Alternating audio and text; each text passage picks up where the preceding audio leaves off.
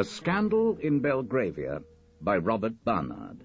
Read by Michael Tudor Barnes. Side 1. I have never thought of myself as a writer, so I have never imagined myself suffering from writer's block.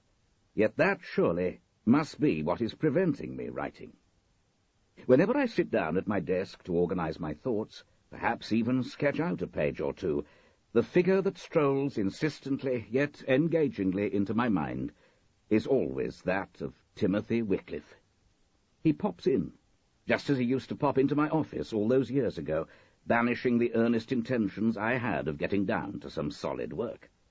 So insistent is this memory of him, laughing, incisive, shocking as he used to be in life, that I seem totally unable to get down to any coherent narrative of those times.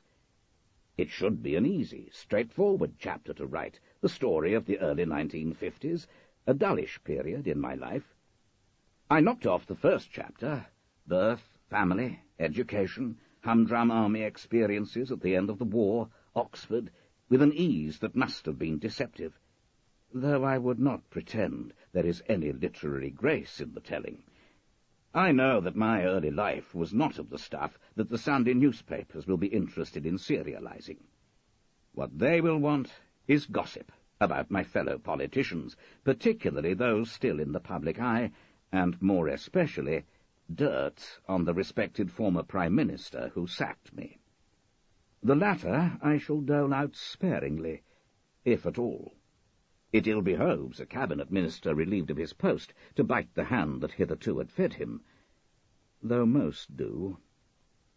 But certainly, one period that will not interest the Sunday Times, inevitably it will be, I suspect, the Sunday Times, is my years as a fledgling diplomat at the Foreign Office. A brief, factual narrative is all that is required, and I should be able to sew it up in a dry 10 pages or so. Yet it is not happening. Quite against my will, Timothy is taking me over. Every time I take up my pen, in he strolls, with the same sort of smile on his face as he had when he used to stroll up to my desk. And I know that the words will not come, because my mind is taken over by that elegant, teasing, casually outrageous figure, my friend and colleague, Timothy Wickliffe. I do not think it is because he was murdered. That was 5 years later, and by that time contact between us was casual and occasional. In fact, I'm afraid that his murder made less impact on me at the time than it should have done. It was something brutal, shocking, but I quite soon put it out of my mind. And yet, in those years when we were together on the lowest rungs of the Foreign Office ladder, we were really very close. If I try to analyze that closeness, I can see that his background dazzled me a little. His grandfather was the Marquis of Redmond, and even I, a middle-class Londoner who had been a day boy at Dulwich, knew that a Marquis was something. His father was Lord John Wickliffe, a younger son, and said by some to be a rising star in the Conservative Party, though there were others at that time who said that figures such as he, who had acquired a common seat almost by family right, were increasingly out of date in Tory politics. Anyway, it is likely that his family background helped Timothy to get into the Foreign Office, though, equally, there was no doubt that he was bright. Bright in every way. A sharp, uncluttered brain with an imagination to match. I was dazzled by him personally, quite as much as I was dazzled by his pedigree. "We are the new boys here," he said to me when we were introduced, "so we see things more clearly than the old hands." In fact, he had been there about 6 weeks or so when I started, but essentially we learned the ropes and found our feet together. It was a testing time for both of us. This was early in 1951, in the dying days of the Labour government, when people were already envisioning Churchill's return as Prime Minister. It was also a time when problems, inevitable but unforeseen, were piling up. In particular, my early days in the Foreign Office coincided with Burgess and Maclean absconding to the Soviet Union to avoid exposure as Russian agents, and with British oil interests in Persia, as most of us still called Iran, being threatened by Dr. Mussadek with his stated intention of nationalizing the oil companies. A baptism of fire, indeed. In fact, I don't remember discussing the former subject except very briefly and in hushed tones. I was too junior, and everyone was trying in vain to keep the matter under wraps. It was, so to speak, taken up on high, and we were expected to leave well alone. Security matters always lead politicians to reach for a thick blanket. A subject such as the Persian crisis, however, and our new Foreign Secretary's handling of it, was fair game for gossip in corridors and offices. That is my first substantial memory of Tim, as opposed to a general sense of brightness and friendliness. We had both been working late, well into the evening one warm summer's day in June. What we were doing was certainly not important, but nevertheless it was pressing. We would be judged by the speed and competence with which we handled it. Finally, when it was put to bed, Tim landed up in my office with 2 cups of black coffee. Nowadays I suspect it would be Scotch, for we have become a much more alcoholic nation. And we settled down for a good gossip.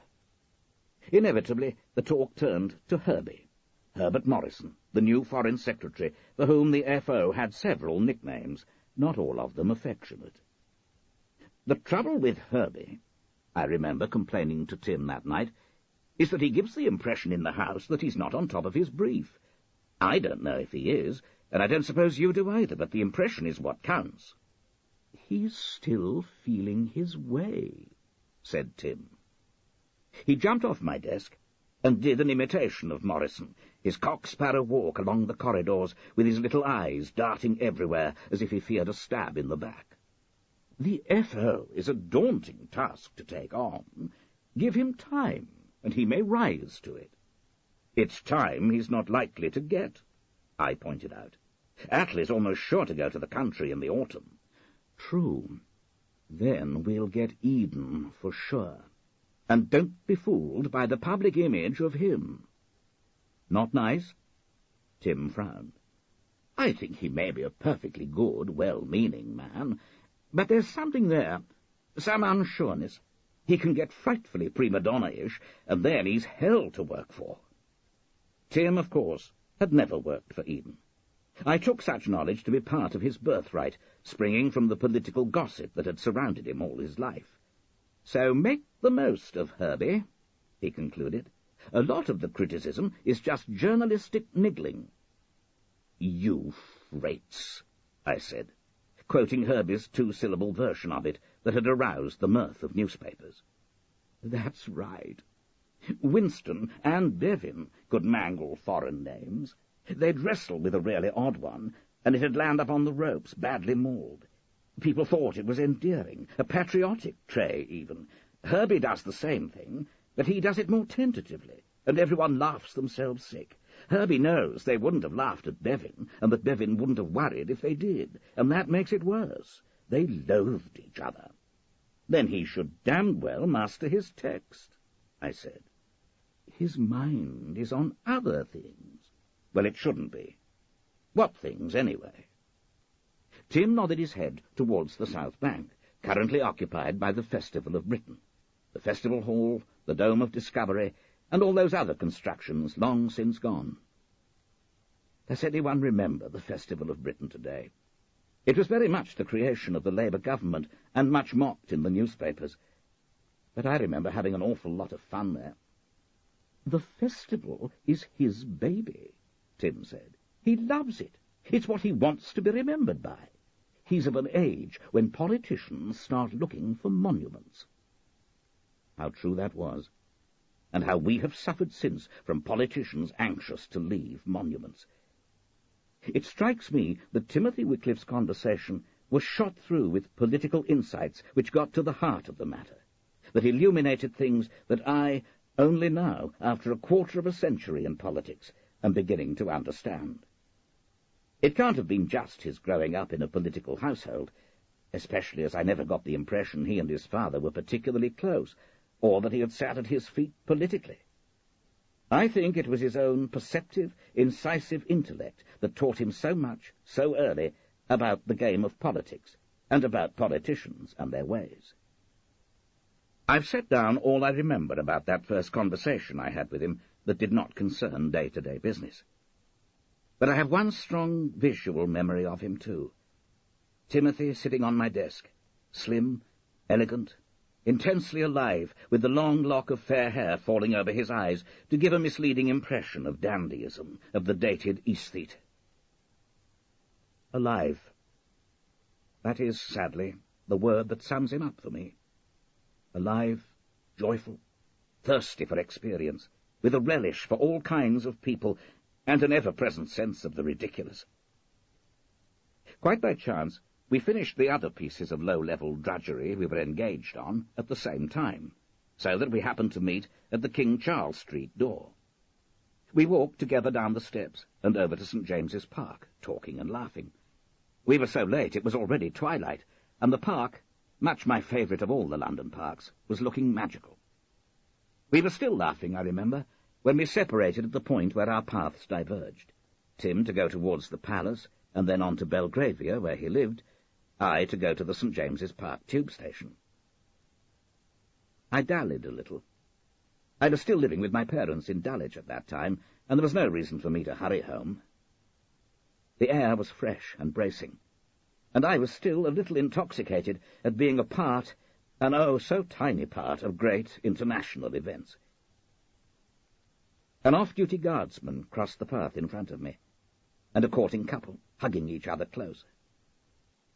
I remember loitering along, and I remember, before I left the park, turning towards the palace, perhaps with some sentimental thoughts about the king, who was looking old and tired, and about the young princess who would one day succeed him. I could see a point, some way away, where two of the paths converged. I saw the off-duty guardsman I had already noticed approach it from one direction. I saw Tim Wickliffe approach it from another.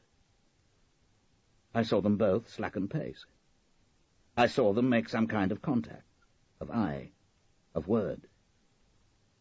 I stood there frozen, gazing towards them, my heart beating very fast. They talked, and then I saw them walk on slowly together. Then, as the light seemed altogether to fail, I saw them go off together into the bushes. It would be impossible today to convey to anyone under the age of 40 that stunned sense of shock I felt. Difficult, too, to explain my ignorance and naivety on the subject of homosexuality. I had been to a public school, after all. I could only say that whatever I might have learnt had I gone to Eton, I had no such experiences at Dulwich College to contribute to my sexual enlightenment. Perhaps this was due to the fact that we had so many day boys, and we tended to stick together. I was neither attractive nor charming, being known as Plod Proctor. So that subject I learnt about through the odd smutty joke, and through playground allusions of it. That is to say, I remained profoundly ignorant of it. The fact that I was shocked, I would account for by citing factors both personal and public. I was the child of conventional middle-class parents, people doing dull jobs, leading dull lives, and having dull opinions, whose automatic reaction, should the topic come up in the Sunday papers, was to purse their lips and shake their heads.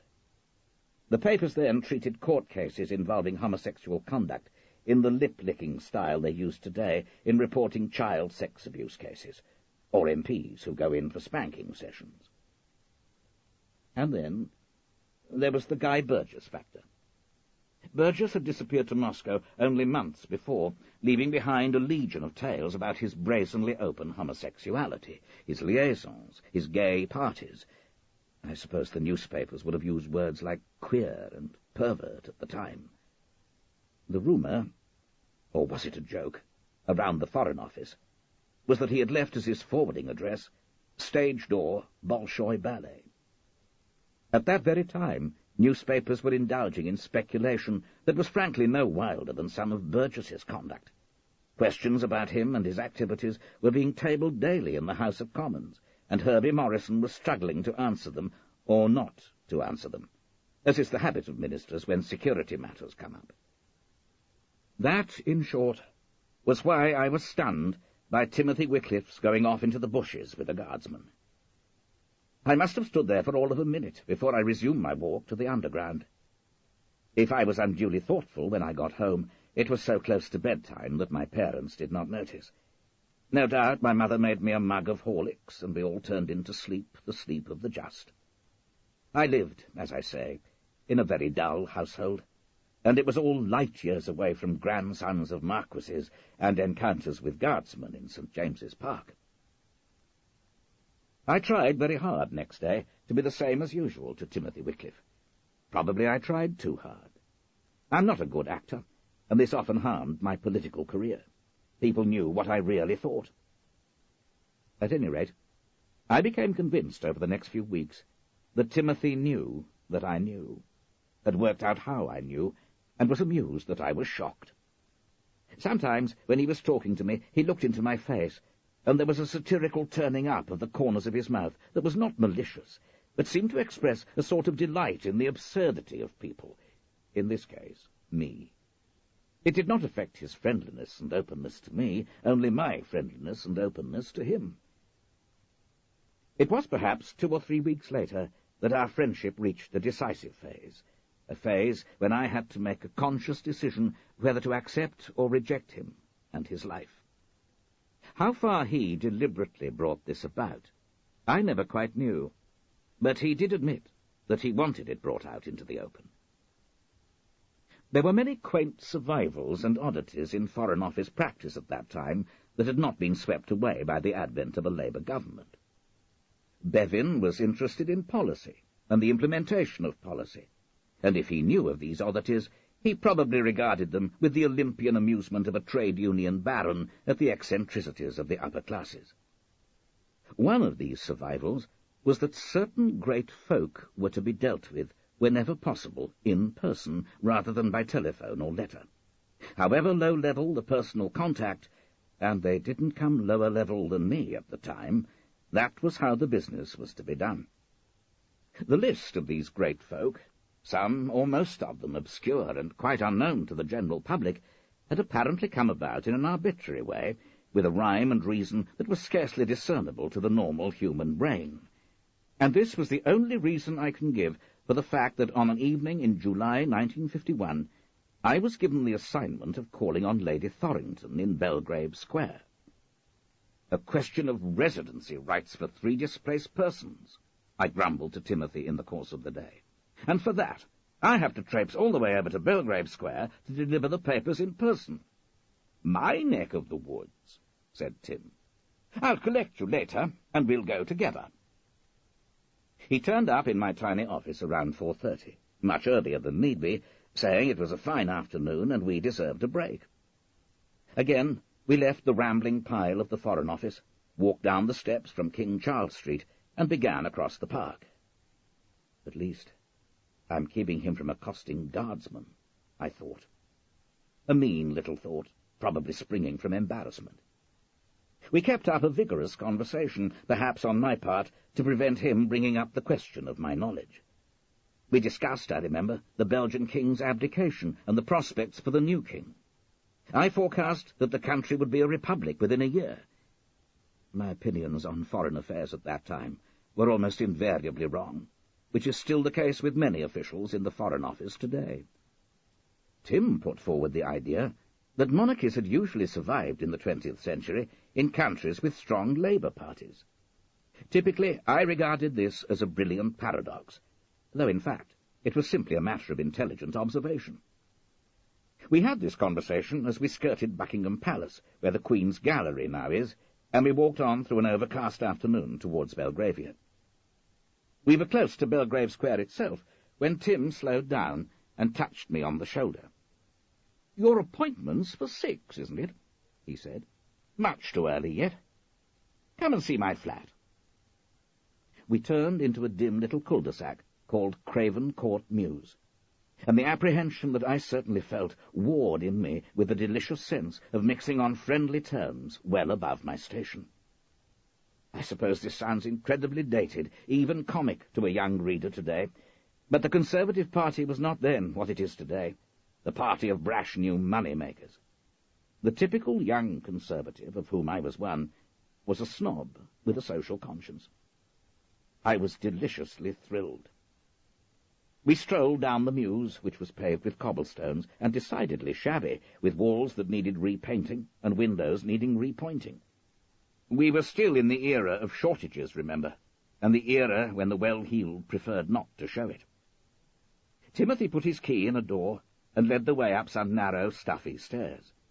We passed immediately through the tiniest of hallways into a room wonderfully light, the walls washed pale blue, the furniture slim, modern, elegant. A table of rosewood and glass, chairs that looked as if they would wrap themselves round you when you sat down, and a few traditional pieces, an elegant escritoire against the wall, a long Regency dining table, a couple of family pictures. My memory, it is one of those scenes from that time that remain imprinted on my mind, and will be until I die, is of a lightness, airiness, and of a brilliance that somehow laughed at the suburban clutter and knobbiness of the rooms in the detached Dulwich residence in which I had grown up. This was the perfect setting for Tim. I became conscious, as my mind photographed this room, of the noise of water. "Oh, Lord, Heinz is still here," said Tim. He raised his voice. "Heinz, the boat train goes in an hour." He turned to me with an open smile. "Coffee?" I nodded nervously, suddenly wishing I hadn't come. As he moved towards the little kitchen that I could see through the door at the far end of the living room, the shower was turned off in the bathroom. Seconds later, a boy appeared. He was perhaps 19 or 20, very fair and sturdily built. Apart from a towel over his shoulder, he was quite naked. "Sorry," he said when he saw me, and disappeared through another door. I sat down on one of those spare, shapely chairs, and wondered if there were 2 bedrooms, and if Heinz was sleeping in the main one. I immediately cursed my naivety. Of course he was sleeping in the main one. If Timothy was a man who went with guardsmen into the bushes in the park, he would not invite handsome foreign boys to his flat, and then sleep in chaste isolation. "Heinz is a friend of mine," said Timothy, appearing at the door into the kitchen. "Oh, yes," I muttered miserably. "Is he German?" "That's right. He's from Dresden." I nodded, as neutrally as possible. Then suddenly I was struck by a terrible thought, and I jumped up and faced him. Dresden? But that's in East Germany. Do you know, I believe you're right. And grinning broadly, he turned back into the kitchen. Weakly, I sat down again, denied a confrontation. I felt stunned and angry. For God's sake, East Germany. And here I was, brought into a menage with an aristocratic Foreign Office diplomat and a young East German homosexual. I remember actually blushing at my predicament. All my middle-class and conservative instincts rose in horror. If he didn't think about his own career, then he might have thought of mine. I blamed him bitterly, forgetting the warm glow I had felt at mingling in circles far above my own. The bedroom door opened again. Heinz was clothed now in flannels and a red check shirt, with a khaki knapsack on his back. He looked now like a very ordinary, nice young man. He called out, "I go," and Timothy hurried from the kitchen to see him off. There was a large mirror on the wall in front of me, and I saw the 2 of them in the hallway, put their arms around each other and kiss passionately on the lips. The phrase old ladies use, "I didn't know where to put my face," is really a very apt cliché, and vividly conveys how I felt. I wanted my whole body to disappear, to crumple itself up into a little ball and hide itself away under the sofa, but above all, I wanted my face to be put somewhere out of sight, where its flushed, miserable embarrassment would not give away my feelings. The door shut, and Tim moved insouciantly back to the kitchen.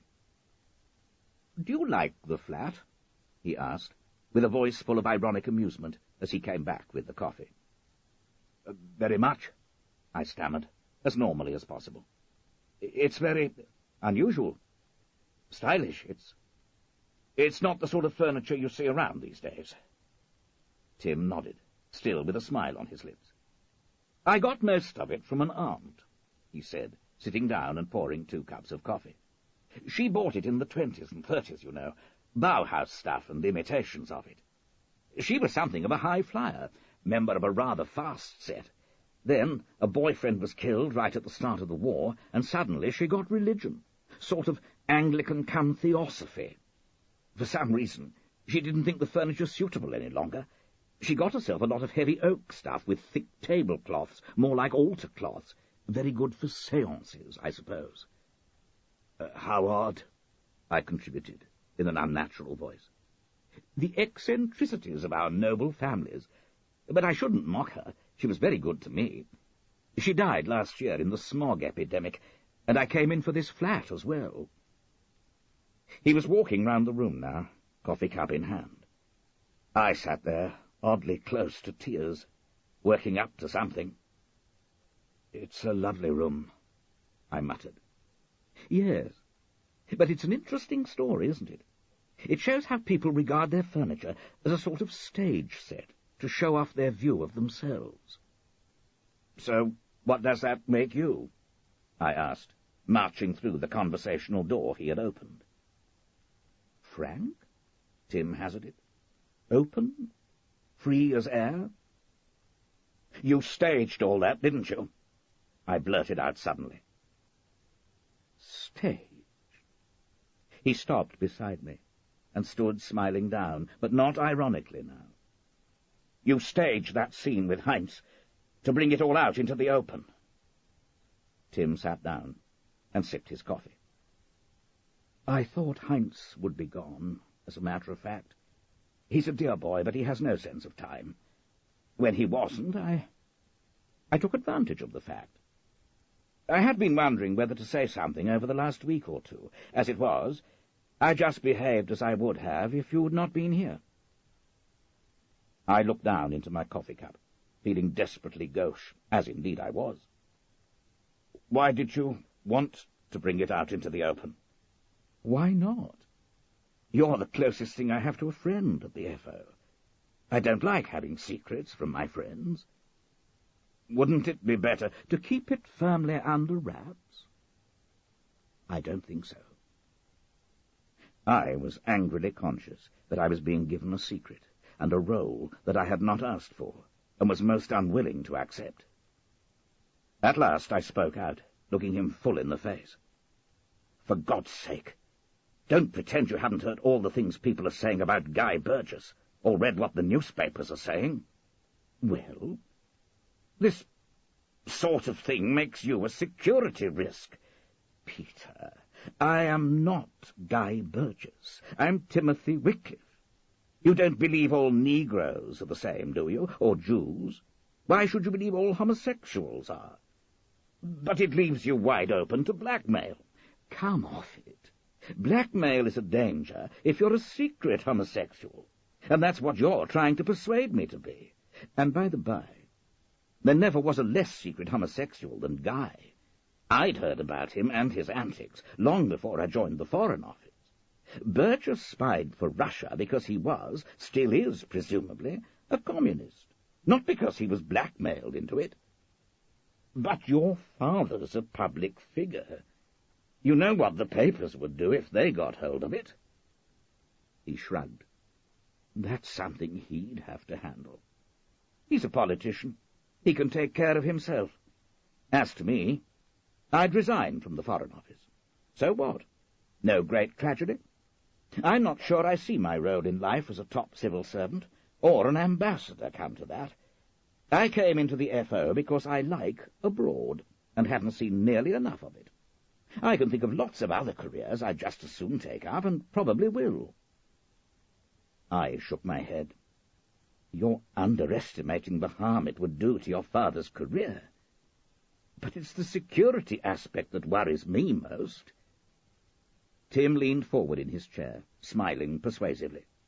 "Look, Peter, try to stop thinking of homosexuals as a group, eh? Like we were a trade union with a block vote at the Labour Party conference. Because one homosexual was a bad security risk, it doesn't mean that we all are. We are individuals, left-wing and right-wing, happy and miserable. Open and secret, rich and poor. Lump us all together, and you prove you've got a news of the world sort of mind, and I don't believe you have. Think about it. Eh, Peter? I nodded. I still felt miserable and uncertain, but I felt still more strongly that Timothy was someone whom I liked and would value as a friend. But you will be careful, won't you? I insisted. I mean, if Heinz had had access to Foreign Office papers, I don't bring papers home, and if I did, they'd be about matters so trivial, no Russian agent would give 3 kopecks for them, because that's all you and I get to deal with, isn't it? You know what? You're a worrier, Peter. He was right there, too. That, until my recent forced retirement, was exactly what I was. I looked at my watch. I must go to Lady Thorrington's. That's right. Never keep a lady waiting. Be nice to her, Peter. She's a dear old thing. That was my first intimation that if you lived in Belgravia, even in a mews flat in Belgravia, you tended to know the other people living in Belgravia. It was at that time a sort of way-up market village, with every other cottager a lord or a lady. It also had a village system of communication, and as often as not, village standards of judgment. I walked into the rarefied atmosphere of the square, pondering this and much else. I found the seedy dignity of the place fascinating.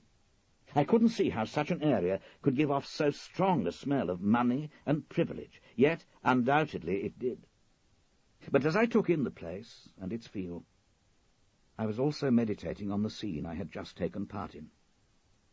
I think that by the time I'd walked round the square and found Lady Thorrington at number 49, I had already decided that in the matter of Timothy Wickliffe I was not neutral. In my still schoolboyish but honourable way, I had declared myself to be on his side. "How's the great work going, Dad?" Jeremy asked when I came down to Sherry this evening. "Badly," I said. I explained that I'd got some kind of writer's block, that I was caught up in the early 50s, distracted by my memories of a man of no historical importance who had had little influence on my life. I told him about Tim, and described what happened that first time I went to his flat. As I should have expected, he was totally mystified. But what was the big deal? He was a homosexual. So what? "You young people have no historical sense," I grumbled. "Homosexual practices were illegal then." "Well, so was parking on a double yellow line, I expect," said Jeremy. "Just explain to me why you were so miserable, so embarrassed. For God's sake, you must have been in your 20s by then, long out of the nursery." "You don't understand," I insisted. "It was a completely different climate then, climate of opinion, I mean. If you were caught, you were put on trial, sent to jail. Well, that wasn't very sensible. No, of course it wasn't. Everybody knew it was like locking Billy Bunter up in the tuck shop, but nevertheless, that's what they went on doing. And if you didn't go to jail, there were the newspapers. You could be hounded out of practically any career. It was a different world. A very nasty one." And of course he's right. Perhaps the reason that memories of Timothy Wickliffe have distracted me is that he sums up the transition from the world I grew up in to the world we live in now. A symbol, a symptom, a fingerpost. I have a feeling that I'm not going to be able to get away from him now.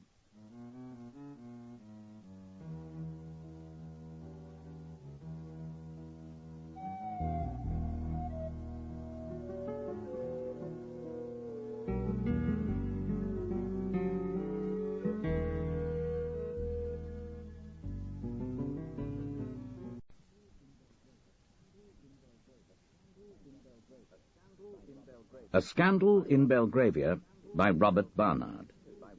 Side 2. The maid who came to the door of number 49 Belgrave Square was not dressed in the traditional manner, in black, with a neat white cap. Probably very few maids in 1951 were, except those in upper-class comedies. but somehow I'd imagined that Belgrave Square might still cling to the old uniform. She was dressed neatly but drably, in clothes that had seen a better peacetime, and she said, "Mr. Proctor?" in an international interrogative that failed to hide her Central European accent.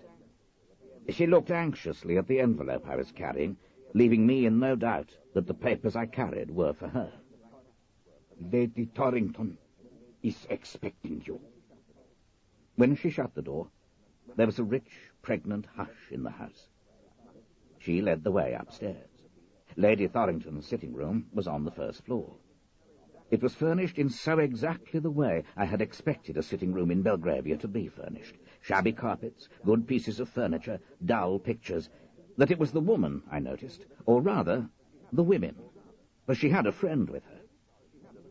Lady Thorrington was a fleshy woman, but it was friendly fat, not at all intimidating, and her open, welcoming manner did not conceal the fact that hers was a capable, direct personality, and that she usually got what she wanted.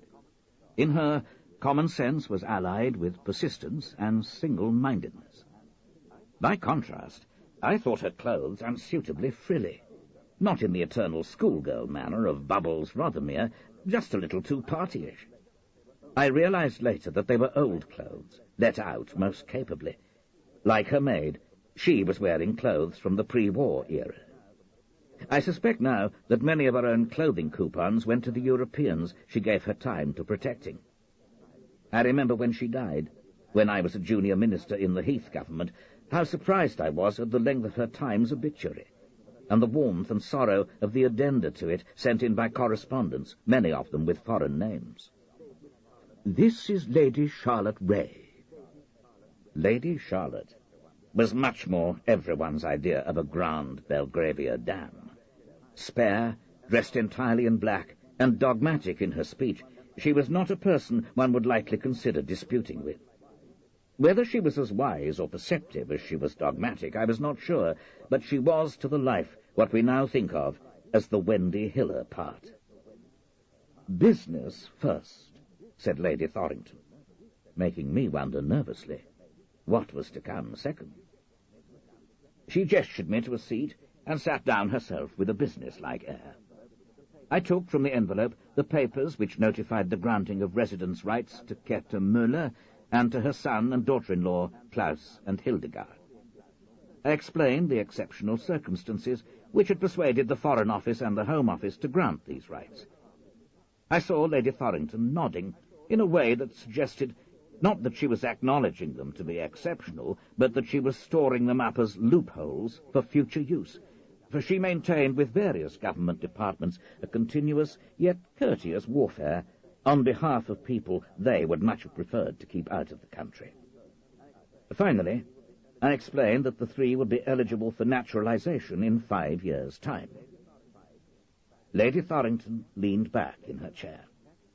"Most satisfactory," she said. "Most," agreed Lady Charlotte. "I shall have great pleasure in giving the news to Klaus and Hildegard." Lady Thorrington smiled and went to the door.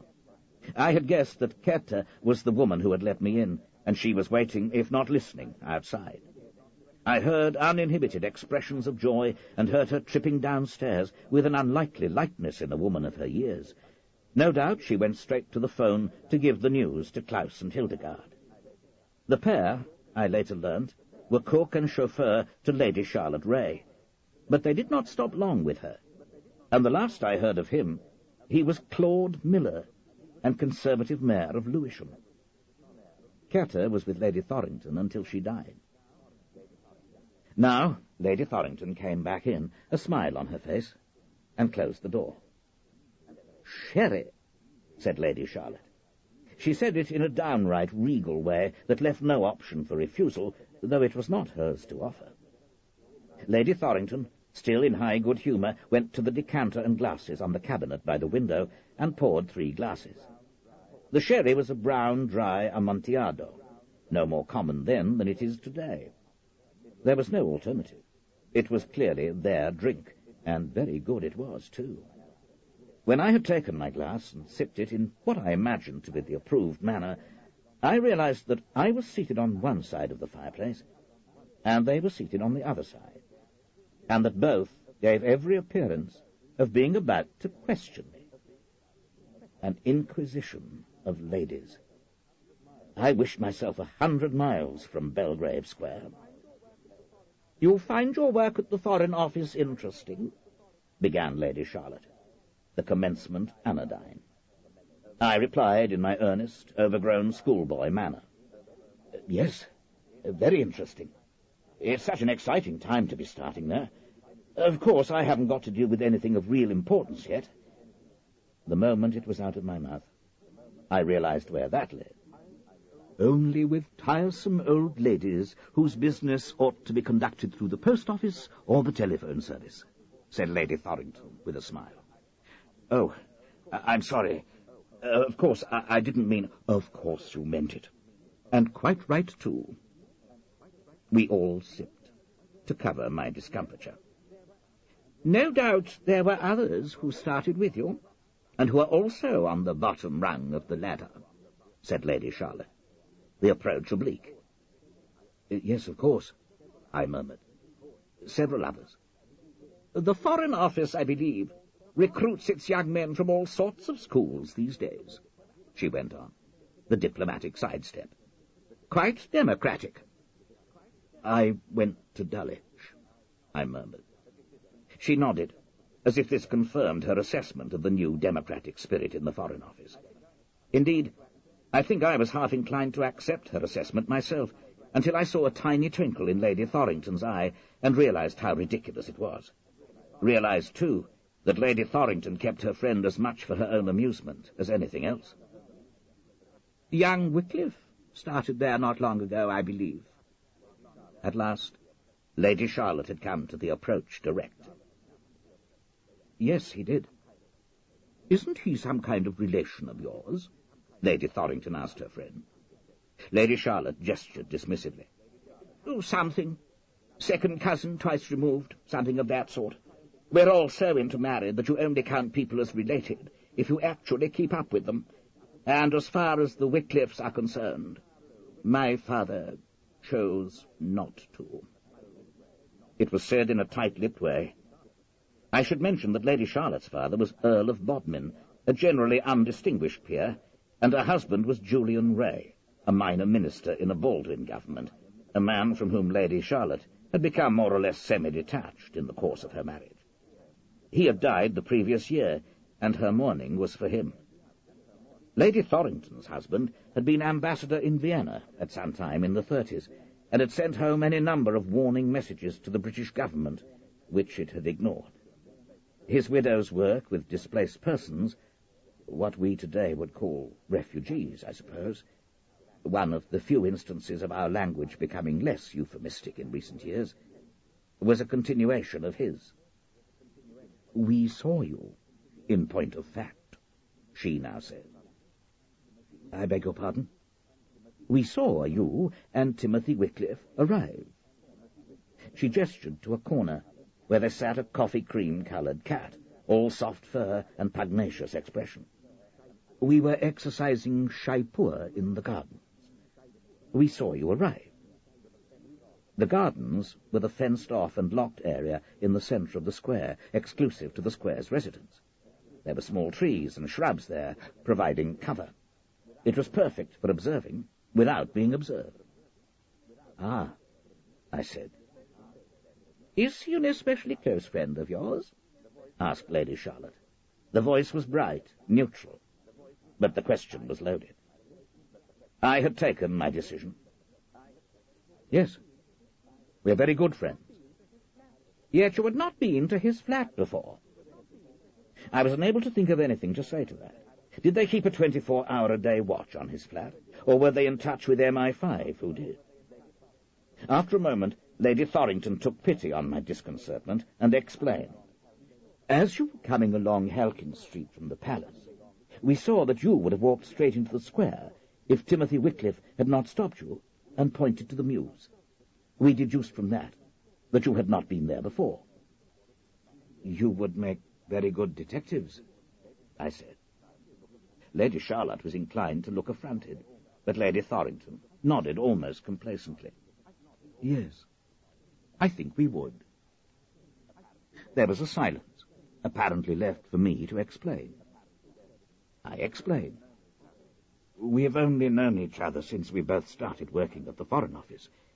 When I said we were friends, I meant that we were good friends at work. Ah! Lady Charlotte's voice had a ring of satisfaction. She prepared the thrust deadly. Because that young man does have a great many friends. I'm sure he does. Unsuitable friends. I sipped my sherry, plucking up courage. He has not asked me to advise him on his choice of friends. Don't, began Lady Charlotte, but Lady Thorrington interrupted her. Of course, you must think us interfering old busybodies, and you're quite right. What else is there to be at our ages? The fact is, it's not just us. The square is beginning to talk. The place is full of people who know his father, and naturally they take an interest in young Timothy. For the past week, said Lady Charlotte, her voice sinking to a sort of bass hiss, making her sound like an asthmatic cat, he has had staying at his flat a young German. The war is over, I said. I am not referring to the war. I am referring to unnatural vice. To someone of my generation, young German boys mean only one thing. That poet chappie and his friend mixing with the lowest of the low in the bars of Berlin. Auden, said Lady Thorrington. W.H. I breathed an internal sigh of relief. They seemed to know nothing about Heinz's East German origins. I'm too young to know anything about that, I said. I expect if that side of Berlin survived the Nazis coming to power, it must have been flattened in 1945. It's rather hard to imply that young German men should be shunned just because of some poet 20 years ago, isn't it? Of course. People would not be talking. Even people in Belgravia would not be talking if the young man were not one of a succession, said Lady Thorrington. That is what we are so worried about. Young Wickliffe is such a likeable young man, or seems so. He is. Bad blood, said Lady Charlotte. Lady Thorrington shook her head, smiling gently. I've always said there are bad people and bad upbringings, but no such thing as bad blood, she said. Or good, come to that. What we felt, yes, was that perhaps you could give him, not a warning, of course, we have no right to give him that, but if you could just tell him that people are talking. I see. Could we be a little more open about this? What exactly are they saying? Lady Charlotte clicked her tongue, as if she felt that she had already been more than sufficiently explicit. But Lady Thorrington said, that Timothy Wickliffe is a homosexual who consorts with extremely dubious young men, and that if he continues to do this openly, he will ruin his career in the Foreign Office. I set down my sherry glass and thought for a moment. Then I picked my way carefully through this minefield. We have just, in point of fact, been talking about that, and I think I can say that Timothy is aware of the dangers, and I would guess, too, that he realizes that people are talking. Lady Thorrington nodded, but Lady Charlotte looked most dissatisfied and said, Is that all you've got to say? You mean you haven't warned the silly fellow? Lady Charlotte, Timothy Wickliffe is slightly senior to me at the Foreign Office, and immensely superior to me in experience, worldly wisdom, and almost anything else you care to name. Any warning that could be given, I have given. Now what he does is up to him. Then can't you do something practical? Find some nice young girl for him. I caught once more a glimmer of amusement in Lady Thorrington's eyes, and I was saved from having to reply when she said, I imagine there were girls aplenty throwing themselves at him when he was at university. If he didn't get interested then, I don't imagine he will now. Lady Charlotte shook her head. Where did he go to university? She demanded of me. Cambridge, I believe. Ah, I knew there was something. I was mystified at the time, though I realize now that people in the know were already beginning to get suspicious of Cambridge. I should add, to avoid adding further obloquy to that much-maligned university, that Timothy Wickliffe once told me that he was a regularly practicing homosexual by the time he was 15 at Eton. Eton, it sometimes seems to me, gets off very lightly from the sort of generalizations that Cambridge falls victim to. Anyway, nobody could accuse Cambridge of making Timothy Wickliffe a spy, for he never was one. By now, it seemed to me that I had put up with their inquisition as long as I reasonably could be expected to. I finished my sherry and stood up. I really must be going. You've been most hospitable. Nonsense. We've grilled you unmercifully. But our intentions were at least halfway good. Charlotte is interested in him because he is remotely family. And I'm interested in him because I've met him once or twice, at parties and so on. And he seemed an exceptionally nice and able young man. He is. When I had responded to Lady Charlotte's stately farewell, my hostess followed me down the stairs, and it was she, not Kepter, who let me out. At the door, she gave me a grin that was almost girlish as she said, "You handled that very well." It was the first compliment I ever received on my tact and diplomacy. In after years, as my political career burgeoned, I received many, so much so that I began thinking of myself as tact and diplomacy proctor, a dull stick, I felt. As I walked down the steps and out into the square, I thought about it, preening myself mildly. The Belgrave Square of those days was very unlike the place as it is today. Now it is very uniform, spotlessly well kept, and smells of tenants' associations and keeping up property values. It's all a little unreal, like a film set. Then, as I said earlier, it was a place where genteel shabbiness predominated over discreet smartness. There was a whiff of many different kinds of wealth, though solid, titled, conservative English wealth still was in the ascendant. As I walked around it and up towards Hyde Park Corner, I meditated on the scene I had just played a part in. These people all knew each other, or of each other. Often they were connected in some way with each other, by family or marriage, by business connections, by political activity. They were connected with each other, and they protected each other. They formed a tightly knit group which felt that united they could take on the world, or maybe rule the world. The scene I had just been a part of at Lady Thorrington's had been an example of them protecting their own. There was, the more I thought about it, an ironic ambiguity about Tim's position. He was more exposed than he would have been anywhere else in London because he was surrounded by people of his own kind. On the other hand, those people, for that very reason, were bent on protecting him. I suppose you could say that, on balance, the situation worked to his advantage. The conduct of his private life never became anything worse than a scandal in Belgravia. Except, of course, briefly, when he was murdered. I have found a way out of my writer's block. Really, it's only an avoidance mechanism, but avoidance is something politicians become good at. I have decided to forget about my doings in the 50s and 60s, my years in industry, my marriage, the 4 years in the Commons from 62 to 66. Instead, I have leapt ahead to my return to the Commons in 1970, the first years of the Heath government, and my first taste of office after the reshuffle of 1972. I've just been writing about my first days as a junior minister at the Home Office. Waxed lyrical, in fact. Said that the joy and pride I felt when I was offered the job could only be compared to my elation when my eldest son, Reggie, was born. Have I gone over the top there? Compared the ridiculous with the sublime? From the point of view of me today, yes, I have. But from the point of view of me then, I fear not. From the first, I was always a politician who wanted office, wanted to get things done.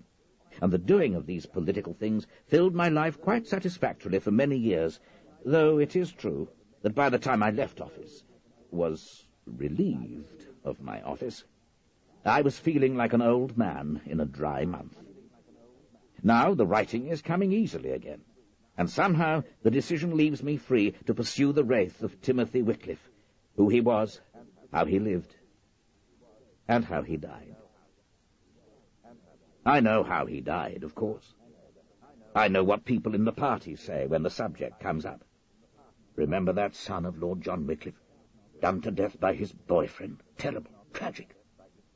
And as often as not they will add, it only goes to show, without specifying what. But beyond that, I know nothing. Simply the bare facts of the death of someone I counted as a friend, someone whose joy in life, frankness and open-mindedness I admired, and, I hope, allowed to influence me. Today I got down my Burke's peerage and looked up his father. It's an old one, but it does. Lord John Wickliffe, younger son of the Marquis of Redmond, was given a life peerage in 1971 as Baron Edmonton. But this is too late for my Burke. He gets in as a younger son, and his children are listed as James, born the 15th of January 1925, married Caroline Weatherby, 1950, Timothy, born the 2nd of September 1927, died 1956, and Marjorie, born the 4th of March 1936. An inch and a half of a line in a reference book. Timothy's life in digest form. Yet somehow, Houseman could not have made it more pathetic. I had an appointment at the House of Lords today with Lord Butterworth, who is one of the government's deputy whips in the upper house. He got junior office at the same time I did, and there was a minor matter connected with that time I wanted to talk over. I was told he could see me on Wednesday, today, but that he would be frightfully busy, and I'd have to catch him on the wing in the lobby sometime between 2 and 3. Even as plain Jim Butterworth, he had been a rather self-important little twit, and it was clear ennoblement had not changed him.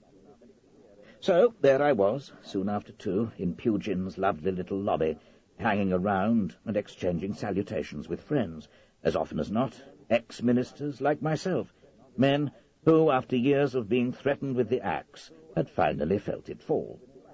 It makes for a cheery, yet slightly uneasy camaraderie between us. One of them merrily waved and shouted, "See you here soon, eh?" There have been rumours of a life peerage for me, and counter-rumours too. The then Prime Minister was known to be displeased when I decided to resign my seat shortly after being relieved of office, thus forcing a by-election, in which we did badly. I don't care much either way. I have more than enough to do, with my business interests, the various worthy bodies I'm on the boards of, my memoirs. I would not be an active member of the upper house. Indeed, an active lord seems to be almost a contradiction in terms. Though, in fact, I soon became aware that this was a very busy day indeed for the lords. People were bustling everywhere, and I kept recognizing the faces of people I had believed, and in several cases hoped, had died years ago. Most of them were old, or gave the impression of long disuse. It just had to be one of those days when Bertie Denham was bussing, or rather rollsing in, decrepit peers from the backwoods to ensure the passing of a particularly unpopular piece of legislation. I had my Times with me, and managed to turn it to the parliamentary page. I was right. The Lords were debating the student loans question. And that, of course, was the burden that was sung by Jim Butterworth, when finally he bustled up. "Peter, wonderful to see you again. Sorry I can't spare more than a few moments, but you know how it is." I might have been a constituent whose support he valued, but whose company he could dispense with. I felt a pang. How totally our positions had been reversed from the time when I was a minister, and he could be expected to lard any exchanges with a coating of fawn. I suppressed the pang as soon as I felt it. It is a far, far better life that I live now. I put my little problem concerning my early office under Edward Heath, and he confirmed various impressions in my mind. I'll say this about Butterworth. He's a twit, but a twit with a good memory. He was just shifting from foot to foot, preparatory to going about his business of whipping in the noble geriatrics, when he hit on an unlucky topic. "Memoirs going well, old chap?" His expression said, "Please, don't tell me." but I was annoyed by the old chap, which expressed a matiness there certainly never had been between us. And I replied, "Not bad, now that I've jumped a few years forward. I'd somehow got hung up on an old friend of mine, Timothy Wickliffe." He swivelled back to face me, caught on the wing. For the first time, I had his full attention. Timothy Wickliffe. That's right, Lord John Wickliffe's son. We were at the FO together in the early 50s. But what on earth are you writing about him for? Jim Butterworth's face was contorted, as if with distaste. I didn't say I was writing about him. In fact, thinking about him was preventing my writing anything for a time. He wasn't taking it in. It was like talking to a very perturbed brick wall. I added, "What's all the fuss about?" He spluttered, his face going even redder than normal. "Well, really, old boy, I don't think you're entirely naive, are you? You know very well where the government stands in the polls at the moment, and if there's one thing that always endangers a Conservative government, it's a sex scandal." That was true, though I'm sometimes inclined to wonder, knowing my former colleagues, whether the present government is not more likely to be brought down by a financial rather than a sexual scandal. Timothy Wickliffe died over 30 years ago, I protested. He wasn't an MP, nor even a Conservative at the time I knew him. His father was an MP and a minister. You know perfectly well the sort of mud people throw at us whenever there's a scandal in high places. The media pretend to support us, but they go after that sort of thing like pigs after truffles. I'd have thought that you, of all people, could have seen that that's an affair that's still best kept under wraps. I shrugged. Jim Butterworth is the sort of person it is hardly worth arguing with. He's like the woman in the Thurber story who was not to be convinced by mere proof. It was his undoing as a junior minister. I expect that's where I shall leave it. There's no reason nowadays why anyone except me should be interested in Timothy. I was wondering about his family. I don't remember when his father died. Died? He's not dead. He's here. Here? In the... Oh, my God. Keep your voice down. There he is. I turned to where he was looking. Coming from the direction of the chamber on his way to the dining room was a very old, shrunken peer walking very uncertainly and aided along by someone I took to be a fellow peer, only marginally less decrepit. I could only see the side of his face, but I had the impression of a strong face now caved in, of a robust body now shrunken and tremulous. I could feel the hackles on the back of my neck rising. I was reminded of Mrs. Alving at the door to the dining room. Like her, I shivered and said, "Ghosts." "Not at all, old boy. A vote," said Jim Butterworth, with professional heartlessness. With an abrupt change of emotional key, he added, "But you wouldn't really want to upset a fine old man like that by publishing ancient scandals about his son, would you? Think it over, Peter." I sighed.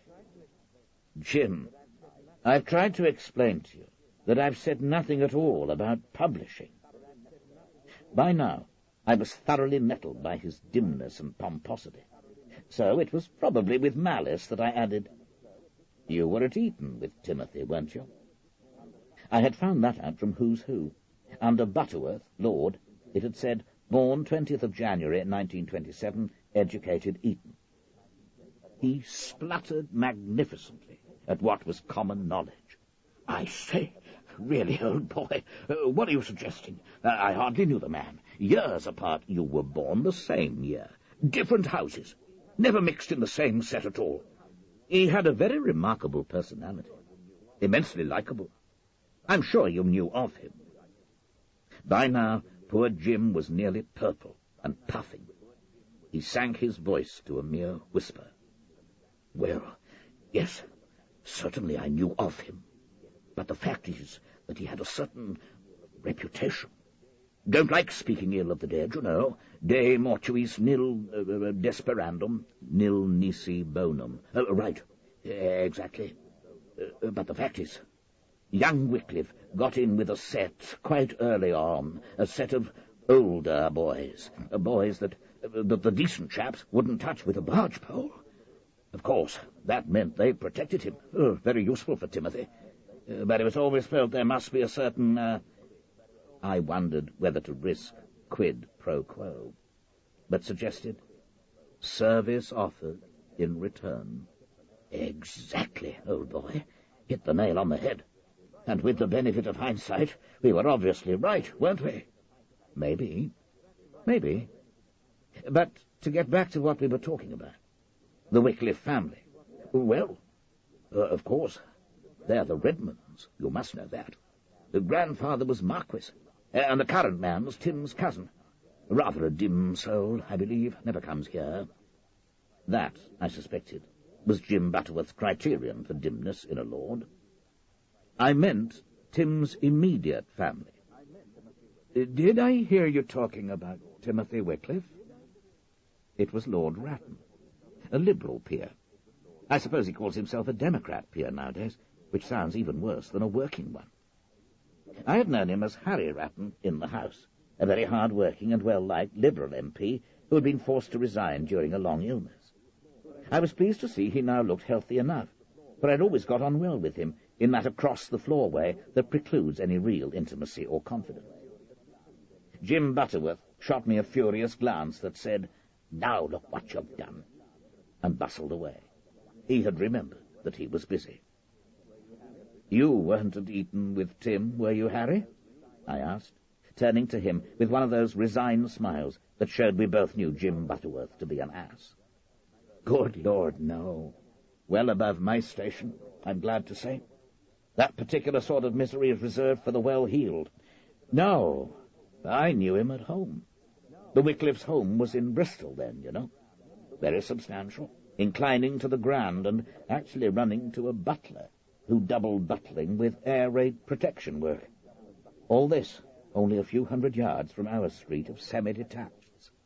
Ah, I'd always assumed somehow that they had some minor country house somewhere or other. I suppose Bristol was where Lord John's parliamentary seat was. That's right. That was the seat he lost in 45. Though the home wasn't actually in the constituency, which didn't have anything grand enough. Still, it was near enough to pass muster. We somehow fell in with each other in vacation time, Tim and me. How? Harry Ratton frowned. Do you know? I can't remember. Some perfectly natural way, because it was only after we'd known each other for some time that I realized I ought to be rather impressed by the fact that he was an Etonian. In fact, it never struck me until much later that friendships between Etonians and a gang of grammar school lads just didn't happen as a general rule. When was this? Right at the beginning of the war. We were just about into our teens. I remember that, but a lot of the kids in our gang were younger. It was the time when all the children were spotting spies. Anyone with a foreign accent or pince-nez glasses was marked down right away, and sometimes tracked for hours. I expect most of them were Jews, poor sods. Timothy changed all that. He announced that we were looking for fifth columnists. Well, that was rather inventive, I said, the period suddenly very vivid in my mind.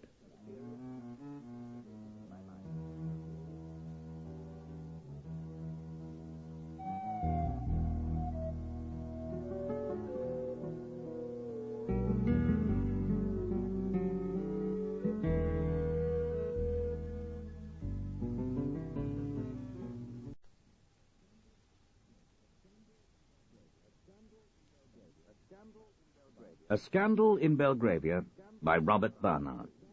Side 3. I said to Harry Ratton, in Dulwich we'd heard the term fifth columnist, but I'm not at all sure we knew what it meant. We stuck with boring old spies.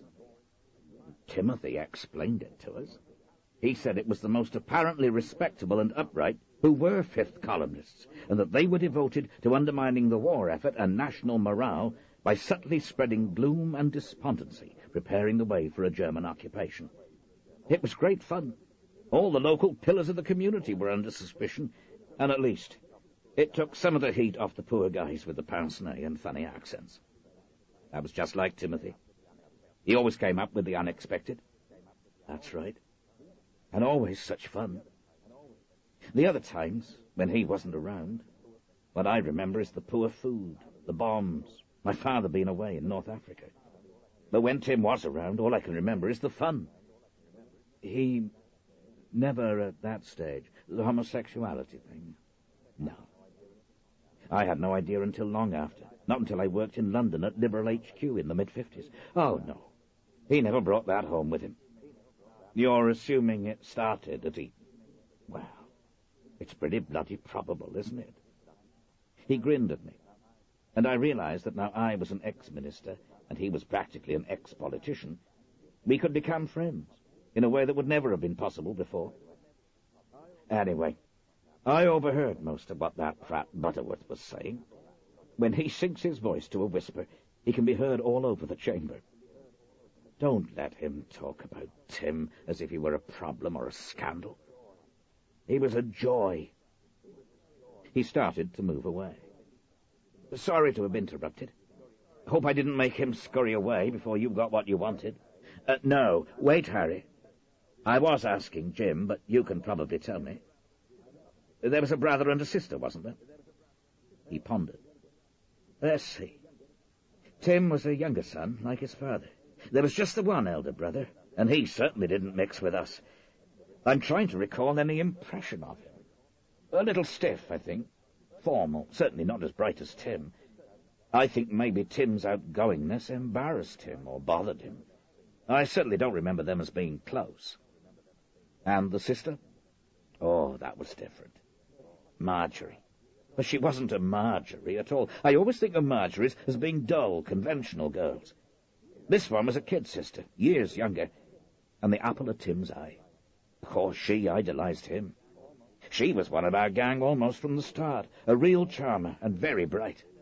So you were in and out of each other's houses? Well, it wasn't quite like that.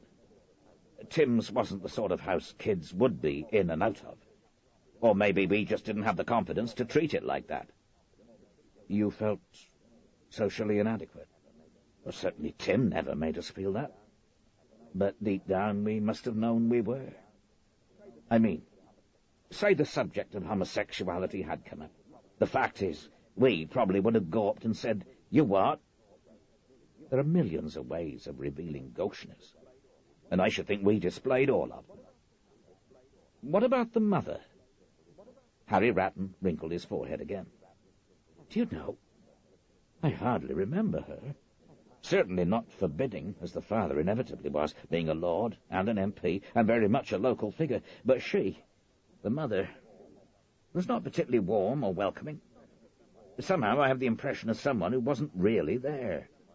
Certainly her children, or the two younger ones, were infinitely more vital than she was herself. How long did all this last? Oh, 3 or 4 years.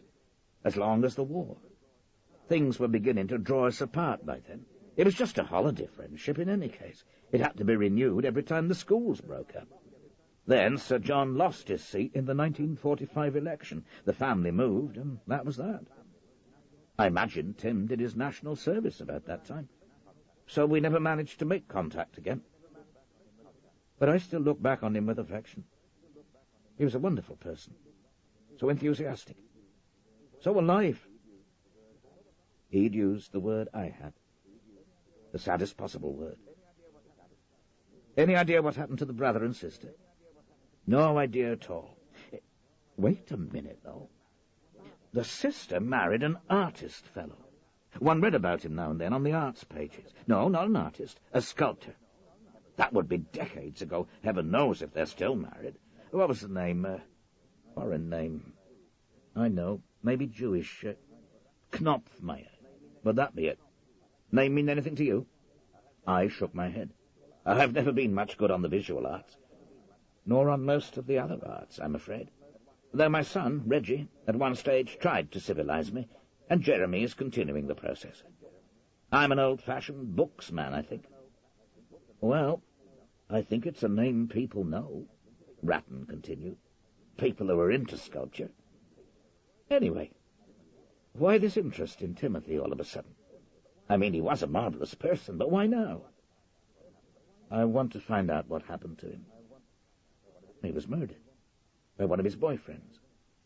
Everyone knows that. Well, how did they know? Was there a trial? Oh, no. I would have remembered if there had been. I think the boy left the country. Got away entirely. I nodded. Maybe that was why I had so few memories of the case. There had been no trial. I didn't remark, as a former Home Office minister, that according to him, everyone knew something that had never been tested in court. When I got home, I idly took down the telephone directory and looked up the name Knopfmeier. There were 3. One was Knopfmeier M., and her address made my heart stop. She lived at 4 Craven Court Mews. I have not mentioned Elspeth Honeybourne, my research assistant for the writing of my memoirs. She was recommended, almost passed on to me by Raymond Hadley, a cabinet minister on whom the prime ministerial axe had fallen in 1984, and who wrote his memoirs immediately afterwards. Elspeth is a treasure, efficient, versatile, enthusiastic. She comes to my home one day a week to put my papers in order for whatever topic I happen to be dealing with at that time, and for the rest of the week she hovers around in libraries, mainly the London Library and the British Library's newspaper section in North London somewhere. Jeremy pretends to believe that she has ambitions to be the second Mrs. Proctor, even Lady Proctor. But I know that is not the case. She has what cant phraseology calls a stable relationship with a solicitor in South London. Elspeth is happy now that I've hopped to a point where I have a position, however lowly, in government. It gives her much more to go on. She has a scrapbook which Anne started keeping soon after we were married, but she supplements this from the sort of newspapers we never took. From 1972 onwards, I was answering questions in the House, putting out statements on this and that, making the odd formal speech, and she can pick them all up in national and local newspaper reports. How exciting I found all that sort of thing then. How stale and routine it all seems now. I also gave her last week the name of Timothy Wickliffe and the year of his death, and asked her to pick up anything she could on it. Today she bustled in, all plump and smiling, refused a cup of coffee, wisely, for I would have had to make it myself, it being my Filipino couple's day off, and then started setting out a great wad of photocopies on the lead-up to the Sunningdale Agreement on Northern Ireland, in which, well-intentioned but abortive initiative, I played a small part. We went through them. I suggested 1 or 2 further avenues of enquiry, and when we were finished, she opened her briefcase again. Oh, the Timothy Wickliffe affair. The murder. That's right. Sorry. Did I sound heartless? I didn't mean to. I thought it might be worthwhile in this case to get facsimile copies of some of the newspapers for the relevant dates. You'll see why. She bustled out again, leaving a wad of complete facsimile newspapers and a smaller wad of Xeroxed items from other newspapers. My curiosity pricked, I took up the top newspaper, a Daily Telegraph. I immediately saw what she meant. Gateskill attacks Suez adventure. Treason, say Tory MPs. Timothy Wickliffe had been murdered at the height of the Suez crisis. I remember talking to a class of intelligent 18-year-olds when I was Minister of Education. I mentioned the Suez crisis and was met with completely blank looks. I explained that this was when Britain and France, on a spurious excuse, invaded Egypt to gain control of the Suez Canal, which Colonel Nasser had nationalized. They were halted by U.S. opposition and outraged world opinion. Then I got some intelligent comparisons with the Falklands invasion. But it is interesting that Suez has not entered the folk imagination as the Second World War has. For someone of my generation, it is the watershed, the political event from which all else has followed. If I had remembered that, of course, I would have realized why the murder had had so little impact on me at the time, and why it had aroused so little interest in the newspapers. As I flicked through them one after another, I found what I expected. Page after page about the crisis, the storms in Parliament, the bombing of Egyptian air bases, the landing of French and British troops in the Suez Zone, the reactions of the international great and good. Coverage of Timothy's death was minimal, and perhaps the report of it in the Telegraph can be taken for all. Minister's son killed. Police confirmed last night that the man found battered to death in a flat in Belgravia was Timothy Wickliffe, son of the Minister of Planning and Public Works, Lord John Wickliffe. In the days that followed, there was nothing more of substance on the murder until the day that the Suez invasion was halted, when again the newspapers contained little except that story as the inquest and the recriminations began. Several of them, though, did have a tiny item on the murder, of which one may again quote the Telegraph as typical. Man sought in minister's son's killing. Police have issued the name of a man they wish to interview in connection with the killing of Timothy Wickliffe, son of the Minister of Planning and Public Works. He is Andrew Forbes, an unemployed electrician of Peckham. I sat for some time thinking. Now I had a name for the young man who, according to Harry Ratton, had left the country after the murder of Timothy. I was beginning to doubt everything anybody told me about the case, because they all, like me, would have been so involved with the Suez invasion that they would have taken in very little at the time. Suez was different. Young people may read about it in history books, but they will never understand the atmosphere of those weeks. Suez was the one issue in our post-war history that left no one indifferent, whatever their politics. However, Harry Ratton did not seem to have got that bit wrong. When I sorted through Elspeth Honeybourne's little pile of Xerox sheets, which mostly contained alternative versions of the two news items I've just quoted, I found one small item in a South London newspaper saying that the police feared that the man they wanted to question in connection with the murder of Timothy Wickliffe had left the country. They would be investigating the possibility of extradition, but they feared that he had gone to Spain, with which country Britain had no extradition treaty. And that, so far as Elspeth Honeybourne had gone, was the end of the matter in the British press. Andrew Forbes. I tried to remember whether that was one of Timothy's boyfriends I had met. I did get introduced to them now and again, at the theatre or opera, in restaurants, or when they met him from the Foreign Office after work.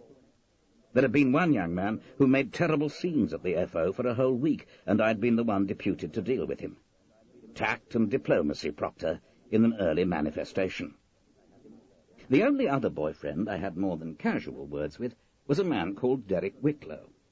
I remember him because of the circumstances of our one meeting, and because he later became governor of one of our last colonies, St. Helena, or Mauritius, or some such place, and I remember thinking that he must have become a whole lot more discreet in his conduct since I knew him. We met at a restaurant in Covent Garden, long gone now, called Les Tuileries. Met, in fact, at the door. It was evening time, and I was with a very pushy girl called Veronica something or other. She was a sort of Edwina Curry figure, intent on pushing her way ahead in politics, and since I was by then making some sort of a name with the London Young Conservatives, I was a minor figure on her hit list. She never did get a parliamentary seat, by the way, let alone become Prime Minister. She married a millionaire who gave her 2 children and then sensibly left her, though I'm sure she stung him for enormous alimony. When Timothy and Derek Wicklow turned up at the door to Les Tuileries at the same time as us, having failed to get standing tickets for Calais in Norma, I think I was a bit relieved, and jumped at Tim's suggestion that we should make a foursome. A couple of hours' verbal battering by the intense and single-minded Veronica was not an enticing prospect. The topic of Calais lasted us through the process of ordering and waiting for the soup.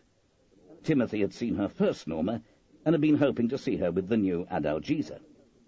It was fairly typical of Timothy that he had forgotten when the first day of the new booking period was, and had found all the tickets gone by the time he remembered. Derek Wicklow had seen her in the Verona Arena on a holiday with his parents. I had just about heard of her. I doubt whether Veronica had. There was no way the topic was going to last into the soup course. People still ate soup then, because she was a single-issue person. I wonder what that single issue is today. Monetarism? The environment? the ordination of women, and she was determined, at the first lull in the talking, to turn the topic to politics. "Do you feel this government's really got a grip of things?" she asked suddenly of me, apropos of nothing. She had turned to me so as to totally exclude the others. I should say that at the time of this encounter, Churchill had been Prime Minister again for something like 2 years. Well, of course, they're going cautiously, because... But that's not what we expected of Winnie, is it? I mean, the British people didn't elect him to be cautious. They expected him to weigh in and knock down all those damned socialist regulations. I will give no more than a specimen of Veronica's conversation. It was in the steamroller style, one to which I've become accustomed during my years in the cabinet, and it was certainly not entertaining. As she beavered on, I became aware that Timothy was right-handed and Derek was left-handed, and that their unoccupied hands were together under the table. It says something for my increased sophistication by this time that I was amused as well as disconcerted. Veronica had certainly not noticed. She was one of those people who would never notice anything about other people unless it was shoved in her face. The whole situation, Veronica droning away like a dentist's drill, the pair opposite spooning, her quite oblivious of it, was exquisitely ludicrous. "We expected so much more," she concluded. "It makes you wonder whether he's really in control." "He's in control," said Timothy, drawling more than was his wont. "The thing you're forgetting about Churchill is that he's not really a Tory." This stopped Veronica in her tracks. I suspected that she had no knowledge of history. Timothy explained. "He was a Liberal for the first 20 years of this century. In many ways he still thinks like a Liberal. Social affairs, for instance. He's an old-fashioned Conservative where the Empire, God bless it, is concerned, but if you're expecting him to abolish the National Health Service, forget it. It just isn't going to happen. Golly, how bored I am with politics." "Timothy's father is in the cabinet," I explained. "He's had his fill of politics over the years." "In the cabinet?" said Veronica, with drill-like intensity, and turning to him. "What's your name? Sorry, I didn't catch it." "Wickliffe. Timothy Wickliffe." "Wickliffe? Oh, but I must tell you, I think your father's doing an absolutely superb job." She bent forward, nearly knocking a plate of lamb chops from the waiter's hand. Timothy managed a tiny, amused smile. He knew, and I knew, that the Minister of Planning and Public Works had a job so humdrum that there was no way anyone could make a superb job of it. Veronica now forgot about me, and gave her entire attention to Timothy, though not to the extent of giving him much chance to reply. She was quite oblivious, I noticed, when Timothy and Derek disengaged their hands to eat their meal, and oblivious, too, to the looks Timothy gave me that said as plainly as words, "Help." There was little help I could give. Veronica was one of those unstoppable forces. However, after she had gone on for some minutes in effusive praise of Timothy's father, it did seem to occur to her, she was not very bright, that her praise was eliciting little response, and was more than a little inconsistent with her former verdict that the government lacked grip. Accordingly, she switched her tack. "I suppose you're politically active yourself?" It was said in an accusatory tone, as if it was the duty of all right-minded people. In the subsequent decade, a young woman of Veronica's stamp would probably have said, "sexually active," in much the same tone of voice. Good Lord, no. Not at all. But you really should be. There's any number of really vital and active organizations that you could give a hand to. The Young Conservatives are absolutely the most forward-looking political group in the country at the moment. I'm sure. But I doubt if I'm young enough, or conservative enough for them. Oh, nonsense. You don't even have to be particularly political. For a lot of people, it's mainly social. Dances, parties, practically a marriage bureau. She was getting quite roguish, in a galumphing kind of way that made me shudder. It really is a tremendous hoot, I can assure you. That's what I'm afraid of, murmured Timothy. No, really, you've got the wrong idea entirely. Veronica had shown a surprising facility in coping with lamb chops and wielding her verbal battering ram simultaneously. Now she was finished, and doubly intimidating, leaning forward over the table and fixing Timothy with her basilisk eyes. "Look, the Kensington YCs are having this dance next Saturday. Why don't you come along as my guest?" It was Derek Wicklow, resourcefully, who brought Timothy the aid I had been unable to supply. He too leaned forward, putting his hand over Timothy's and speaking not loudly, but distinctly, so that he could be heard at the tables next to ours. "Look, Ducky, Timothy is fucking me, right? So you're just not in with a chance." Her face was a picture.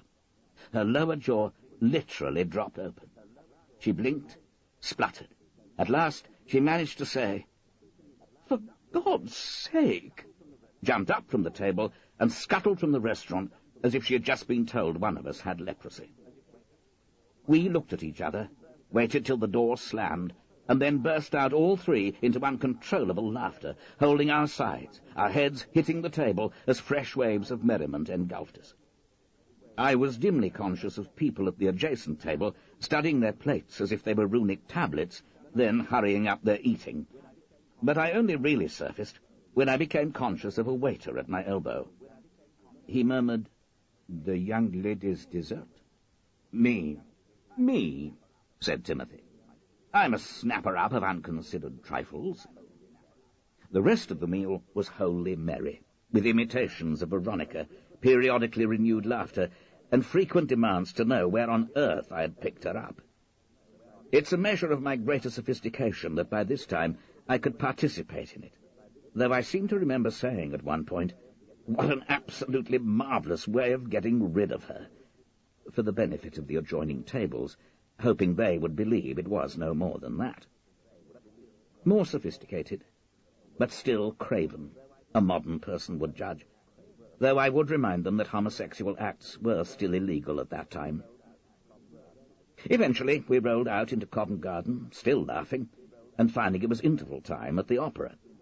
Tim and Derek declared that they were going to infiltrate the Standers and see the rest of Callas and Simeonato's performance. I expect they managed it. Looking back, that is one of my happiest memories of Timothy. He had this wonderful way of pricking pomposity, knocking down pretension, derailing the one-track-minded. It seemed that he had managed to pass it on, at least temporarily, to Derek Wicklow. I suspect it was that night in Les Tuileries that gave me a healthy dislike of pushy people, though naturally, being in politics, I've had to put up with a great number of them over the years. Anne, whom I married in 1959, was a very different type. When I'd finished going through Elspeth Honeybourne's collection of snippets, I, on an impulse, but one that was always going to come sooner or later, took down the telephone directory again and found the number for Knopfmeyer M. 310-4372. The voice was clear, civilized, with just a trace of that upper-class drawl that Timothy sometimes affected for comic purposes. "Is that, Marjorie Knopfmeyer?" "It is." "This is going to sound a bit odd. My name is Peter Proctor." "Oh, yes. The ex-minister for whatever it was." The fact that she showed no surprise at being rung up out of the blue by an ex-cabinet minister told me that this was indeed Timothy's sister. She had mingled in cabinet minister circles all her life. "Minister for all sorts of things in my time," I admitted. "I thought I recognized your voice. It's funny how top politicians become almost family friends through television these days, isn't it? Or personal enemies. It wasn't like that when my father was in the cabinet."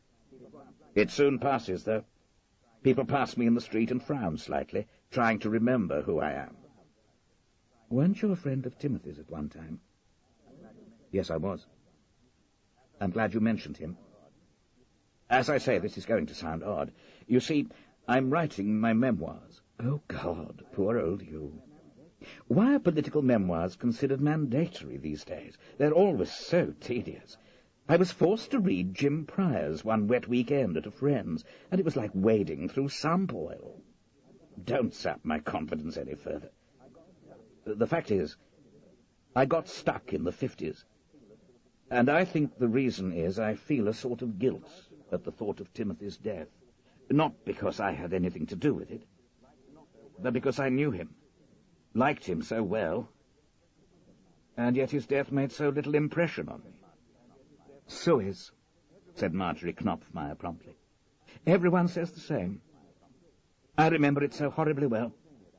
It was like being in two nightmares simultaneously." "Yes, I have realized that must be the reason. Look, I believe you and he were close." "We were. He was just the brother every girl would want to have." "Do you want to talk about him?" "Well, yes. Oddly enough, I would like to.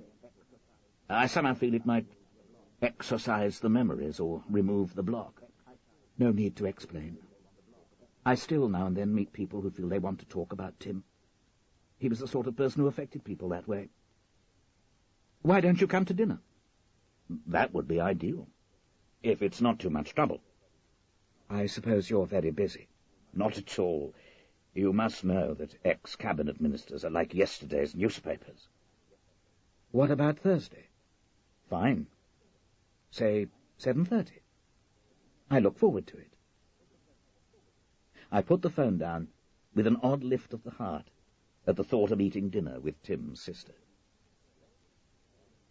Belgrave Square, as I said earlier, is a shadow of its former self as far as character and atmosphere go.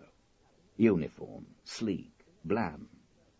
Inevitably it smells of wealth, but not a very interesting wealth.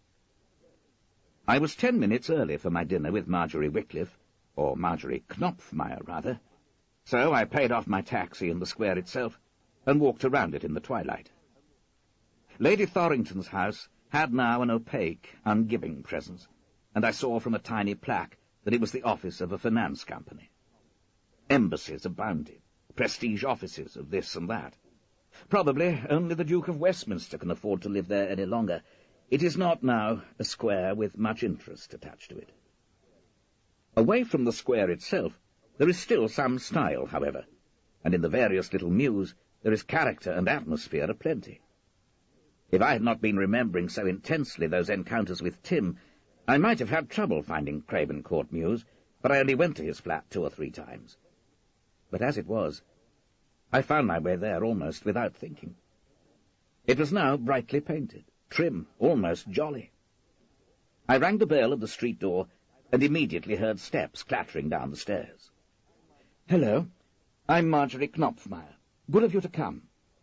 She smiled, held out her hand, then led the way up the stairs. She was a big, untidy woman, with no pretensions to fashion, in a purple dress with a shawl around her shoulders. What seized me as soon as we got into the light of the sitting-room, however, was the realization that she had Tim's charm, a version of it, rather. More feminine, perhaps less brilliant, but a charm that vividly brought Tim himself to my mind. It was there in the smile, the warmth, the informality, the effortless way I was made to feel wanted and welcome. "Could you be an angel and fix yourself a drink?" she said, waving towards a cabinet. "There are 1 or 2 things I have to do in the kitchen." The bottles were not from a wine merchant's. They were supermarket bottles, with the price labels still on. Where, I wondered, were the supermarkets for Belgravia? Victoria, perhaps? The King's Road? I poured myself a sherry from a standard label bottle, good but not distinguished. Then I looked around the room. There were still things that I remembered. The glass-topped table edged in rosewood, the escritoire. Most of it, however, was new, and bore the imprint of a life in the art world. There were 2 largish pictures, a Paul Klee and a Lucian Freud. I did not recognize them, I should say, but looked at the signatures. There were also several watercolours.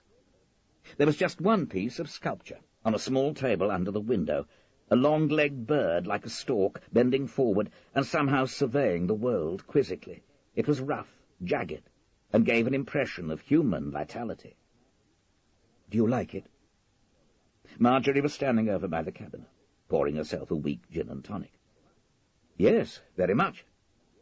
"Furdies." "I don't surround myself with memories. It's unhealthy. But I have that piece here and one or two others in Gloucestershire. He gave me that piece explicitly, didn't just leave it to me, because I said it reminded me of him. I don't know why. A sort of humorous disengagement, perhaps. It's all too easy to drown yourself in memories, isn't it? I suppose you remember this room? Yes, though I wasn't often here. I remember this table, and the escritoire. I paused. Oh, yes, and I think I remember that vase. Delft, isn't it? I pointed to a small, delicate blue and white piece on the cabinet, and as I did so I noticed that Marjorie flinched. Yes, that was Tim's. I seem to remember it from one of my later visits. I suppose he acquired it. I wouldn't have thought it his kind of thing. My mother gave it to him. No, not really his taste. She drank from her gin, a hefty gulp. If you go close, you'll see that it's been repaired. It was smashed the night he died. That's the thing I keep to remember Tim by.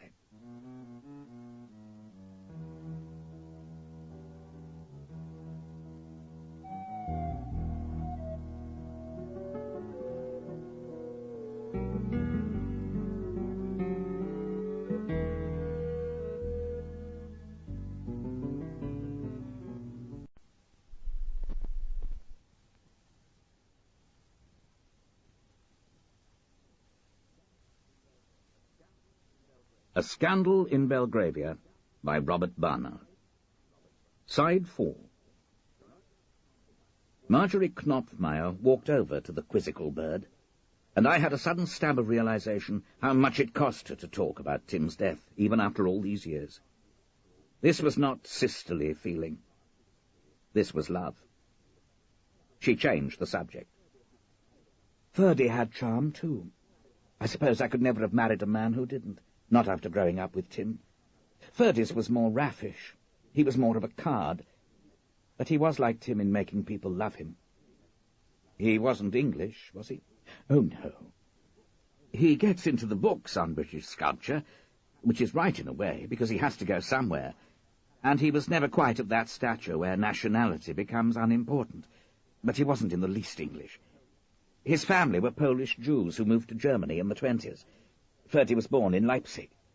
At least they realized their mistake early on, but when they moved in 1932, it was to Czechoslovakia. They came to Britain in 1937, when Ferdy was in his teens. They'd had money, but by then much of it was gone. I met him when I was 21, soon after Tim died. We lived a rackety, hand-to-mouth existence, but a good one. I miss him horribly. You didn't live here? Good Lord, no. We could never have afforded to. I let it out, so it provided a regular income for us over the years. Since he died, I've come here occasionally when it's been vacant, just for a change of scene. I've been here 2 years now. Too long. I'm not a metropolitan person, and all the friends I have here are the wrong sort. I'm longing to get back to Gloucestershire, and I will in a few weeks. I really should sell both places. They both have painful memories. But I'm too old to start afresh. And the children would certainly hate it if I sold the cottage in Barndean. Look, I'll serve the soup, and you can start in on what you want to know. Over the soup, which was onion and very pungent, I said, "You were close to Tim, weren't you?" "I loved him." "Close right up to the end?" She grimaced a little, as if at some painful thought. "As I say, I prefer to think that I loved him, rather than that we were close. I felt close to him, but that doesn't mean I saw him all that often. That's one of the things that always nags at the back of my mind. I loved him. He did so much for me. So why didn't I make sure I saw more of him in that last year of his life?" "You were in London?" "Yes." She grinned at me mischievously. "Don't laugh. I did the season." I raised my eyebrows at her, and we laughed together. "Well, I suppose girls like you did in the 50s. Do still come to that, though I'm glad to say my daughter never wanted to. When I did it, we were still curtsying to the Queen. Can you imagine it? Poor woman, the boredom of it. No wonder she did away with it all. To be fair to myself, I didn't intend to. I wanted to go straight from school to art school. The watercolours are mine, by the way. I have a small reputation in a limited circle, but I do sell my work. Why did you change your mind? Mummy. She was very tradition-minded. Certain things were done, and certain other things were not done. I don't suppose that would have decided me, but she was ill. Much more ill, in fact, than we realized. So when I got some A-levels, I took a year off school, spent a lot of time with her, and in spring I did the season and curtsied to Her Majesty and the Duke. It seems an age ago. Where were you living then? We had a house in Kensington, and another in the constituency. My father got back to the Commons in 1950 for another West Country constituency, in what is now Avon. Actually, he tried to get hold of this place. This flat? From Tim? That's right. Tim inherited it about the time my father got back to Westminster. Daddy said it was much too expensive for a young man in his position, sky-high rates and all that, that it was just right for an MP to spend the working week in. In a way, he was right. But I think underneath, he was peeved because Aunt Julie hadn't thought of this and left it to him. Anyway, Tim turned him down flat, and Tim could be very stubborn when he liked. So we had the house in Kensington, and that's where I did the season from. I finished my soup, and putting down my spoon, I said, I haven't got any impression of your mother. Marjorie nodded, pushing back a strand of grey hair. No. Mummy is difficult to explain. She collected up the soup plates, and soon came back with a large, steaming casserole. Would you pour the wine? This is Lancashire hot pot. A bit basic, but I don't like dinner parties where the hostess is forever flitting backwards and forwards to the kitchen. With Ferdy stopping work at unpredictable hours of the day and needing feeding there and then, I developed a repertoire of meals that could just sit in the oven waiting for him. Yes, Anne had the same problem. Not many points of resemblance between artists and MPs, but that's one. Did your wife like the traditional Tory MP's wife's role? I could be honest with someone of my generation. Yes, she did, rather. These days, one has to be apologetic about that. But she did. At least she liked being a full-time mother, and she regarded the constituency work as being a pleasant few hours' change from the domestic role. I thought, and then added, at least if she changed her mind about that. She never told me. Marjorie nodded. You asked about my mother. The thing about Mummy was that she gave the impression that she was semi-detached, not quite with you. She had a vaguely benign air, but she seemed cocooned in some other world of her own. The constituency people would be talking to her about the rates bill or the price of school blazers, and suddenly her words of agreement or sympathy wouldn't quite gel with what they were saying. It got worse as she got older, and used to irritate my father to hell. Wasn't she close to her children? She and I were. I never went away to school. She insisted on that. It's different with boys, isn't it? James and Tim went away to prep school when they were 7. She loved them, and they her. But even before that there'd been a nanny, of course, so it could never be what ordinary people would call close. It's unnatural, don't you think? The upper-class way with children. Just too cold. I made sure I kept our 2 with us. Yes, we did too. I glanced at the cabinet and ventured to bring up the vase again. You said that vase was a present from your mother to Tim. She nodded, her eyes slightly wet. Yes. She did that in the last year of her life. Went around giving people little unexpected presents, things of her own she wanted them to have. As if she knew that her hold on their memories would be as frail as her hold on life. That's why after Tim died, I had it repaired. It was shattered in the attack on him. Now it's part of my memories of him and her. Did you inherit this flat after Tim's death? Yes. Apart from several bequests to friends, he left everything to me. Was the will made shortly before he died? Not particularly. Oh. You mean did he half expect to die as he did? No, I'm sure he didn't. I just wondered whether he had recently acquired a boyfriend who was particularly violent, and he thought he should put his affairs in order. No. The will was made in 1953. She began crumbling her bread. I met him, you know. Who? The boy who killed him? Yes. I said I met Tim very little in the last year, and that's true. Oh, of course, we were together about the time of Mummy's death, which was July, but naturally we weren't talking much about him. But one time that year, when I did meet him, he was with that creature. Tell me about him. She swallowed, put her plate aside, and thought. I called him a creature, and yet I didn't dislike him at the time.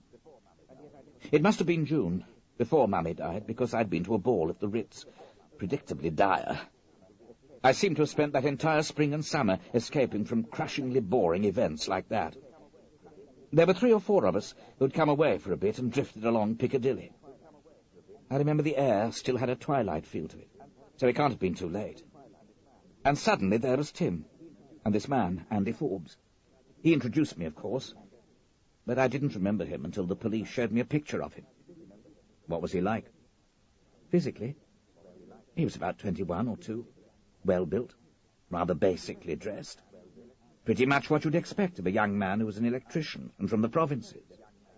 Unemployed electrician, it said in the papers. Right. Otherwise, my impression was that he was straightforward, not too well-educated, rather embarrassed, but fond of Tim. End of impression, I'm afraid. What did you talk about? Oh, Tim and I talked about the awfulness of doing the season, about Mummy's health, whether Daddy was being kind to her. He was, on the whole, but you couldn't bank on it. Naturally, Andy Forbes didn't have much to say on those subjects, which is probably why I didn't get any strong impression of him. What had they been doing? Been to a John Wayne film, I think. Not to a gay club, I'm sure. Andy Forbes didn't look at all a gay club sort of person. Did they have them then? I shrugged and spread out my hands, and we both laughed. Did you ever meet any of his other boyfriends? A fair number. There had been a time, a year or 2 earlier, when I was backwards and forwards to his flat. Some I liked, some I wasn't keen on, just as you'd expect, because he had a pretty motley assortment of friends. Tim was infinitely tolerant. There was no common denominator. No, none at all. I certainly didn't get the impression he went for the tough, brutal kind. No, I didn't either. Though, I stopped myself. A memory had come into my head that I didn't want to tell Marjorie about. I amended it to, though I only met a few of them. He was very promiscuous, I know that. Yes, he was. Homosexuals were then, weren't they? I mean, people like Britton and Piers may have seemed to have something like a marriage, but they still hopped into bed with anything that offered. I don't know why it was like that. Since it was against the law, you'd have thought that would have been more dangerous, make you more open to blackmail. A taste for living dangerously, I hazarded, dancing on the volcano's edge. You may be right. But I never got the impression that Tim had any sort of death wish. Did you? Not at all, I said firmly. He loved life and wanted to go on living it. Yes, I agree. Anyway, I'm not in the business of judging other people's way of life. Absolutely not. That was Tim's. And as far as I could see, he got a lot of pleasure out of it. Right up to the time he died, I wondered. I didn't see much of him in his last year either. Did you not? I didn't realize that. I left the FO and went to work for Imperial Chemical Industries. Ah. Well, as far as I know, he did. I don't think there was any change in his lifestyle. Actually, the last time I saw him, he was trouble. But it wasn't anything personal. When was this? Just 2 days before he died. I mentioned the meeting with Andy Forbes, and then Mummy's death. I don't remember any real meeting with him between the funeral and that last time, any meeting when we could really talk. I started at the Slade in September, rather against Daddy's wishes, and I was taken up with the new life, new friends. Then came Suez. It took something to make art students politically active in those days, but Suez did it. Yes. I was thinking the other day, that was the one thing since the war that involved just everyone. That's right. Which side were you on? She was looking at me with sharp, intelligent eyes. I laughed, a bit shamefaced. I was a wobbler. I knew it was wrong, but I was too much of a party man to stand up and say so. The story of my life. I expect if it had been a rip-roaring success, I'd have convinced myself by now that I was for it all along. I was against it, of course. Almost all young people were. When I met Tim, I was in some sort of ragged procession on the way from the Houses of Parliament to a big meeting in Trafalgar Square. He was walking down Whitehall, on the way from the Admiralty or somewhere. I was on some sort of high, I think. You know how tense we all were then. And I dropped out of the march and ran over to him. I started shouting at him, "Why don't you resign? When are you going to stop this mad government killing people?" God, how embarrassing to remember that now. Well, we all did pretty silly things at that time. She laughed. Except you, apparently. I'm sure you wobbled very discreetly. What did Tim do?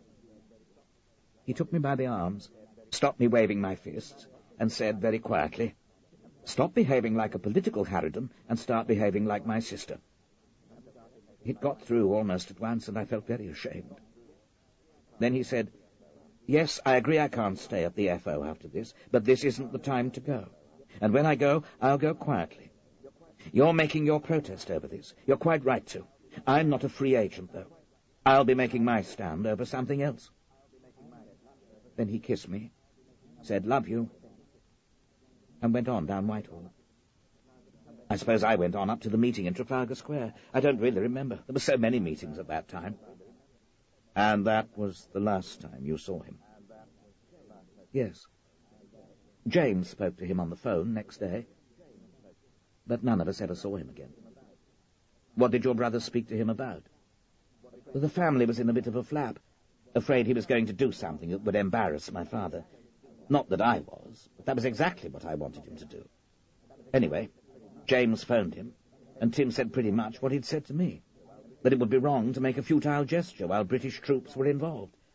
I'd told them that's what he felt, but Tim reassured them. Daddy was Minister of Planning and Public Works at the time, not a high-profile job, but high enough for it to have been an embarrassment to the government if Tim had resigned from the FO and talked to the newspapers about why. Your brother, James, I get the impression that he and Tim weren't close. Oh, do you? No, I don't think that's quite true. She collected up plates and pottered around in the kitchen while she thought. When she came back, she said, "They weren't close in temperament, of course. James is a much more conventional, buttoned-up character. Frankly, he's never had an original thought in his life. But I think James always admired Tim, his originality, his fun, his openness. He was at Eton with him, which can't have been easy at times. No, indeed. But James was always loyal to him, defended him when he needed it. Elder brothers aren't always so supportive at public school. Have you read Trollope's autobiography? I have. Quite horrific. There was only a couple of years between James and Timothy, and they always talked to each other, got advice from each other. I would have said that in that sense they were close, though it was you that Tim loved. She smiled gratefully. Yes, I suppose so. I was the one he gave most time to, took most trouble over. If I didn't grow up into the typical Deb, I have Tim to thank for that. Tim was somehow apart, the one person in our family I could look at and say without hesitation, he is a real person. He's not locked in by prejudices and conventions. He doesn't live by Daddy and Mummy's assumptions or anybody else's assumptions. He lives life to the full and in his own way. Maybe, if I'd not had Tim as a brother, I would never have married Ferdy. Daddy was not pleased at the thought of a slightly mad Central European Jew as a son-in-law, I can tell you. But you got your own way. I got pregnant. She smiled at the memory, which was clearly not at all shameful or painful to her. That was in 1960, before the legalization of abortion. He had us down to the registry office in no time. There was one more thing I had to ask about. Do you have any memories of the day of the murder? She looked down. We were eating apple pie by now, but I realized she had eaten very little of the meal she had cooked. This was the difficult part for her, the actual murder. She spoke slowly, carefully, as if even now she had to exercise restraint for fear of breaking down. Of the day of the murder, nothing. It happened in the evening, and I was at another of those damned Suez demonstrations. He wasn't discovered till the next morning. I've always had nightmares of him lying there, not quite dead. It was the cleaning woman discovered him when she came in at 9. She pointed towards the door, and I could see that her hand was shaking. He was lying over there. He'd been horribly battered, then finished off by one terrible blow to the back of the head. Things were smashed all around him. The phone was off the hook. There was blood on the floor. She put her face in her hands and closed her eyes. Don't go on if it's too painful. No, I'm all right. That's my memory of it. I never saw him, of course. James identified the body, and I didn't come here for weeks afterwards. Then, when it was in the hands of agents who were letting it for me, I forced myself to come. Everything spoke of him. It was horrible. And I was just letting myself out when I looked down, and over the stained floorboards there was a patch of brown. The blood the cleaner had been unable to get out. It was years before I could come back here. She swallowed and shook her head slowly. And now I live here, cool as you like. And all my friends say, Belgravia, how grand. And days and weeks go by without my thinking of him. Time heals. Time deadens, anyway. And yet always in the back of my mind, there is that insistent feeling of betrayal, of my having failed him. And above all, that sense of waste. I don't know what Tim would have done with his life. But I do know one thing. He would not have been negligible. I nodded agreement. And I was suddenly seized with the notion that, ex-cabinet minister as I was, with, as the commentators say, solid achievements to my credit, I was somebody who had wasted his life. Marjorie had hit on the word. I was negligible. I realized that even now I know nothing about Timothy's murder. Oh, I know he was battered to death, presumably by Andrew Forbes, but that's about it. I could perhaps have pressed Marjorie Knopfmeyer, but her distress was so evident still, after 34 years, that I shied away from the subject. In any case, I doubt that she had much more to tell. Timothy's murder had fallen on her as such a sudden and a stunning blow that I had the impression that at the time she had shut her mind to the details. The fact of the death was so terrible that she had not wanted to know too much about the manner of it. One of the advantages of having been a minister in several departments of government is that you have contacts, and often contacts who owe you favours in all walks of life. Anyone who has been at the Home Office will have contacts with the police. As a matter of fact, since in my time there I had a fair amount to do with Northern Ireland, I have still what might be described as a light police guard. Unfortunately, the policeman who generally represents this vague official concern for my well-being is a torpid young man, and I could not imagine his being of any use to me in the Wickliffe matter. I can't imagine his being any protection against an IRA attack either, come to that. After my forced retirement, I used him once or twice as a driver, but his conversation was so insipid and inhibited that even this perk was one I found I preferred to give up. Now we do no more than greet each other. In my mind, I went through the various police officers I know, and eventually I rejected all the serving officers in favour of a retired one. It was a matter of their likely reaction.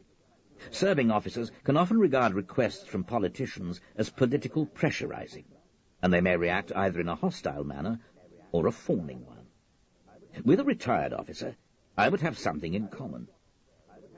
I'd always got on well with Superintendent Sutcliffe, and though he has been retired now for 2 or 3 years, I guessed that he still had good contacts at Scotland Yard. What was more, I had his home address. Mr. Proctor. This is a surprise.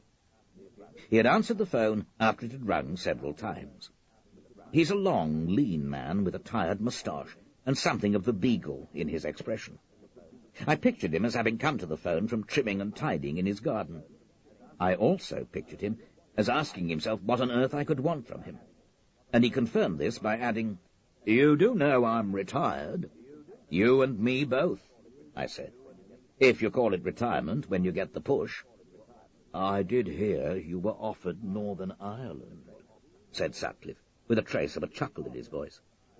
"Being offered the Northern Ireland secretaryship is like being told to dig your grave before you're shot," I said. "Metaphorically speaking, of course. Anyway, for my sins, I'm writing my memoirs." "Ah. Politicians always do seem to these days. I suppose we have Churchill to blame for that."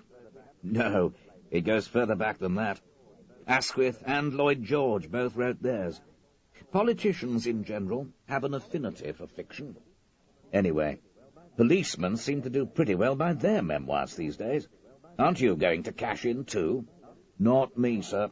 Policemen shouldn't write autobiographies. They play up their involvement with the sensational cases, hoping the newspapers will buy the serial rights." "Politicians claim to have drafted all the popular legislation," I admitted, "and never have had anything to do with things like the poll tax or water privatization. But anyway, the thing is, I've got sidetracked by something in your line." "Oh?" "By a friend who was murdered in his flat just off Belgrave Square in 1956. "In 1956, I was a uniformed constable on the beat, and my beat certainly wasn't Belgrave Square." "I never imagined that it was. The fact is, I want to find out as much as possible about the murder." "Why?" "Difficult to explain. I think it's a sort of guilt that it made so little impact on me at the time." "I can understand that, sir.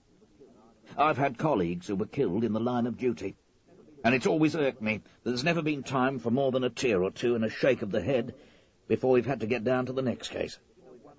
"You're not thinking of one of those miscarriage of justice books, are you, sir? I'd never have imagined that was your line of country." No, there was no miscarriage of justice. The boy fled the country and was never tried for the killing. It's not a question of who, so much as of how and why. Timothy Wickliffe was such an engaging person, so popular and inoffensive, that I want to know how he came to be killed." "Wickliffe? Would that be the political family, Mr. Proctor?" "That's right. His father was Minister of Planning and Public Works at the time." "One of your mob, sir. Some of your contacts in the party would know the details, wouldn't they?" "They are clamping down. There are elements of scandal. Timothy was in the FO at the time, and a practicing homosexual." There was a chuckle from the other end of the line. "Terribly afraid of scandal, politicians, aren't they, sir? It makes you wonder sometimes how they get up the courage to do the things they do." "Well, I'll try to be of help. What exactly is it you want me to find out?" "Quite simply, I'd be interested in any information you can dredge up. Who the murderer was, how they fixed on him, whether they were sure it was him, any details of interest." "Did the chap who did it flee the country immediately, or did they have the chance to interview him?" "I thought. I'm not sure. I suspect immediately." "That would be a pity. Still, I'll see what I can get hold of." "You still have contacts?" "Of course. An ex-copper always has ways of finding things out." "Really? An ex-politician is as dead as a doornail?" I said this entirely without bitterness.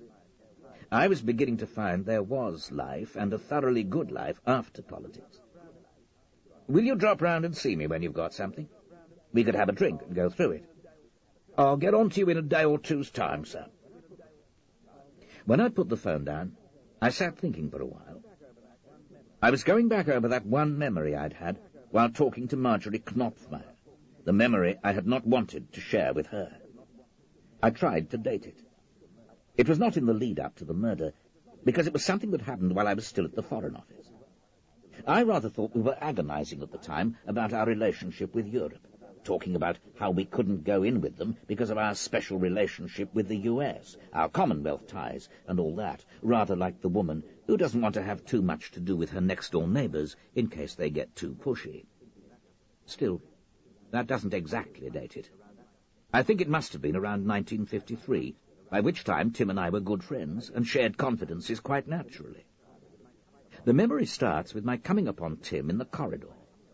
When I saw his face, I said, "My God, had an argument with a revolving door," he said breezily. It obviously fought back. He was lying, of course. The left side of his face was not only bruised, it had small cuts as well. The skin was livid, and the eye was swollen. I wouldn't have made the joke if there had been anyone else in the corridor, because we both recognized that within the context of the Foreign Office, Tim had to lie. Whatever confidences he might make to me, officially, a front had to be kept up. Of course, Tim could have invented something better. A fight in which he'd intervene to protect a young lady, something of that kind. But it was typical of Tim that he should come up with a minimal lie, a standard gesture, a tiny bob towards the official front. We went about our business, but I had detected behind the breeziness an edge of worry or unhappiness. No one said anything much beyond the odd, "Tim's been in the wars." Those, I suppose, were the outsiders' bobs towards the official front. But I'm still not sure, in fact, just how much the average diplomat or civil servant in the FO knew at that time about Tim and his activities. We finished late, and almost without needing to arrange it, we went for a drink after work. The Wagon and Horses, near the St. James's Park tube station, was a quiet pub, except at lunchtimes and at 5 o'clock. We got a corner to ourselves where we could talk, and I bought the first round. I noticed that Tim, unusually, asked for a double scotch. "All right.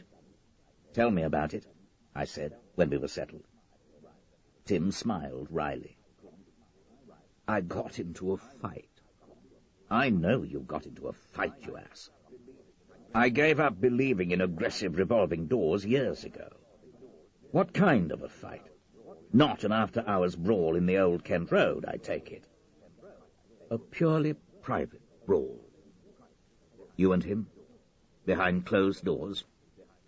"Yes." "Well, that's a blessing. A fight between consenting adults in private. No witnesses. You should have taken a couple of days off work with a cold. This bruise isn't going to go away in a couple of days." "Come on. How did it happen? I just can't imagine you getting into a fight."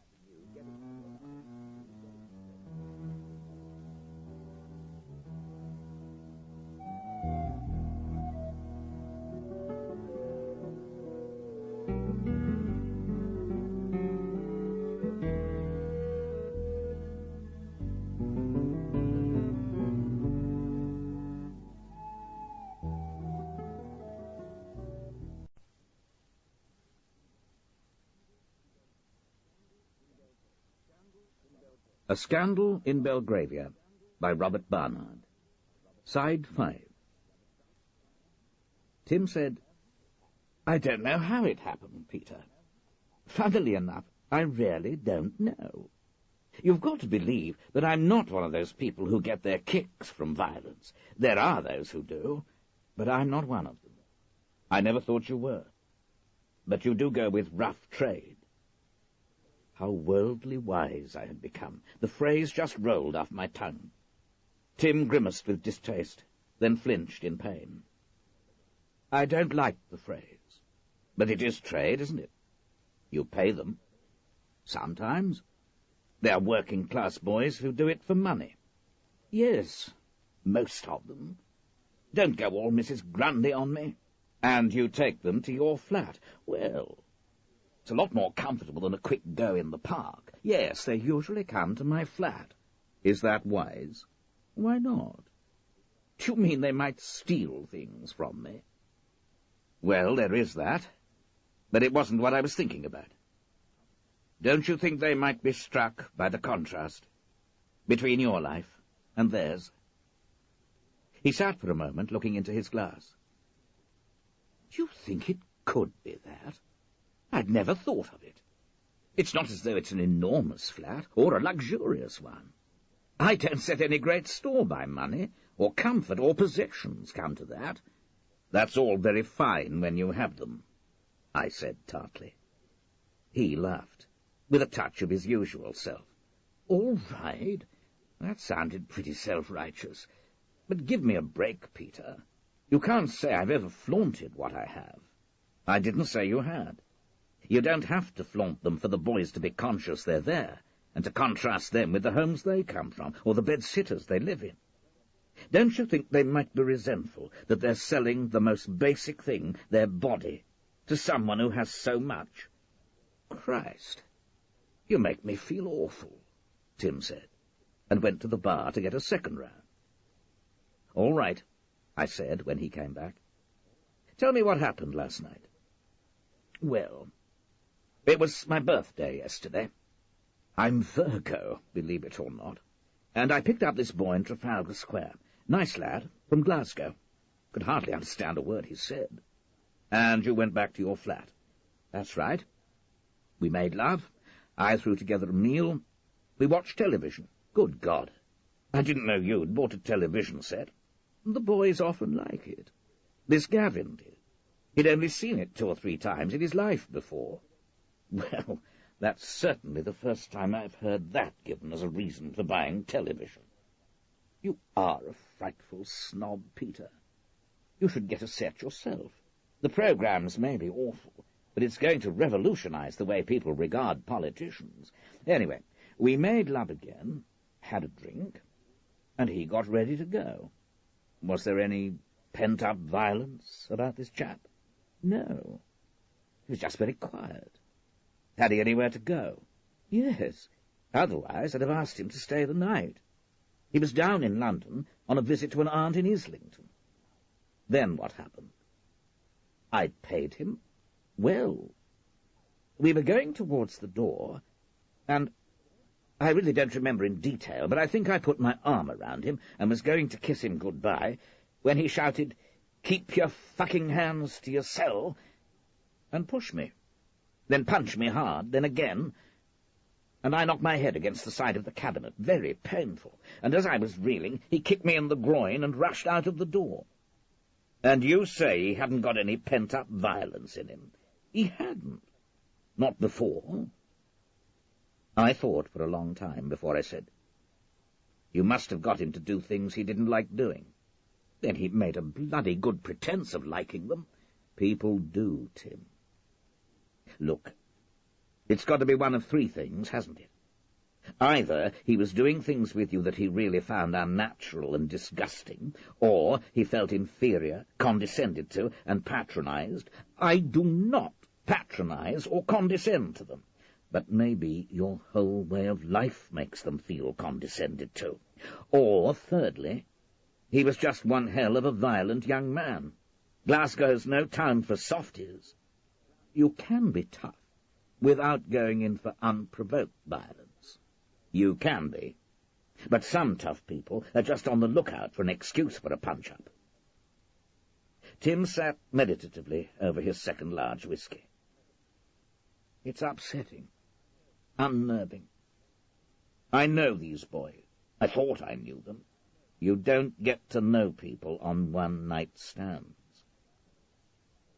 At this time, I had a flat in Victoria, and I remember thinking as I walked home how the basis of our relationship had changed.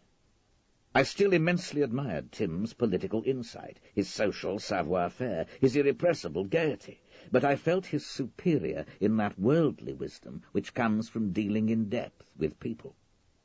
There was, it seemed to me then, a naivety about his view of others. Maybe because of his fleeting sexual encounters. Maybe because he had never had the experience of a close family life. Maybe because of a temperamental inclination to see only the best in people. There was still something of the innocent about him, I didn't then wonder whether it would be the downfall of him. But I do wonder now if it was. Looking back, I see that in those reflections, I was being very smug and self-congratulatory. My knowledge of people was not so much deeper than Tim's, my knowledge of myself much less. But remembering that incident does convince me of one thing, that a taste for violence was never part of Tim's sexual nature. Far from getting any masochistic pleasure from the incident, Tim reacted with bewilderment, pain, shock. He didn't understand how someone could behave in that way to him, someone to whom he had shown only friendship. I know people can develop tastes, sexual as well as any other sort. But I would be very surprised if Tim developed a liking for being on the receiving end of violence. I do not believe, then, that his death could have been the culmination of a beating up of which he had at least begun as the willing victim. I do think, though, that one of the three possibilities that I put to him at the time for the Scottish boy's violence may provide the explanation for what happened to him that night in 1956. Yesterday, Sutcliffe rang me to tell me he'd got hold of the basic facts of the case. He said he was free in the evening. In fact, he said he was free every evening. So we arranged that he should come round here about 6:30. When Nina showed him in, Nina is one half of the Filipino couple who live in the basement and cook and clean for us, I felt a lift when I saw his amiable and doggy form again. A lift, and also a spurt of fellow feeling. He had about him that indefinable something that said, retired. The feeling I had was the fellowship of the discarded. He and I were both rummaging on the rubbish tip of life. He, pretty clearly, was enjoying it less than I. "What will you have?" I asked. "There needn't be any nonsense about not drinking on duty now." "That's very kind of you, sir. I'm really a draught bitter man. I can manage an Australian beer." "Don't make me laugh. I'll have a Scotch and water, sir, if you don't mind." "Couldn't we get on Christian name terms? I'm Peter, as you know." Sutcliffe shuffled his feet and looked a mite awkward. "It doesn't slip easily off my tongue. I'm too wary of politicians, but I'll try. I'm John, though mostly in the force I was known as Sutty. That sounds too much like burning Indian widows. I'll stick with John." I came over with the drinks. "How does retirement suit you?" "It'll be all right, when I can stop my mind from being active," Sutcliffe said dourly. "And when I get people out of the feeling that suddenly I need cosseting or brightening up, and when I can stop my daughters bringing me round things in casseroles that only need heating up." "Bad as that?" He gave a slow grin. "Not really. I'm leaving out the things that I'm glad to have got away from. Still, I've enjoyed looking into this." He tapped his notebook, and I gestured towards the armchairs so we could go through it in comfort. "I didn't push my luck by asking for photocopies," Sutcliffe said as a preliminary, "so I made a lot of notes, and the rest is in my head. Where shall we start?" "Where the police came into it, I suppose," I said, "with the finding of the body." "Right. That's perfectly straightforward. The cleaner came in on the Friday morning at 9:10. She had her own key, of course, saw the body immediately, and phoned the police. The phone was off the hook, but that was about the only thing she disturbed. She seems to have been a sensible body." "What state was the flat in?" "As you'd expect if there'd been a rough house. Chairs overturned, furniture displaced, a vase and a chair broken. It didn't look, though, as if there'd been any deliberate orgy of destruction." "Ah, I wondered.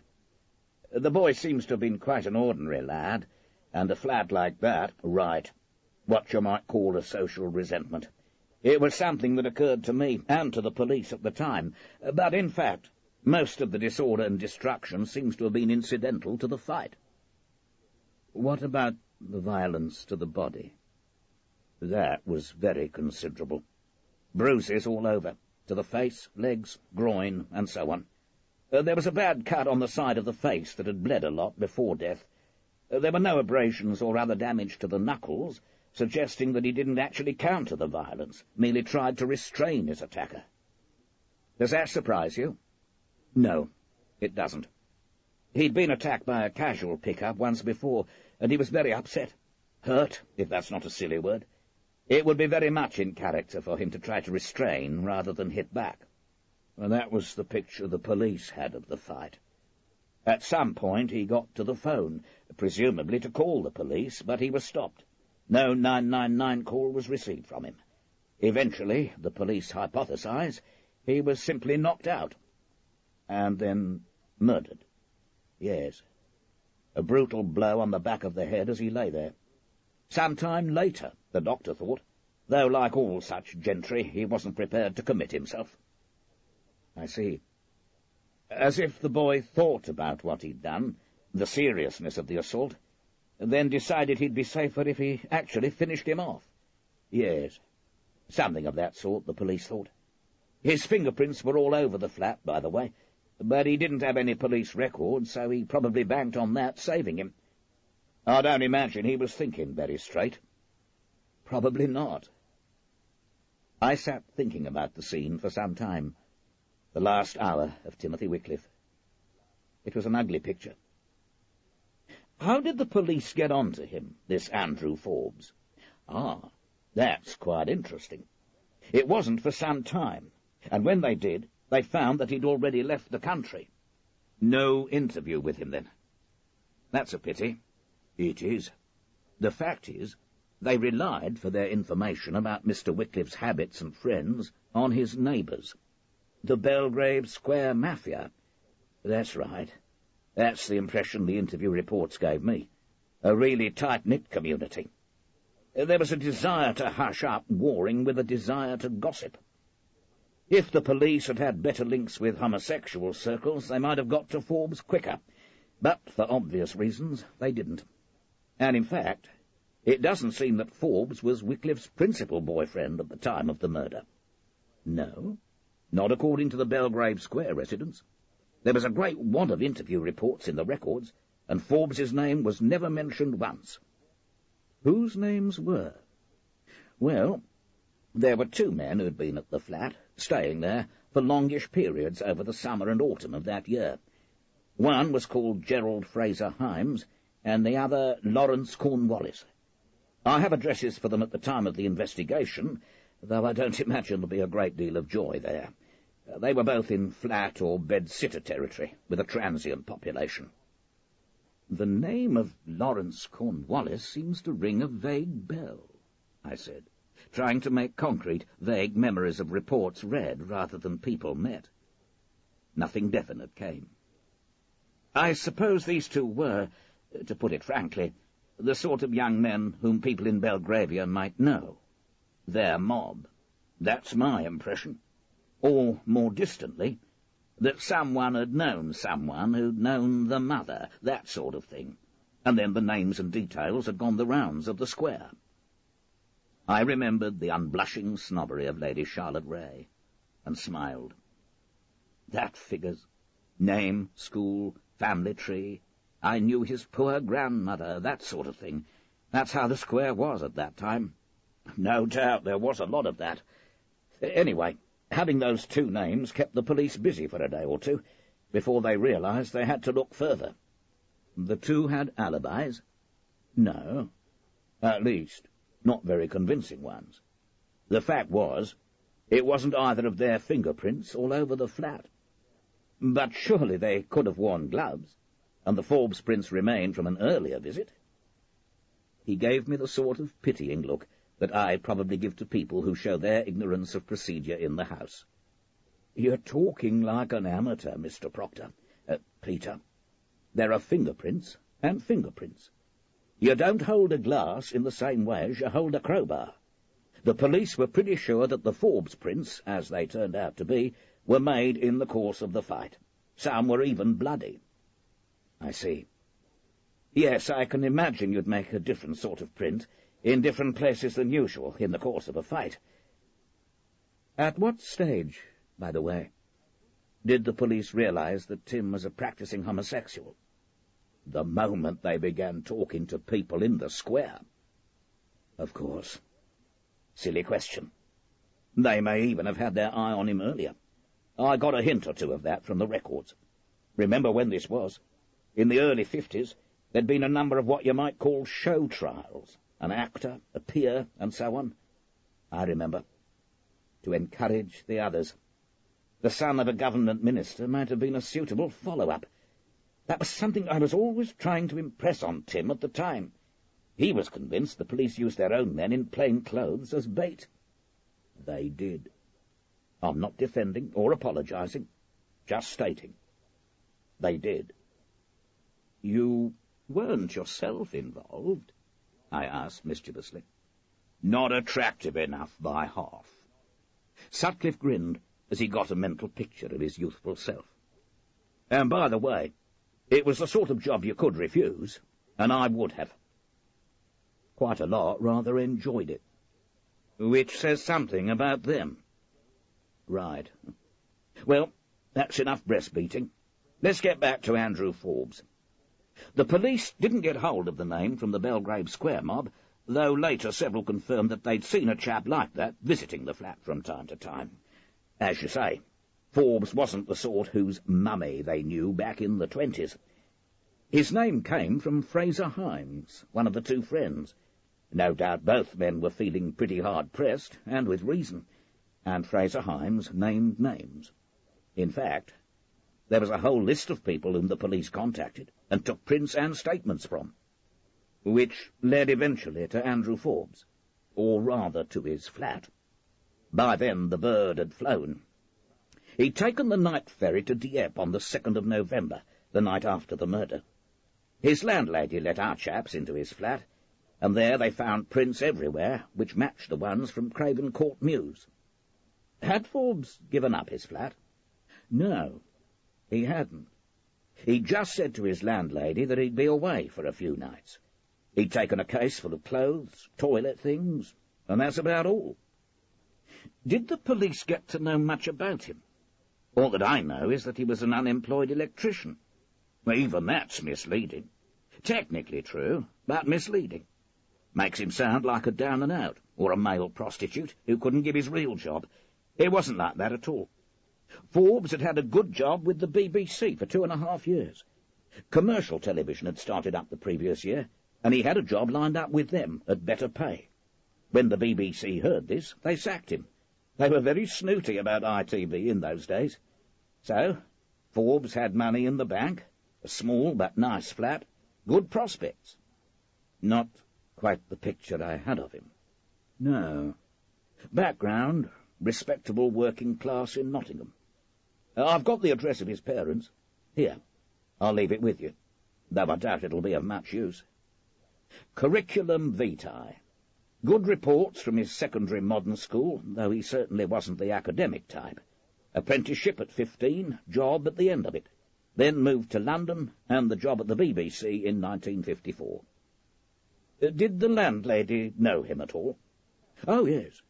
She lived on the ground floor, and Forbes had the flat at the top. Chatted to him a lot, gave him cups of tea. Liked him very much, said he was quiet, kept the flat clean, never any trouble, beyond once or twice returning home drunk. Boyfriends? No. In fact, she was convinced he had a girlfriend. But you've got to remember, Peter, when we are talking about. As far as the landlady was concerned, they would be friends, not boyfriends. Coming out at that date could have meant being put inside. The landlady said he had a few friends, chaps of his own kind from work, and some of them she recognised, but no one specially close, she said. He kept in touch with his family, rang them once a week, went home for holidays and the odd weekend. Liked pop music and football, supported Arsenal, went to the occasional dance. And that was about it. A typical young man of the 50s. That's the picture of an unlikely murderer. Did that strike the police too? A slightly cynical smile wafted across Sutcliffe's lips. Are you sure you're not onto one of these miscarriage of justice kicks, sir? Not at all. I'm just interested in the pressures that made this particular young man into a murderer. As far as that goes, you could say that to the police there's no such thing as an unlikely murderer. Depends on the person. Depends on the pressures. I think the police at that time took it as some kind of lover's tiff. Some tiff. Quarrel. Again. Remember the times. There was a tendency among the investigating policemen to regard homosexuals as by definition excitable and unstable. I followed this up. Then again. A lover's tiff. I can't see that it was established that they were particularly close. Sutcliffe nodded. Certainly. The impression I got was that the other two men were much closer to him. Both of them had spent periods of 10 days or more in the flat in the months before the murder. So far as I can tell from the notes, Andy Forbes seems to have been more in the nature of an occasional lay. Ugly word. Sorry. What about his family? Denied indignantly that he was a homosexual. What you'd expect, really. Probably that was the reason he came to London. They certainly weren't able to point to any regular girlfriend while he lived in Nottingham, or anyone he'd brought home since. Remember that the working-class reaction to homosexuality is a gut one. They're less liberal than the middle class even, and certainly less so than the upper classes. I thought hard for a while. Right. Well, I think I've got a much better picture of the murder. But what about afterwards? Did the police get any further leads on Andrew Forbes? Leads? I don't know if you'd call them that. Rumours, really. The sort of thing you get in all missing and wanted cases. Is there anywhere in the world, I wonder, where Lord Lucan hasn't been spotted? The best authenticated were that he was working as a barman in Las Palmas in the spring of 1957 and as an electrician in Barcelona in 1958. Remember, this was at the height of the Franco era. I know. No extradition. That's right. And a police force better at intimidation than investigation. There was a request to the Barcelona police to investigate the last report, but by the time they got around to it, he'd got hold of a false passport and flown. Where to? America, they thought. The States? Canada?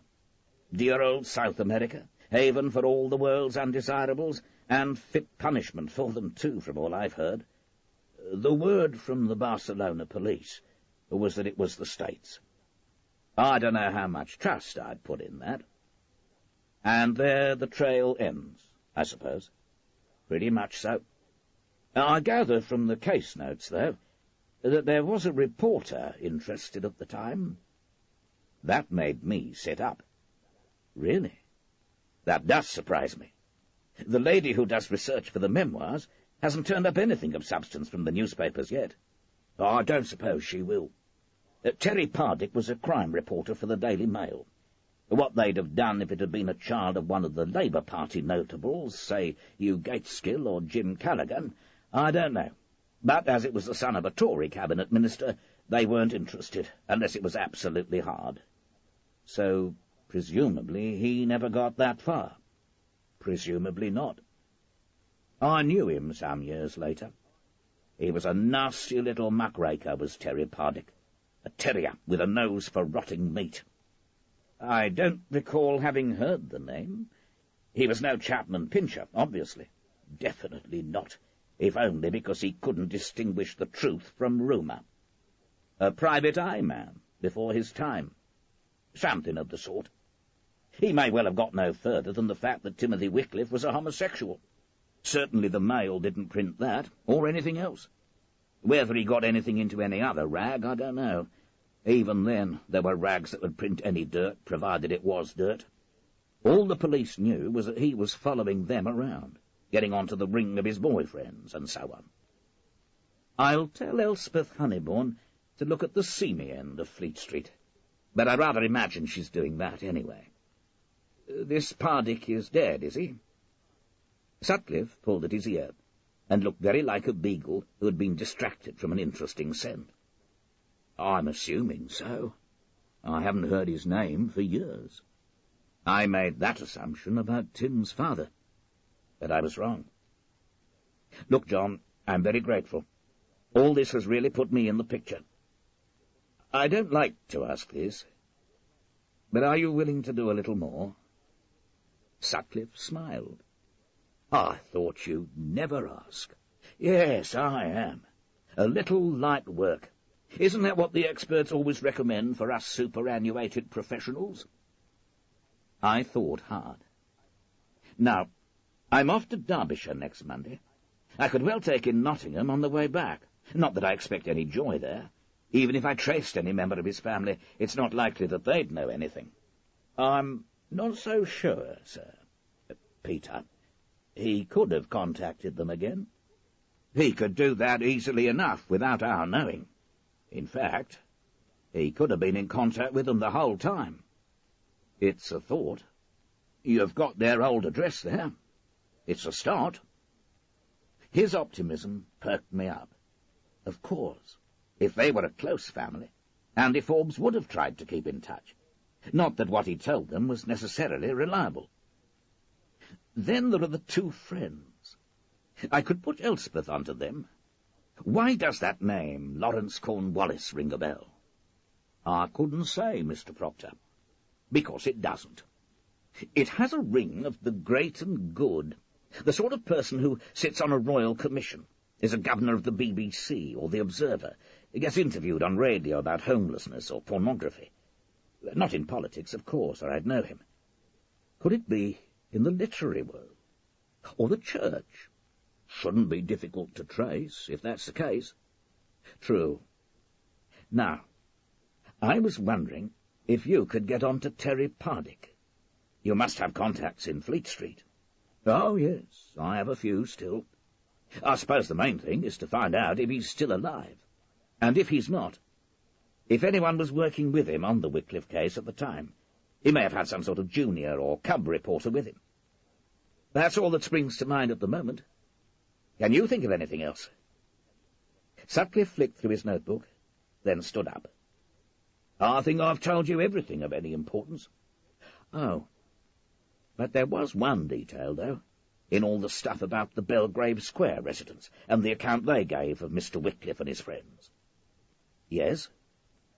When they interviewed a Lady Charlotte Ray, one of the names she mentioned was yours. I heard you and that policeman when I came in, said Jeremy over dinner, with a mildly derisive smile on his face.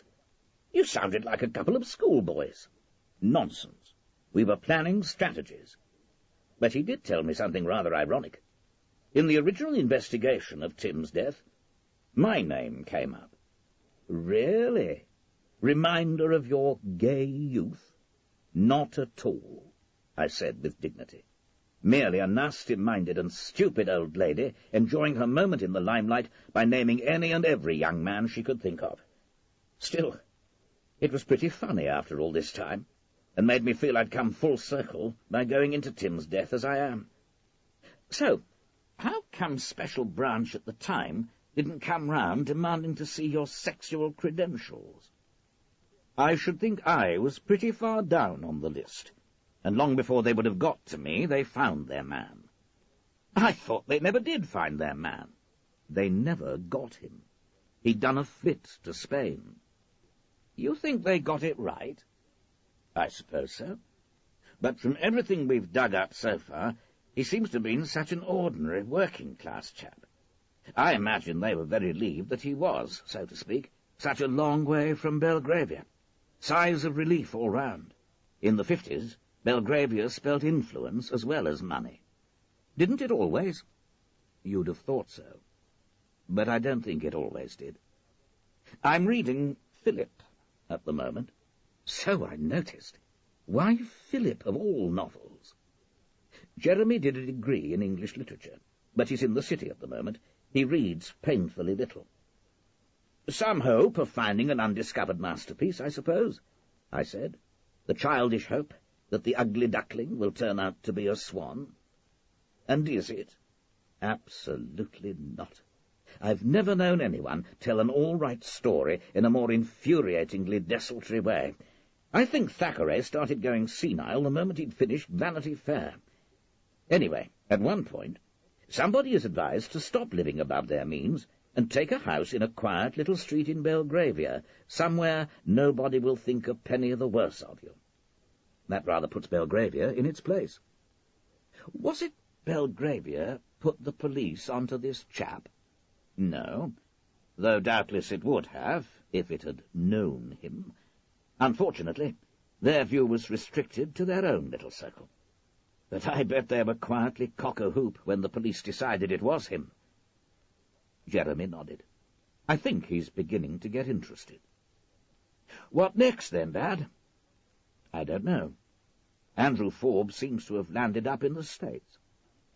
I think I'll give Reggie a ring.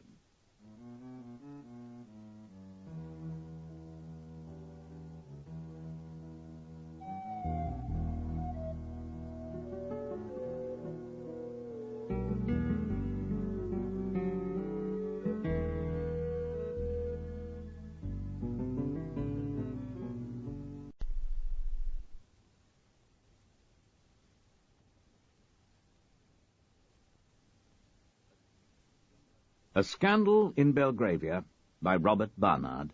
Side 6. Jeremy said, Reggie'll start pressing you to go out on a visit, and then you'll start getting all broody about seeing your grandson. I am broody about seeing my grandson.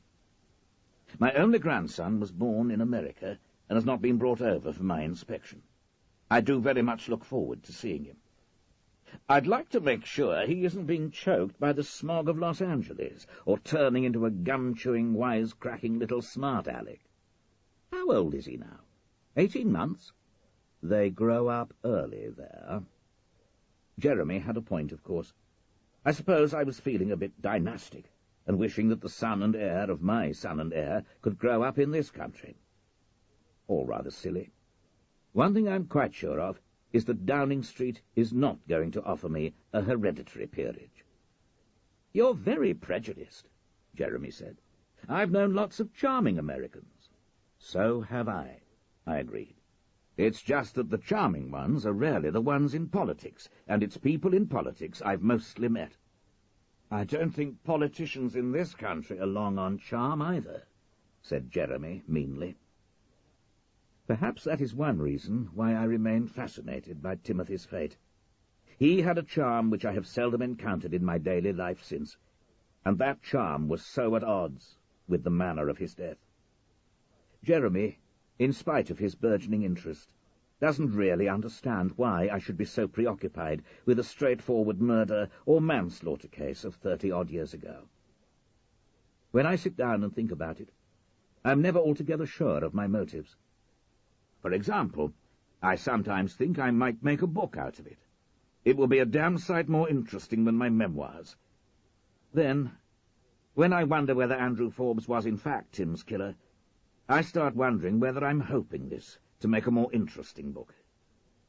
These days, you notice, I'm a prey to self-doubt, as I seldom was when I was active in politics, and this may be the result of being sacked. On the other hand, I do at times seem to be developing the blinkered vision that investigative journalists sometimes develop when on a story, the vision that enables them to see only those facts that fit in with their theory. When I try to analyze the fascination that the case has for me, two things predominate: the motive for the crime and the feeling that for homosexuals that was another world. Put your average young person back in 1956 and he would notice big differences. But he would soon acclimatize himself and feel at home. Put a young homosexual back then, and for him it would be like going back to the Dark Ages. Whether I could convey this if I did write a book about Timothy and his death, I don't know. I am not an imaginative person. Ringing my son in Los Angeles is a bit of a problem. He is usually at home in the evenings since they had the child, but the time difference being what it is, I am always in bed by then. I can ring him at the office, but then I at best catch him on the wing, shouting instructions about this and that, and putting other calls on hold, so that it is impossible to have a meaningful conversation. On the whole, it's best to do the mathematics. Oh, for the time when a civil servant would have done it for me, and try to catch him at home in the morning before he sets out through and contributes to the fog and pollution of the streets. Did I get the time right? I asked when I got through. "You sure did. It's 7:15. "Oh, dear. I meant it to be 7:45. Junior woke us anyway." "Junior? How is Howard?" I find it difficult to say the name. Calling a baby Howard is not English, and it doesn't even abbreviate satisfactorily. I'm inhibited from expressing any opinion, however, by the fact that Reggie complains bitterly about having been called Reginald. He says, quite rightly, that no one in Britain in the 60s was christened Reginald, that in the States it is an even more ludicrous name. He is known at the office as Richard, and that it made his school days a hell of ridicule. In fact, though I was very fond of Reggie Maudling, in retrospect, he does not seem to have been a happy choice to name a baby after. "He's fine. All the normal things are happening. Have you put his name down for a good psychiatrist yet?" "Very funny, Pop. That's your jibe for the day. You don't have to underline what you think of America and the Americans. What did you actually ring me for?" I had told him last time I had rung about my interest in Timothy Wickliffe's death. He had expressed benevolent approval, in the usual manner of the child who is glad his oldie has got something to occupy his time with. Wonderful, how irritating one's own children can be. Now I filled him in briefly with some of the details I had learned from Sutcliffe, and then came to the point. "I wondered if you knew any private detectives." "The firm uses them quite a lot."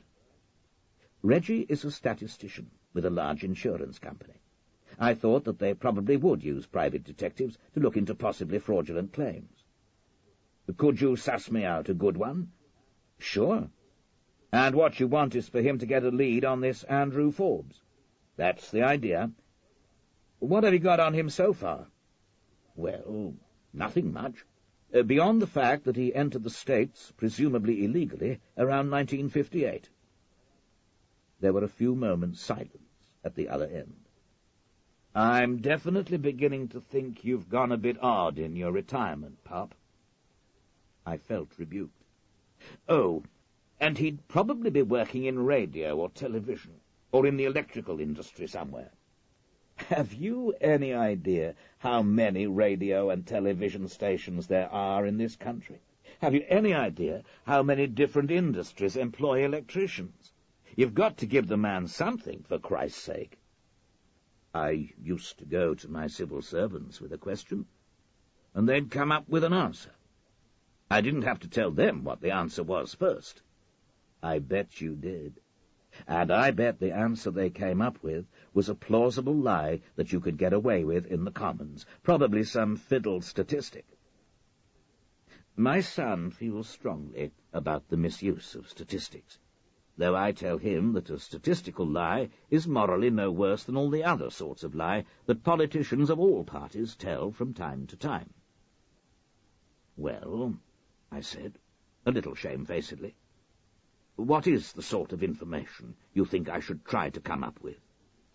"A place where he might have settled, the branch of electrical work he might have gone into, some idea of the sort of direction he might have gone in when choosing his name, that sort of thing." "Really?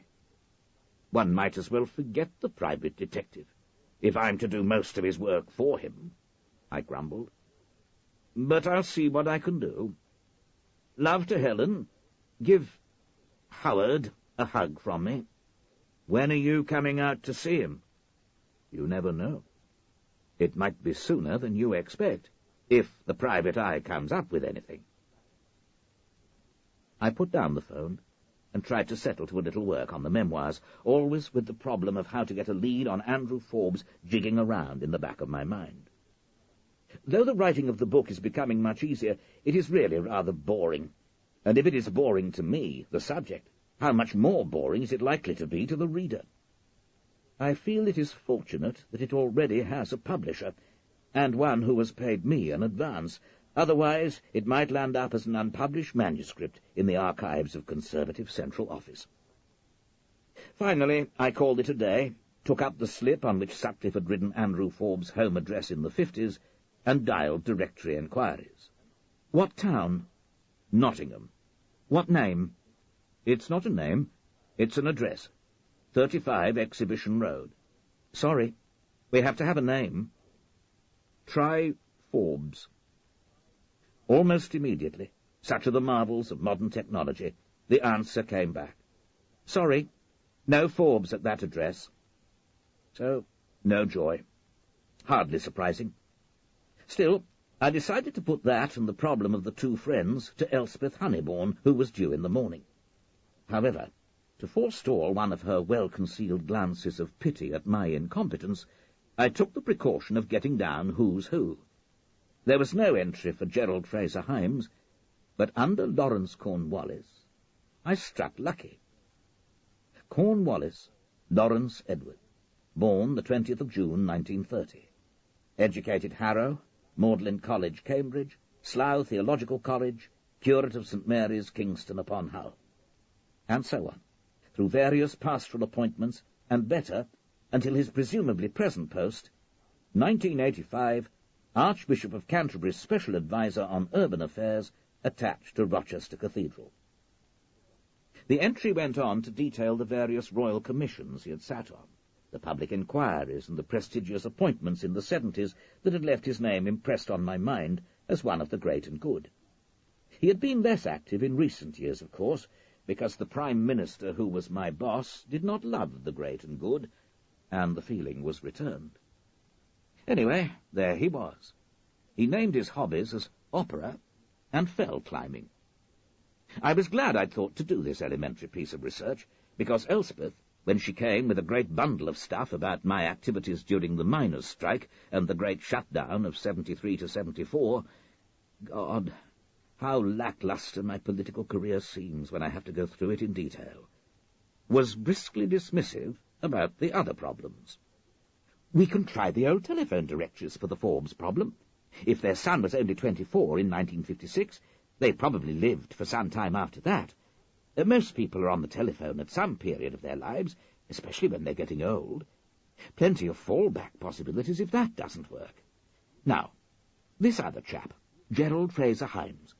You've no information of any sort about him? No school, career, parents? Nothing? Nothing at all. Well, we'll try trade directories, school lists, and so on.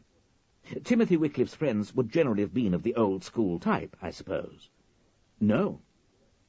No, I really don't think that was the case. All across the board, I'd have said. Well, with a name like Fraser Heinz, I don't think I'd try the Battersea Comprehensive first off. Leave it to me. I expect I'll come up with something. Really? She should have been a private detective. I suppose the things she works on are a lot more interesting than the things most private detectives work on. She rang a few hours later with a number. She said that Forbes F. had been listed at 35 Exhibition Road for nearly 25 years, from 1955 to 1979. Presumably, he or she had either died or sold the house. But it could be they could no longer afford the expense of a telephone, and it could be that the present occupant, if it was not the parents themselves, would know something of the family. It seemed worth a try, Elspeth said, and I agreed. I gave some thought to how to approach the tenant of 35 Exhibition Road, but I encountered the usual problems of area code changes and extra numbers to insert, so that by the time I got through, I was flustered and merely improvising. 357-614? The voice was rich, a light contralto, with more overtones of country than of city. Oh, hello. I wonder if you could help me. It's Mrs. Nichols, Mavis Nichols. And I should tell you that if you're selling double glazing— No, nothing of that kind. I'm trying to trace a family that used to live at 35 Exhibition Road. That is your address, isn't it? Yes. The family's name was Forbes. There was no response from the other end, not even audible breathing, and I floundered on. The initial was F. I wondered if you bought the house from them. After a time, I got a response. What exactly do you want to contact the family for, Mr. Proctor? Peter Proctor. Well, it's in connection with a book I'm writing. I can't see why anyone would write a book about our family. No call to do that. Ah, so you're a member of the family? There was a definite hesitation.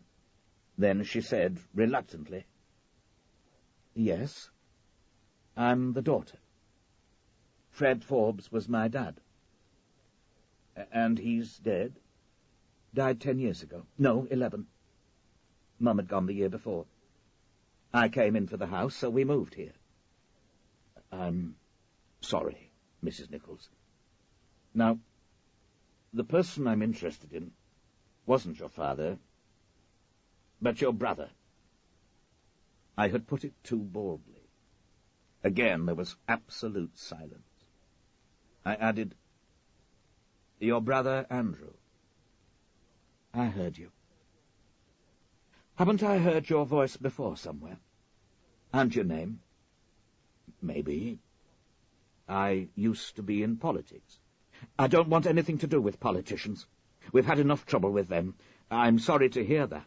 If you know about Andy, you should know that. Wasn't that Timothy Wickliffe a politician? Well, no. He was a civil servant, actually. Same thing, as far as I can see. It's all the same mob. And I do know his father was a cabinet minister, because the police went on about it at the time. Yes, that is true. Mrs. Nichols, please believe that I don't mean your brother any harm. There's no way you can harm him now. He's dead. She said it rather quickly, as if she'd suddenly decided to say it. Wouldn't it have been more natural if she had told me that when his name first came up? I decided to reserve judgment as to whether or not it was true. Again, I'm sorry. But truly, I mean no harm to his memory. The fact is, as I said, I'm a politician, or was, and I'm writing my memoirs. I've become fascinated by Timothy Wickliffe's death. He was a friend of mine, you see. Oh, yes. Definite access of suspicion. Not in that way. More of a colleague. We worked together at the Foreign Office. I should tell you that the only person I've talked to who had met your brother liked him, and reports from his landlady and so on say what a pleasant young man he was. If that sounds condescending, she didn't take it so. Well, that's nothing but the truth. Everyone liked our Andy. So there's no question at all of my wanting to blacken his memory or anything of that kind. I'm really interested in, well, how it happened. So I'd like to talk about him, what sort of a person he was, how he came to... I paused, not knowing how to put it. And she immediately broke in with, He didn't kill him. I didn't say he did. We both know that it never came to a trial. That's right. He's innocent until proved guilty. That's British law, that is. That's right. But as I say, I'd like to talk to you about what you know. I don't know much, only what I heard. I was here in Nottingham at the time. All the same, I'd be interested to hear about your brother.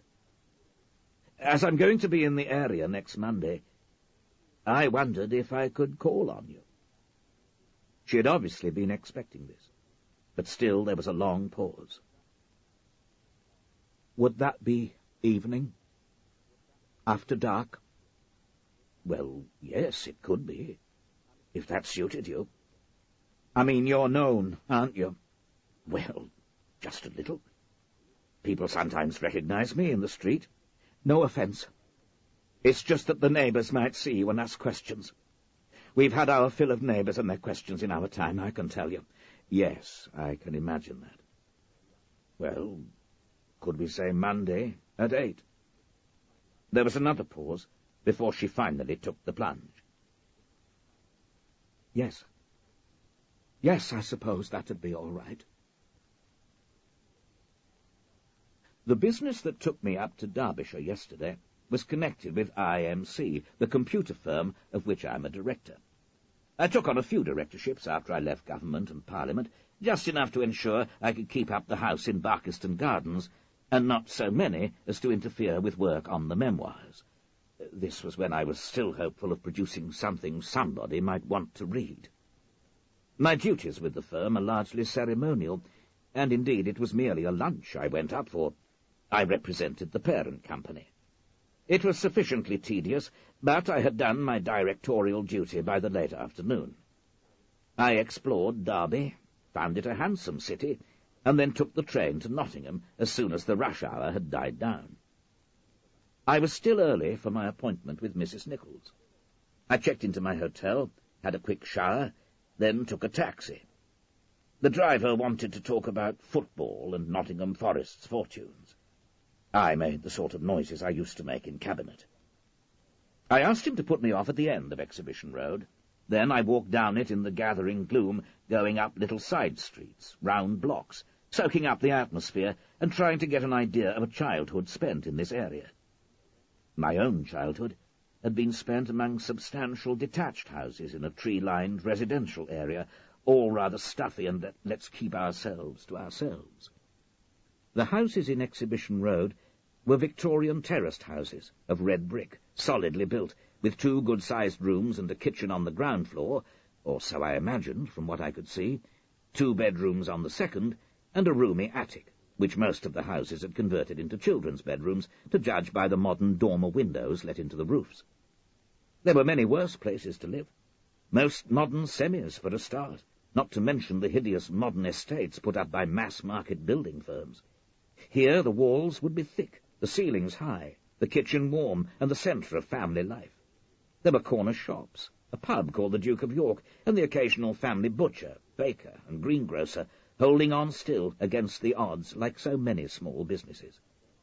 There were no gardens to speak of, though, and only a rather scrubby patch of open land to play on.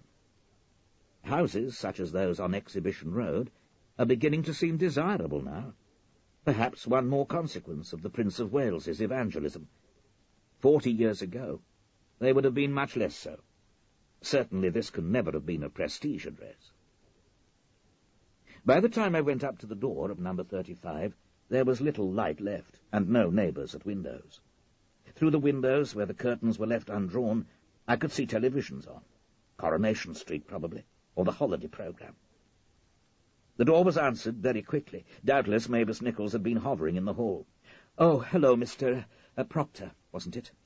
Come in. Now I can see your face. I do remember you from the television." She was distinctly nervous, and talked about me as if I had been host on some discontinued game show. She knew my voice and my face, but my name meant nothing to her, and I was sure she could never have named any cabinet post I had held. Sobering, that. Fame in the television age. She ushered me inside and into the front room, where a gas fire was burning, and cups and plates of biscuits had been set out on the table. "Would you like a cup of tea? I'm just making a pot. Or would you prefer coffee?" Tea would be fine. She bustled off towards the kitchen, and I looked around. Elderly but comfortable furniture of the usual deplorable British design, all post-Andrew, no doubt, but a homely, lived-in room, which was not always true of best rooms. "It's a nice house," I said, when Mrs. Nichols came back. "I like it. We had a semi in a nicer area, but when I came into this, when Dad died, we decided to move in here. It had memories, you see, and the 3 kids were still at home then, and they could have a bedroom each. Later on, we were glad that's what we decided to do. Les, that's my husband, lost his job in 1982, and having this house without a mortgage on it was a godsend. I don't know how we'd have managed otherwise. He's got another one now. Works as a barman in one of the pubs in the centre. He's a skilled engineer, and it's not what he's used to. But it doesn't do to complain. There's many worse off." "I've been walking around," I said, accepting a cup, trying to imagine what a childhood was like in this street. It sounds patronizing now I put it down on paper, but she was not a prickly soul, and she didn't take it as such. It was good. Quite good, really. It was my childhood here made me want to come back. There were lots of other children, of course, and we played in the streets because no one much around here had cars then. Yes, it was all right. Warm and nice. A good place to grow up. How many children were there in the family? Just the two of us. Mum couldn't have any after me. Andy was the elder by 2 years. Money was always a bit short. Dad had come down from Derbyshire, and he was unemployed for 2 years before Andy was born. But he always had work when I was growing up, and we never went hungry. If money was a bit tight, the reason was that they were buying this house. Mum worked in shops, did some charring, anything going, really. So a lot of my early memories of Andy are of him looking after me. She sat down with her cup on the other side of the gas fire, and I was able to get a good look at her. She was a woman in her early 50s, inclining to plumpness. She had probably never been more than mildly pretty, but she had made the best of herself tonight, had her hair done, put on a pretty frock, perhaps in anticipation of a visit from a name. She gave the impression of someone who, now the children were grown up, had a lot of time on her hands, though she also seemed bright and resourceful, the sort who would always find useful ways of filling it. She was welcoming, fluent, in spite of a certain shyness. She was also tense, and on her guard. I loved him, she said, unprompted. I looked up to him, and I loved him. He was so good to me, even though he was only the 2 years older. He took me to school, protected me from the bigger children, made me sandwiches if I was hungry. "Let's do you up then, me duck," he used to say, doing up the buttons on my coat or tying my shoelaces. Things other boys around here would have been shy of doing for their kid sisters. When I got a bit older, it was wartime, of course, and he'd make sure I could put my gas mask on, took me to the air raid shelter, all that sort of thing. A considerate person. Yes, very. You probably think I'm whitewashing him. I'm not. There was a lot of mischief, a lot of ragging of teachers. There were some wartime replacement teachers who were not up to much, but Andy was never a worry to Mum or Dad. They knew he'd turn out all right. I said diffidently. That must have made it all the more shocking when they found out.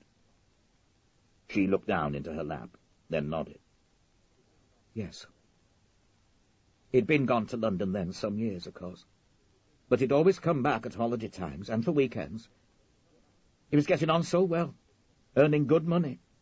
You didn't know anything about his private life. Mrs. Nichols looked up at me, pleading, and a blush spread up from her neck and over her whole face. I realized with a stab of surprise that this, not the murder, was the thing she most dreaded talking about, that this was still to her something unmentionable, almost inconceivable. No, course we didn't. Dad and Mum would make remarks. When he came back from my wedding, 1955 that was, they'd say, "Your turn next, Andy. And when are you going to bring a nice girl home, son?" And Andy would say, "When I can find someone as nice as Mavis." It was just a laugh. No one suspected. I mean, that just wasn't something anyone knew about round here. And it still bothers you? Yes, it does. I hate the very thought of it. When Andy sent us the snaps of him and his first kiddie from She stopped and swallowed. Yes? From Santiago, I thought, thank God, and I was that pleased I was walking on air for a week. At last, information, children, presumably marriage, and a place to pin him to. Or was there?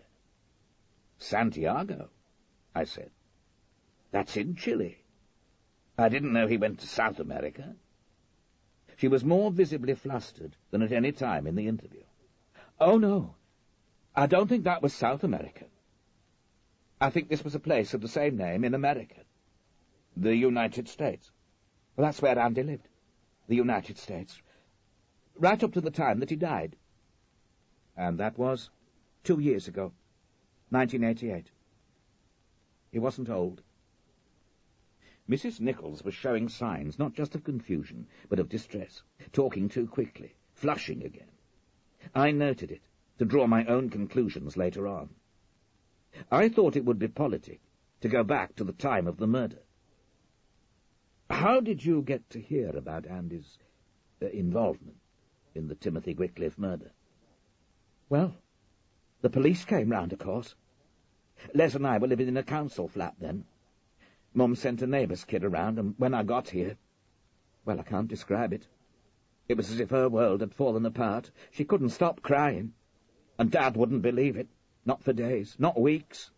He went around saying, "Nobody's going to tell me that our Andy's a pansy." It was that got to him. Yes. I suppose you think that's foolish, you being more sophisticated and more used to that kind of thing. But it's the truth. It was that made him feel he couldn't hold his head up.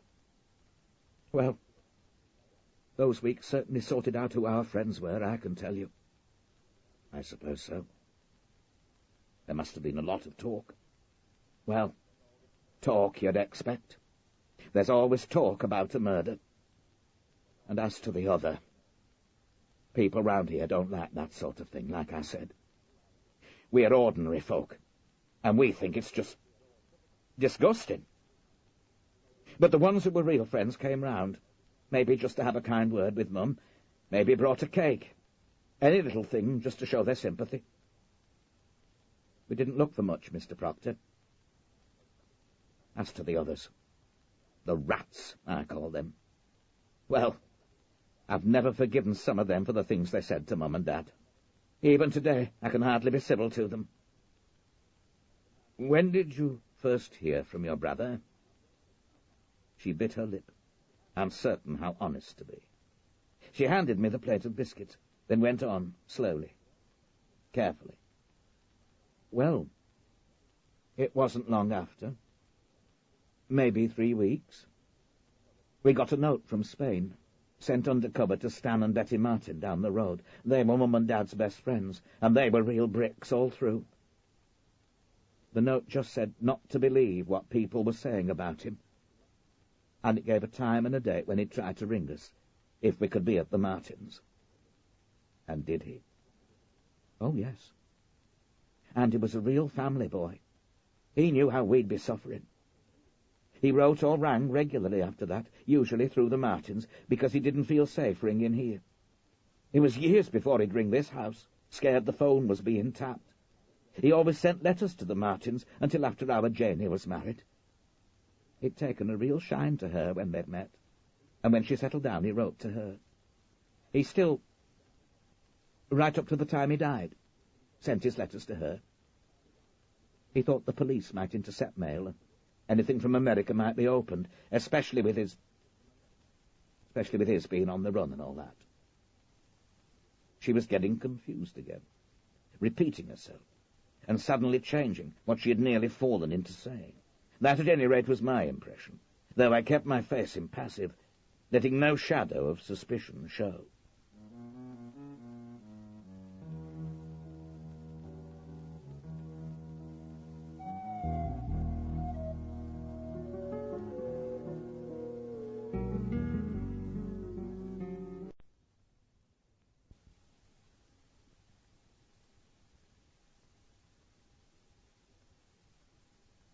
A Scandal in Belgravia by Robert Barard.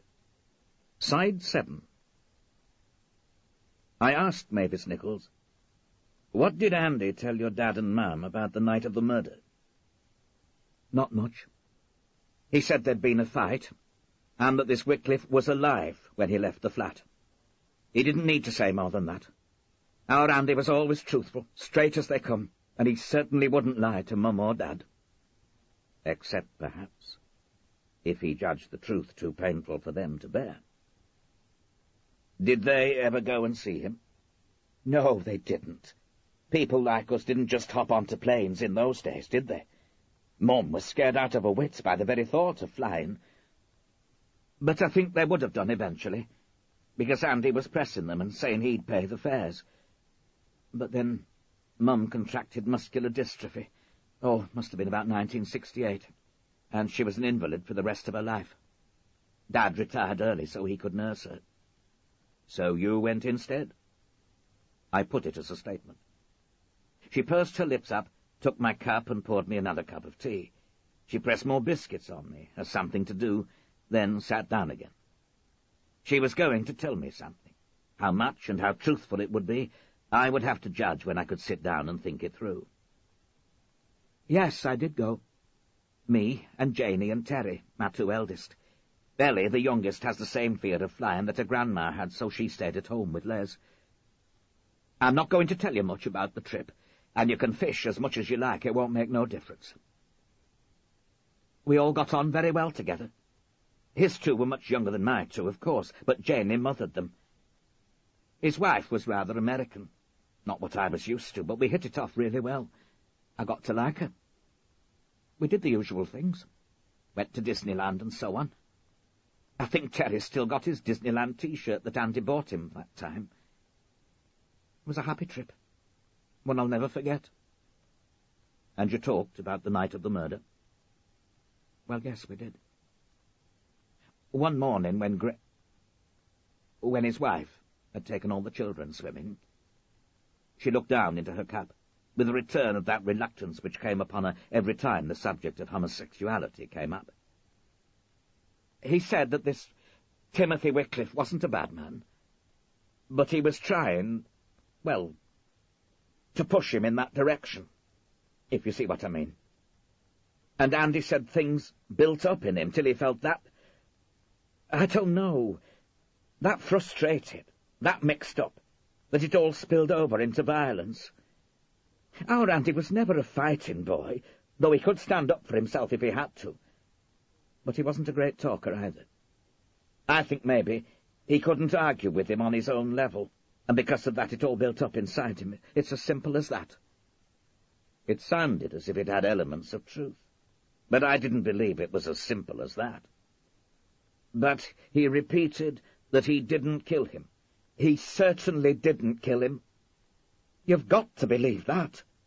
He was alive when Andy left the flat. I don't think you understand what sort of a boy Andy was, still was, when we got to know him again, was all his life. I suppose by the lights of a man such as yourself, he wouldn't be considered particularly intelligent, though he was good at his job. What he was straight. That's why I loved him. That's why lots of other people loved him too. He was good to people, loyal, helpful, generous, and I don't mean money. Wasn't it your boss, the last Prime Minister, said that the Good Samaritan had to have money? It was my turn to squirm. That may not have been the best thought-out of observations, I murmured. Seems a funny sort of Christianity to me. Seems to me what made him good was the fact that he stopped and tried to help. Andy was that type. He always had time for people, listened to them, did what he could for them. He was kind and patient and considerate. Now, you've read up the facts of the case, haven't you? She was looking at me very intently, pleadingly. I nodded. Well, I ask you, can you see a young chap like that, when the man he's been fighting is lying senseless on the floor, taking something heavy and bashing his head in? I suddenly made a commitment. No, I said. There was still an hour to go before the pubs closed when I left number 35. I'd given Mavis Nichols my phone number as I left, in case anything occurred to her that she had forgotten to tell me. Nothing would, of course. She was a reluctant witness. Her brother was innocent, but she simply didn't want the matter brought up again. I wondered if I might get a different perspective by talking to her neighbours. As a minister, I'd got out of the habit of going into pubs. In fact, as a minister, one got out of the habit of doing a lot of perfectly normal things. It's not just lack of time. It's the danger of being buttonholed and harangued, not to mention blown up. The Duke of York was a 19th-century building, honouring presumably the man who later became George V. There were mirrors with brand names of whiskies and cigarettes on them, a lot of brass, but though plush would have completed the picture, it had been replaced by green plastic. The man behind the bar served me with all the respect due to a man who had ordered a double Scotch. "Haven't I seen you somewhere before?" he asked, I thought with more than the nominal welcome to a new customer. I shouldn't think so. It's my first time in the neighbourhood. I've been visiting Mrs. Nichols down the road. Oh, yeah? Friend of yours? That's right. Nice woman. Her hubby's a barman, too, down at the Dog and Whistle, just near the station. In books, he or someone propping up the bar would immediately have started talking about her brother, Andy. In real life, a bit more helping on was needed. Sad life, I said. Don't see what's sad about it. It was, in fact, the man propping up the bar who spoke, a man just next to me, watery-eyed and droopy-moustached. I put him down immediately as the resident whinger, the no-one's had a harder deal than I have type. But he was 60 or so, the right age for my purposes. He went on, working himself up. Her husband's got a job, hasn't he? Lost his old one just like me, but he landed on his feet. I got the push when I was 60. 60! You try getting a job when you're that age. They're in clover, the Nicholses, mate. I was thinking of the brother, I said. Oh, you're a friend of Andy's, eh? It was said with an incipient leer. He really was a very unpleasant old man. No, I'm afraid I've never met him. You're better off not meeting a shirt-lifter like that one. Mind you, I was at school with him, and nobody never suspected he was a pufter, not then. I expect it was these London queers as got to him. Anyway, I don't see what's tragic about Andy Forbes. He got away with murder, didn't he? Did that bloke in and then got clean off. Them days he could have been strung up, instead of living the life of Larry in America. I was thinking of it from his sister's point of view. She was obviously very fond of him. Well, she goes to see him, doesn't she? It's no different from if he'd emigrated to Australia. Better, because it's nearer and nicer. I tell you, mate, I wish I had a relative in America who'd pay for me to swan off on holiday there. Ah, yes. She said she did once go there. Once? She goes there every 2 or 3 years. Sometimes Les goes with her, sometimes 1 or 2 of the children. He's fallen on his feet, that's for sure. Andy. But I thought he was dead. I didn't, but I thought it as well to stick to the official line. The man shrugged. First I've heard of it, if so. Mavis was out there last year, so it'd have to be recent if he is. Mind you, Mavis Nichols would never say. She doesn't talk about her brother round here. Course she doesn't. Use your loaf, mate. Would you talk about him, if you had a pufter brother who'd killed his Nancy friend? According to her, she goes to visit her cousin, doesn't fool anyone. Did you ever hear of a cousin as generous as that? No, it's Andy, and whatever he's doing well out of it. Don't tell me he's had a sad life, nor her either. They don't know the meaning of the word trouble. Before he could define it for me, with examples drawn from his own experience, I hurried in with, Still, he can't come back to this country. Who'd bleeding want to? He had pressed in me the button marked politician, and I was about to launch myself into a spiel about the transformation we have wrought in this country's fortunes, and so on, when I realized where I was and what I was doing, and held back. Any idea what he does in America? I asked. Search me, mate. Or where he lives? No idea. She's very cagey about that. Plays her cards close to her chest. That makes it even more sure it's Andy she visit. She says they travel around when they're there. No specific towns? Wouldn't mean much to me if they'd said. I couldn't tell Oklahoma from New Orleans. They have mentioned things they've been to. What sort of things? Empire State Building, Space Museum, Golden Gate, that sort of thing. New York, Washington, San Francisco. That wasn't going to help much. My companion was off on his grievance. It's obvious he's not wanting for the ready, ain't it? Standing them holidays like that. A pufter kills his boyfriend, and that's how he ends up. Talk about luck. Some people scoop the pool. I bought him a drink and took my leave. I'd had enough whingers in my constituency surgeries to last me a lifetime. On the train back to London, after one of those hotel breakfasts, where you help yourself to a selection of near-cold victuals, I did some thinking. My first conclusion was that Andrew Forbes is still alive. If he were dead, why would his sister give the date of his death as 1988, when she had apparently visited him in 1989? Of course, it was just possible that she had visited his widow and children. But I remembered her saying about the letters he wrote home. He still, right up to the time he died, sent them to her. To me, that seemed an odd, if cleverly improvised, formulation. I believe the sentence started out as, he still sends them to her, and was hurriedly modified. There had been another place where she had pulled herself up. That was also when she was talking about letters from America. She had said that the police would be suspicious of them, especially with his, and at that point she had changed tack and said something feeble about his being on the run. I felt sure that she had been going to say something like, especially with his name on it, having the same initials, or the same initials in reverse, or something of that sort. People who have to choose false names for themselves are notoriously prone to choosing ones which have some connection with the original ones, as if their original name were part of their personality which they cannot bear entirely to obliterate. There had never been any suggestion that Andrew Forbes was a man of any imagination, and I guess this was what he had done. Of course, he didn't have to put any name on the envelope, but aerogram forms and most American airmail envelopes have a special place for the sender's name and address, and an unsophisticated person might take it to be obligatory to write it. So he had sent the letters to friends down the road, and later to his married niece.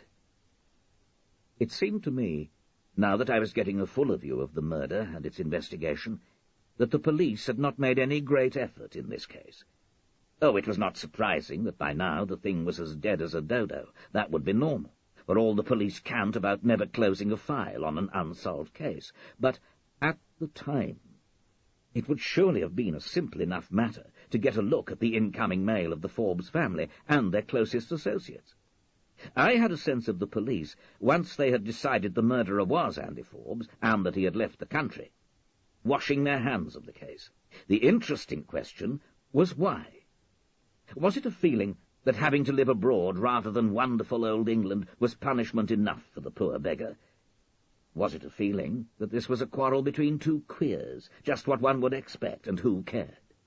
That would have been pretty characteristic of some police attitudes at the time, though a vengeful itch for persecution was a more common one. Or was it political pressure? Had there come down from on high a message, doubtless a whispered confidence from someone at the Home Office, a message which in cultured, confident tones said, well, the case was solved, wasn't it? Was there anything to be gained by pursuing this young thug any further? It would only cause a lot of added grief and embarrassment to the victim's highly respected family. And so on. The unspoken subtext being, to his highly respected family, who, quite by chance, happened to be represented in the government of the time. I do know how these things work. The Macmillan government was conscious of the danger of scandal long before the Profumo affair. There was a whopping one very close to the Prime Minister himself, after all. I rather suspected that this was it, that if there was a lack of zeal among policemen in pursuit of Andrew Forbes, it was because of a few whispered words from on high. So I concluded, provisionally, that Andy Forbes is still alive and well and living in... where? Not Santiago, anyway. I had my own ideas about that, and I was willing to bet that when I checked up in my atlas on my return home, I would not find any Santiago in the U.S. I turned out to be half right. There was no Santiago there, but there was, I found, squinting even with my reading glasses at the horribly small print of the Times Atlas's index, some Santiago Mountains in Texas and a Santiago Park in California. Mrs. Nichols had mentioned taking the children to Disneyland, not Disney World, which probably indicated the West Coast, though in view of other places they apparently told people they had visited, that was not conclusive.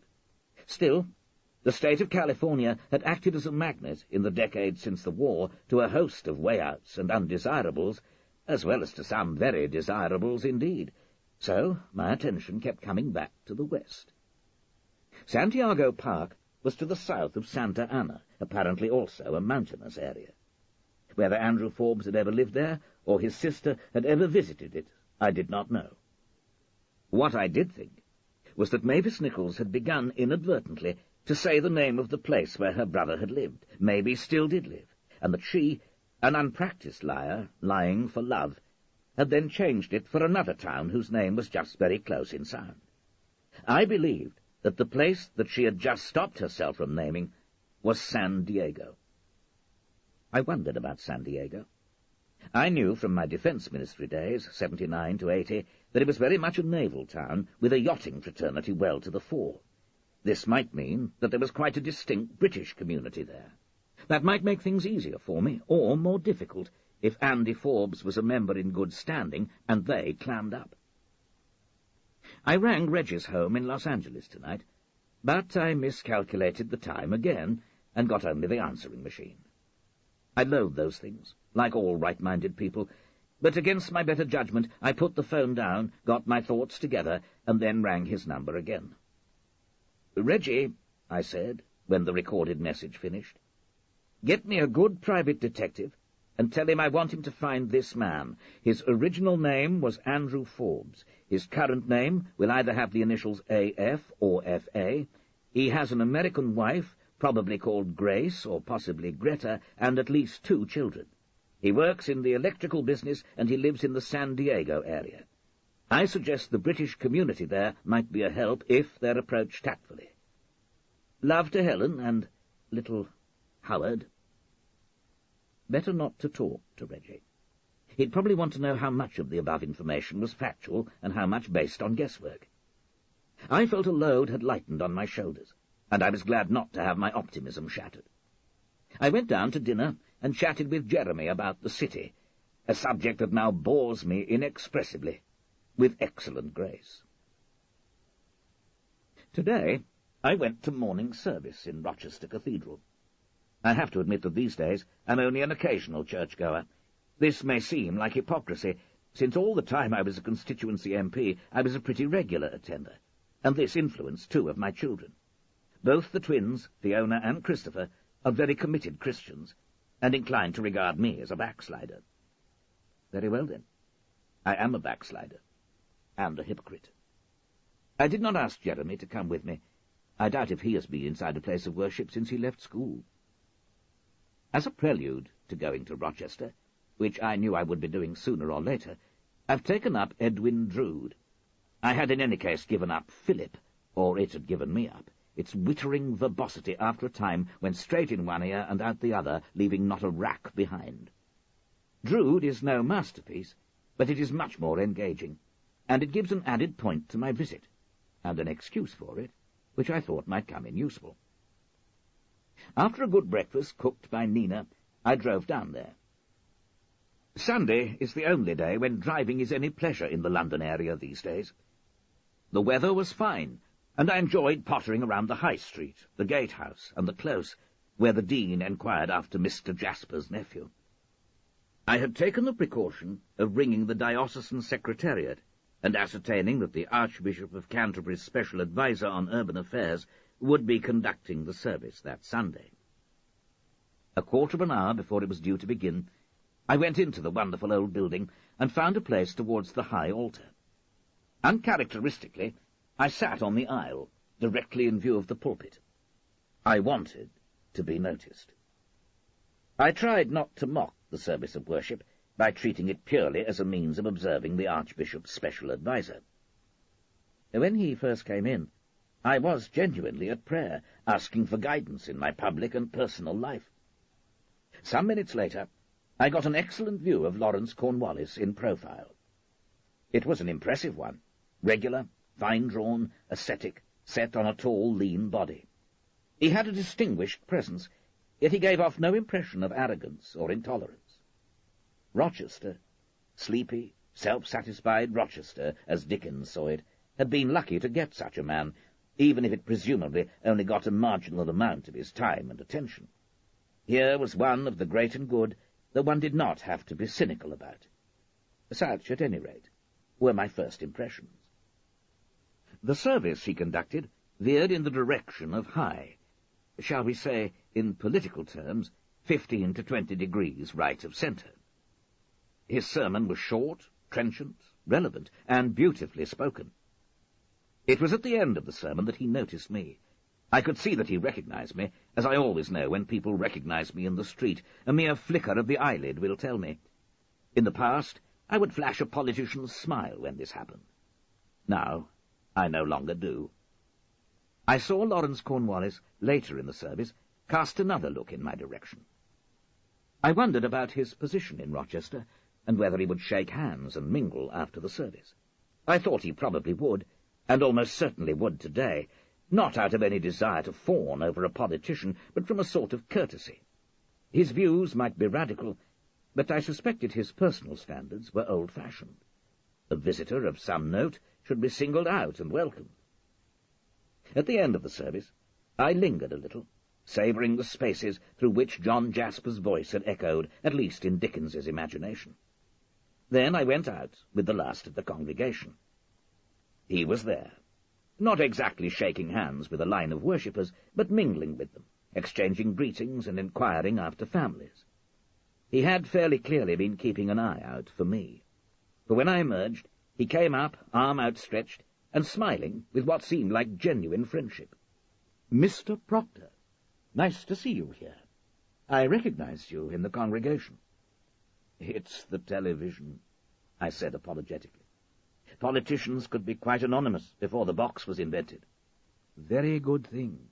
Makes you more accountable. What brings you to Rochester?" "Oh, a fine Sunday, and the prospect of a pleasant drive," I lied. "And I happen to be reading Edwin Drood." "Ah, yes. We get a regular trickle of Droodists. And are you an Edwin dies, or an Edwin survives man?"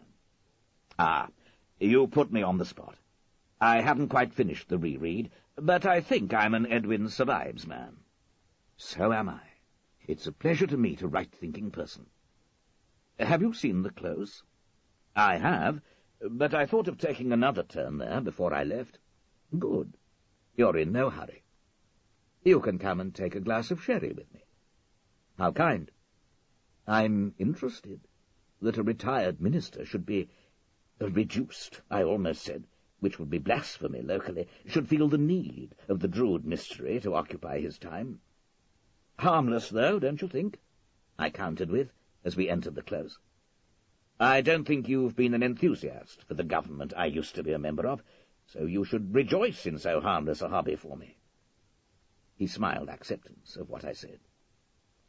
"I work a lot with young people, and certainly I can't remember a government that has harmed the interests of young people as this one has." He said it seriously, but I did not respond. I lost my taste for political argument the day I lost office.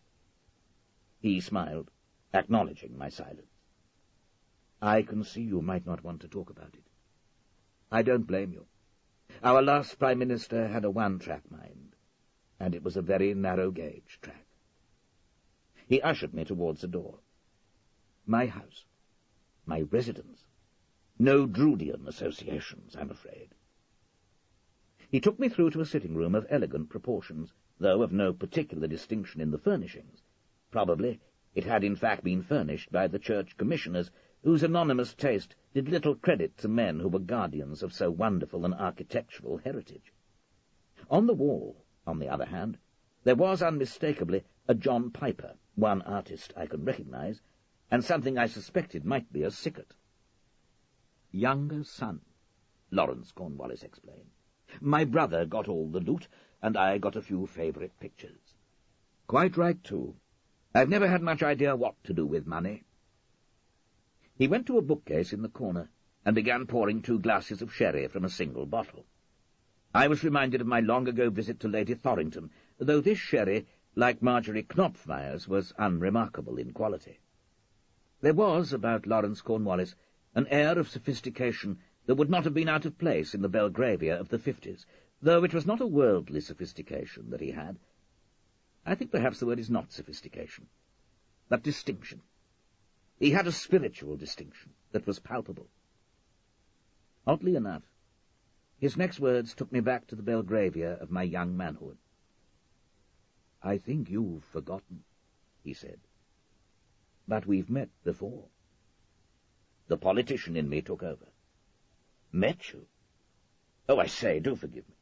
You know, in political life one meets so many—" He was looking at me with a quizzical smile. "Oh, no. Before you went into politics, at least in any big way. We met at a small party in Timothy Wickliffe's flat." I looked at him hard. The tiny smile was still there.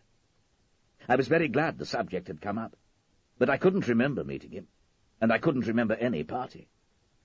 Old men forget. That's the only explanation. But I've been trying very hard these last few weeks to retrieve all the memories I had of Timothy. "As far as I remember, it was an after-work party," said Cornwallis. "I think a sort of farewell to you. There were a lot of Foreign Office people there, and a few friends of Tim's own." "Good Lord," I said. "You're quite right. Now I'm beginning to remember." "I was one of Tim's friends, of course," he said, gesturing me to a seat, perhaps to give me a chance to hide any embarrassment I might feel.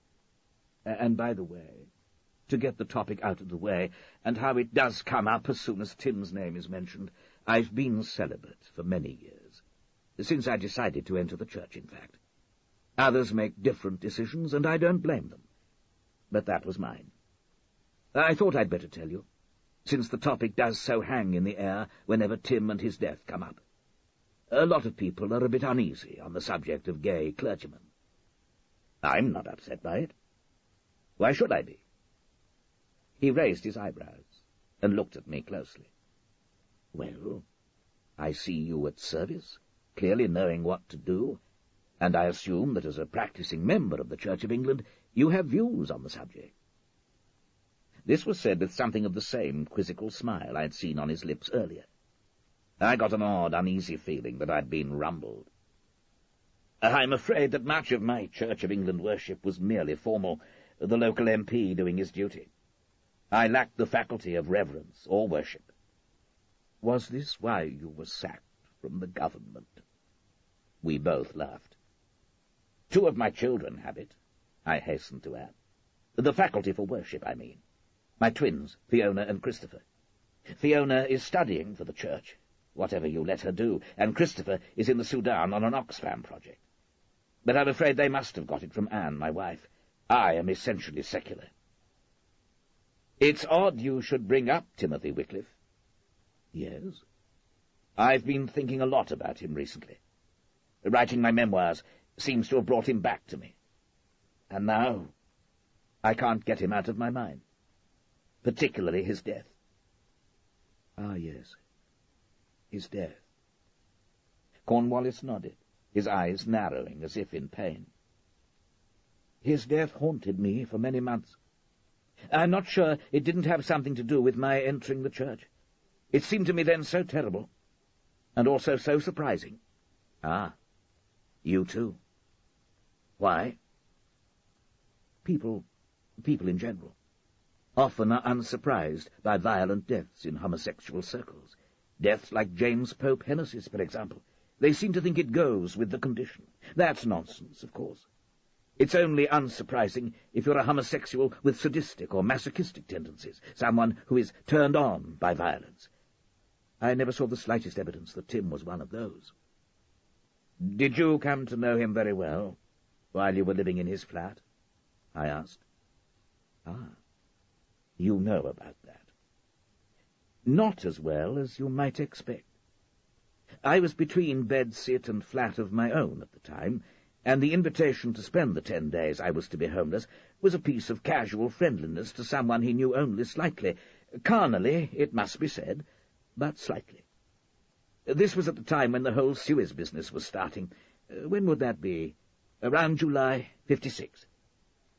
Colonel Nasser had just announced the nationalization of the canal. I think Timothy was caught on the hop, but it meant even then that he was working 12 hours a day or more. That meant I saw very little of him." "You say Tim was caught on the hop? But he wasn't on the Middle Eastern desk of the FO when I was there. He wouldn't have had any special responsibility for responding to Suez." "Sorry. I expressed myself badly. I gathered from conversations while I was staying in his flat that he was thinking of resigning his job there, but that when Suez came up, there was so much extra work for everyone because of the need to coordinate reactions in the West that he felt he couldn't. I frowned. I had heard that Tim thought of resigning from the FO at the time of the invasion, but I hadn't heard of his intending to so much earlier. You resigned, Lawrence Cornwallis pointed out. Was Tim altogether happy and at home at the Foreign Office? Well, no, certainly not. He was too much of a free spirit. But what, I wonder, did he plan on doing? I've no idea. Perhaps go into business, like you. I shouldn't think so. That's no more a place for a free spirit than the Foreign Office. In my case, it was meant as a prelude to an entry into politics. Maybe in his, too. I doubt it. He was essentially apolitical. People often tried to push him into politics, conservative politics, of course, but he always managed to sidestep. I remember him once saying that in the 51 election he nearly voted for Anthony Wedgwood Benn, as he then called himself, because he was so dishy, and the only reason he didn't was because he felt he was unreliable. We both laughed. He was very acute, said Lawrence Cornwallis. Not always in his own affairs, of course. You mean the boy who killed him? No. No, I didn't mean him, actually. What I meant was that anyone who is as promiscuous as Tim was is bound to make love to some pretty unpleasant people from time to time. They're not looking for a relationship. They're looking for sex. Just as prostitution is a dangerous business, so is homosexual promiscuity, particularly then, when you could find yourself blackmailed.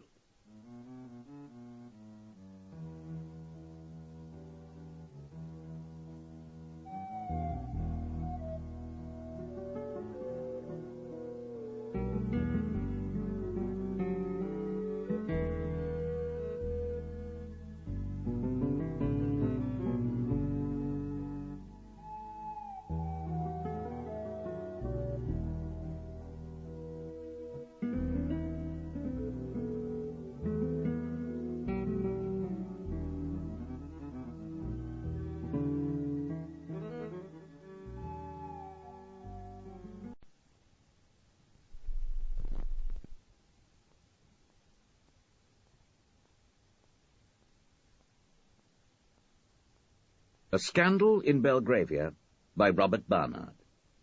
Side 8. I asked Lawrence Cornwallis, "Is that what you think happened? Blackmail?" "Before the murder? I've no idea. We weren't that close, and I wouldn't have been told. But if your question is, do I think he was being blackmailed by Andy, then the answer is that I don't. And for a very good reason." "What?" "I don't think they'd been to bed together. Shall we go into lunch?" I gawped at him. "Lunch?" "I sent back to my housekeeper that there might be two when I saw you in the congregation. I knew you'd want a good talk. I'd heard you'd been annoying your party hierarchy by going into the death of Timothy Wickliffe." I'd had a vague sense all through our talk that he had been playing with me. Now I knew that he had been.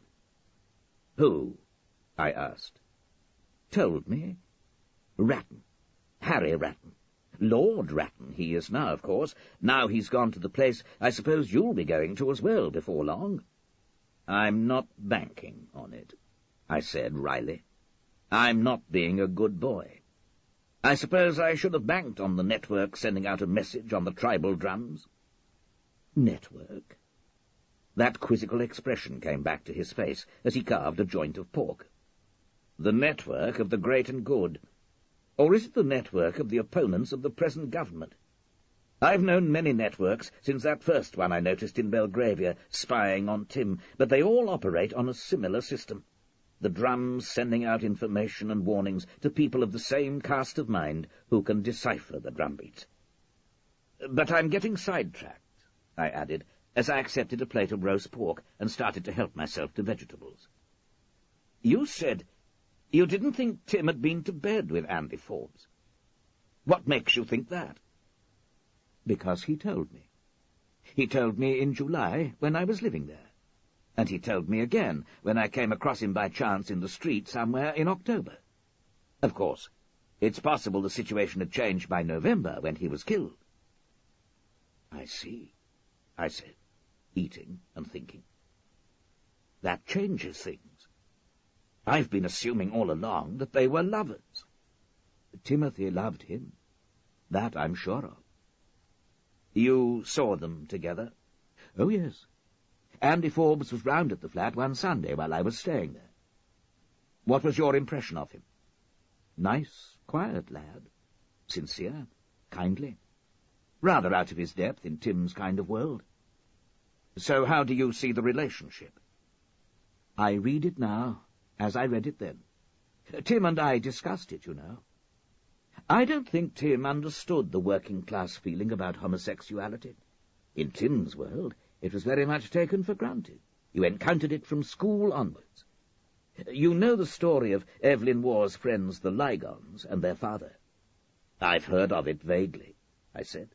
Forced out of the country by his brother-in-law, the Duke of Westminster. That's right. Earl Beauchamp he was, father of a large family, but he couldn't keep his hands off the footman. That sort of thing would just be accepted with a shrug and a smile in the circle Tim grew up in. But it certainly wasn't in the circles Andy Forbes grew up in. There's fear and distaste, even revulsion towards homosexuality among ordinary working-class people. I've seen it over and over again, and it's made me glad I took the decision I did, because there's so many people whom I've liked, whose views I've respected on other things, but who I know would never have been able to accept me as they did if I'd been a practicing homosexual. This was something I don't think Tim understood, or at any rate, I don't think he could accept it. It was so ungenerous that a person like him simply couldn't accept it, or believe it to be as strong as it was, so that while I knew him, while he was in love with Andy Forbes, there always seemed to be in him a sort of split. You mean that he was in love with this boy Forbes, but he was, to put it vulgarly, having it off not with him, but with you and others? That's partly what I meant. I wasn't the main one, by the way, not by a long chalk. Was it Gerald Fraser Heinz? Who? Lawrence Cornwallis shook his head. I don't think I ever met anyone of that name. No, his main sexual partner at the time was Terry Cotterley.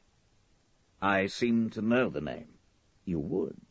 He was secretary for a long time of the Hatherley Trust, the pressure group that agitated for a change in the laws on homosexuality. One saw a lot of him on the box in the late 60s, when the law was changed. Eventually, he became one of the great and good, as you call us, though that would have been unimaginable in the 50s. I'd like to talk to him. Died of AIDS 2 or 3 years ago. Ah, I said. Things are not that much rosier for homosexuals now than they were in the 50s.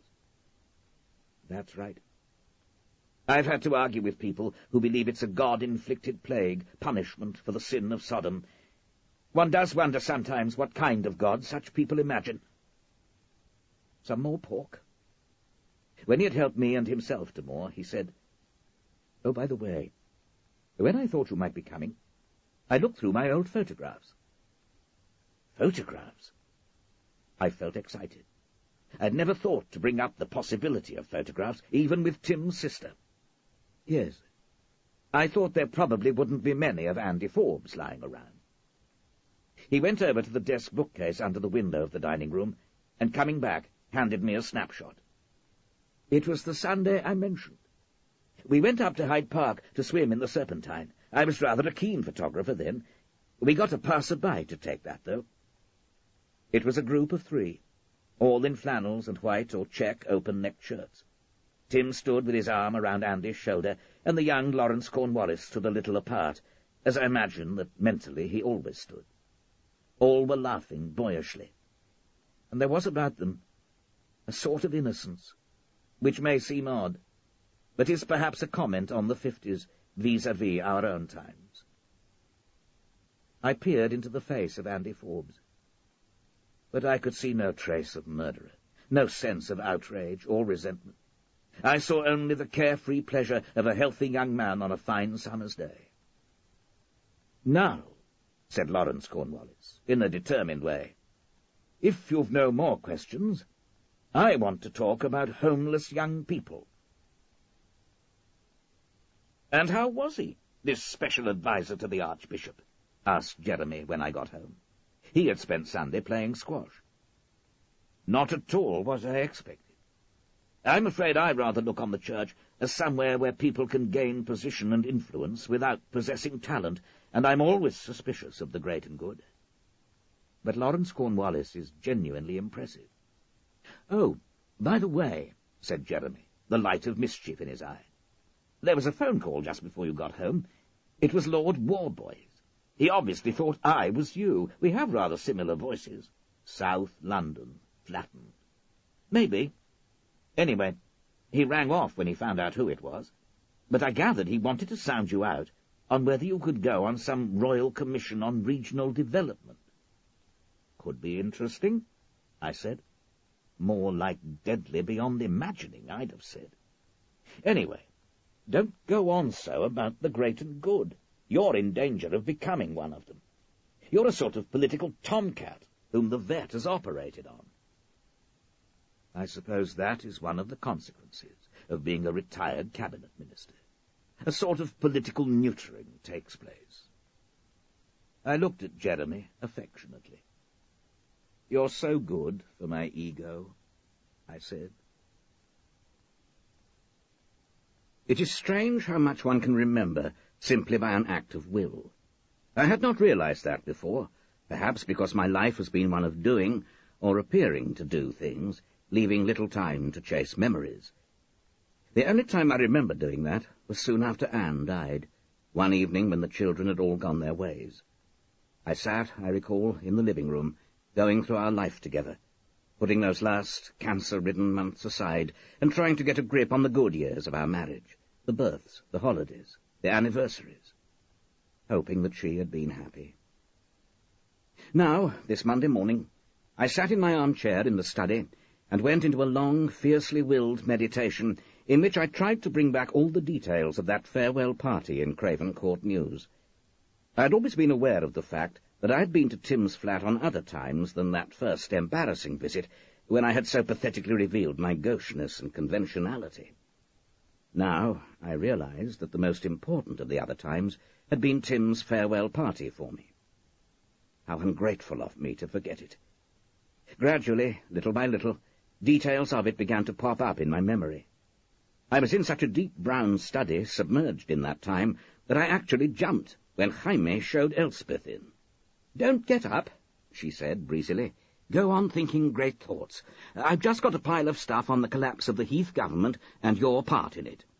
"I didn't have any part in it," I protested, jumping into my instant politician stance. "I was only the most junior of ministers at the time. I thought calling a snap election was madness. It was Carrington advised him to do that." "Well, actually, it's mostly election speeches, with you saying it was the only honest thing to do." She seemed to take a mischievous delight in telling me that. I sometimes wonder whether Elspeth is a conservative at all, or even conservative. Or is she just cynical from having worked on too many politicians' memoirs? "Oh, by the way," she went on, "I'm on the track of Gerald Fraser Heinz." "Splendid. Nothing definite yet, but I think you'll find he's an industrialist in the Midlands. I should have more concrete info next time.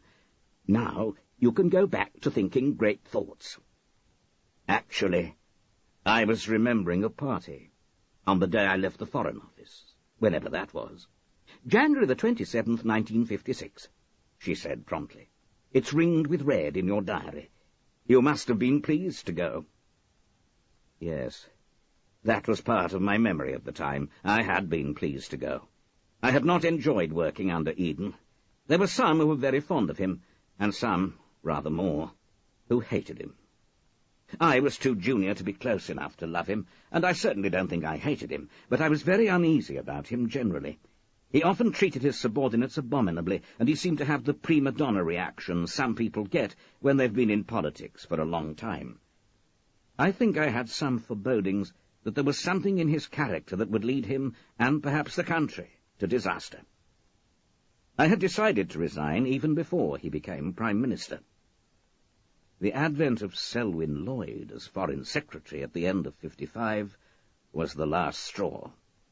Industry, I saw, was a much better stepping stone than the Foreign Office to a career in politics, and when I got the offer of a very good job with ICI, I accepted joyfully. "You're quite right to go," Tim said when I told him. "Quite right. We're both outsiders here." "Outsiders? Me, because of my sexual preferences. You, because you didn't go to a good enough school." I must have shown my surprise, because he went on, "They may not make that clear to you, but they certainly make it clear to each other." He was quite right. I had been blind not to have noticed it before. You needed to go to the top 4 or 5 schools, really, to be acceptable to the FO hierarchy. The snobberies of Lady Charlotte Ray were the snobberies of the Foreign Office. The Foreign Office then, and for all I know, the Foreign Office now. None of my various government posts were there, and I was glad. It would have been too much like going back, and I never liked to do that.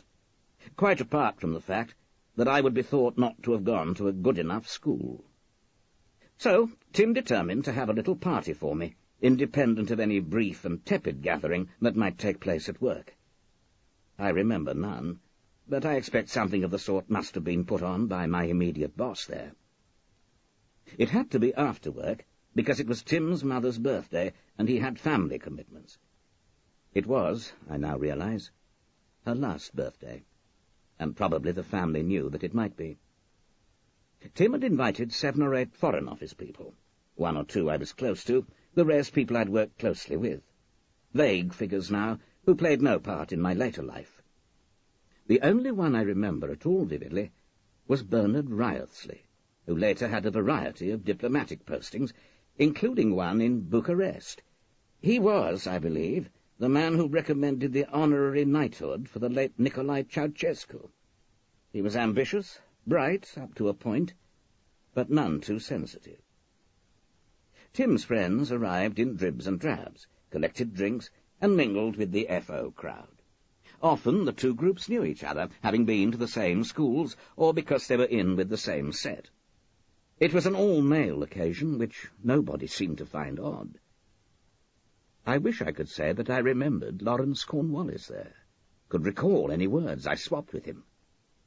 But I can't say that I do. Perhaps, impressive though he is now, he was not impressive then. Wordsworth, I have often thought, was quite wrong about the process of growing up. The child is not father to the man, nor even the young man to the mature man. Lawrence Cornwallis left no trace in my memory. Other things, though, I do recall.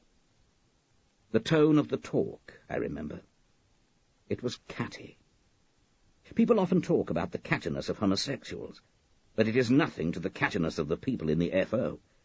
The latter deliver it on a much lower note, from the back of the throat, as it were, with the lips scarcely moving, and with a face blank of emotion. It could be devastating. The talk began innocently enough. Eisenhower's prospects of re-election, the new broom which, then as now, was apparently transforming Russia. The FO men did not think much of Khrushchev. A peasant, they pronounced him. I went around from group to group, feeling myself on the outside, even when I was most in on the talk. Perhaps Tim's remark about how people in the FO regarded my school had made me uneasy, though he had not said it unkindly or to have that effect, quite the reverse. For Tim, Foreign Office people were worth being on one's guard against. When Tim's friends predominated, the talk tended to be more arty. The new regime at Covent Garden, The Mint, which had just been published, the film of Richard III. Wonderfully camp. Again, I felt a little bit on the outside looking in. But I do remember that with Tim dashing backwards and forwards, fetching and refilling glasses, proffering plates of things to nibble, it was possible to talk about him. and I remember it was the Foreign Office contingent that did it most enthusiastically. To be specific, it was Bernard Wriothesley, gazing down a long, beaky nose and looking around him with a circumspection that must have served him well later in Romania. "The sad thing about Tim," he said with relish, "is that he's never going to get very far up the ladder. How could he? Would you regard him as a good security risk?" "I don't think Tim bothers a great deal about getting ahead," I remember saying. This was the first time, as I recall, that Tim's sexual orientation was openly discussed in my presence. I was, out of friendship, and because of Tim's caution, extremely guarded. Precisely my point. If he had any ambition, he would be a whole lot more discreet, as many are whom I could name, but won't. Tim is essentially a dilettante. That father of his robbed his children of ambition. He has so much that there's none left over for them, and he's a sparrow who thinks he's a nightingale. "I don't know Tim's brother and sister," I said neutrally. "Oh, I believe the sister's a lively little thing. She'll no doubt marry someone suitable, and never be heard of again. Women never get anywhere in the Conservative Party. I was thinking of the Brother James, Frère Jacques, the most boring man, with a dreadful horse-faced wife, ghastly, managing sort of woman. If she gets her way, James will rise to the dizzy eminence of Deputy Lord Lieutenant of Gloucester, or wherever they live, a nothing man. And Tim, who certainly isn't a nothing man, will amount to nothing in the end. Such a waste. Frightfully sad." "All you mean is," I said, "that Tim will amount to nothing in the F.O. Probably you're right. But there are other places to distinguish yourself. F.O. men always forget that." "We prefer not to think of them. Obviously you have to feel that way, being on your way to the big, bustling world of commerce." How he curled his lip as he said that. "But the F.O., let me tell you, is what Lord John, Tim's dad, has his eye on. Probably sent Tim to us as a stalking horse. But he'll never get it. Not Tim's papa." "Why not?" "Well, I could say too mediocre. But with Selwyn Lloyd as Foreign Secretary, that might not ring true." He threw back his head, withdrew his voice further into his throat, and prepared to give us a potted biography. "The fact is, he was too compromised in the 30s by his association with the Cliveden set. That was Lord John's habit. They seemed the way of the future, and he latched on to them. If Churchill and the Riarmers had seemed the way of the future, he would have thrown his lot in with them. As it was, he went a mite too far, much too pally with Ribbentrop, talked in a public speech about Hitler's miraculous transformation of Germany. You know the sort of thing some of that lot did. Of course, he became a super-patriot during the war, but people don't forget. So, he'll never rise above the mediocre jobs his talent fits him for, which I suppose must be a cause for gratitude. Certainly he'll never get the F.O., which doesn't stop him wanting it fiercely." The talk turned back to Tim. Maybe I should have moved away, but there was a sort of grisly fascination in hearing Tim's assessment of his position within the Foreign Office confirmed in his own flat by people who were accepting his hospitality. "Mind you," said Bernard Wriothesley, looking around him circumspectly once again and bringing his hushed tones from some shadowy recess in his gullet, "if he were to get the F.O., he'd find young Tim more of an embarrassment than an asset. He doesn't get any wiser in his choice of friend." "This lot," said another of the F.O. guests, a faceless man I cannot put a face to, "is the public face. The private one is by no means as acceptable. Plumbers and bricklayers and jazz band singers, all sorts of riffraff, beggars' description. God knows where he picks them up." "There's one of his best friends," breathed Wriothesley, "who's about to start a public campaign to get the homosexuality laws changed. Now, of course, everyone agrees that those laws are positively medieval. Oh, absolutely. Barbaric. Still, a public campaign's hardly the way to go about it. Right. He nodded wisely. A few words in the right quarter would do a lot more good. Personally, I think a suggestion from the Home Office to the police that they lay off for a bit might work wonders. The laws might just shrivel away without there being any great fuss. No publicity. That's the point. But you know what these queers are like. Fuss is exactly what they enjoy. Horribly high-pitched, most of them, agreed the faceless man, and absolutely unreliable. Oh, absolutely. This was in 1956, 7 years before the Profumo affair. The greater reliability of heterosexuals would have been more difficult to argue after that little business. At the date I am remembering, though, the Conservative Party hadn't had a major sex scandal in decades. Imagine Baldwin with a call girl. So, homosexuals were fair game for Bernard Wriothesley, although he did have a faint idea that he had just contradicted himself with his wild generalization, because he added, though, as I said earlier, there is another way of going about it. Think of... He named a high-up in the Foreign Office, whom everyone regarded with quite breathless awe. I had that delicious feeling of delighted discovery that being in on gossip always gives one. I'd never even thought of the man in a sexual light at all. Then I felt guilty about my delicious feeling, and grubby by association. Any other memories I have of that gathering are no more than fragments. I recall someone saying, "Tim's riding for a fall," and someone else saying, "Of course, all Belgravia's chattering, a rich, discreet buzz." I also remember a chat in a corner, alone with one of Tim's friends, in which he said, "The climate's changed since Guy Burgess, hasn't it? The FO protected him for years. That couldn't happen today. The first whiff of scandal about Tim, and he'll be out on his ear, won't he?" I remembered that I nodded miserably.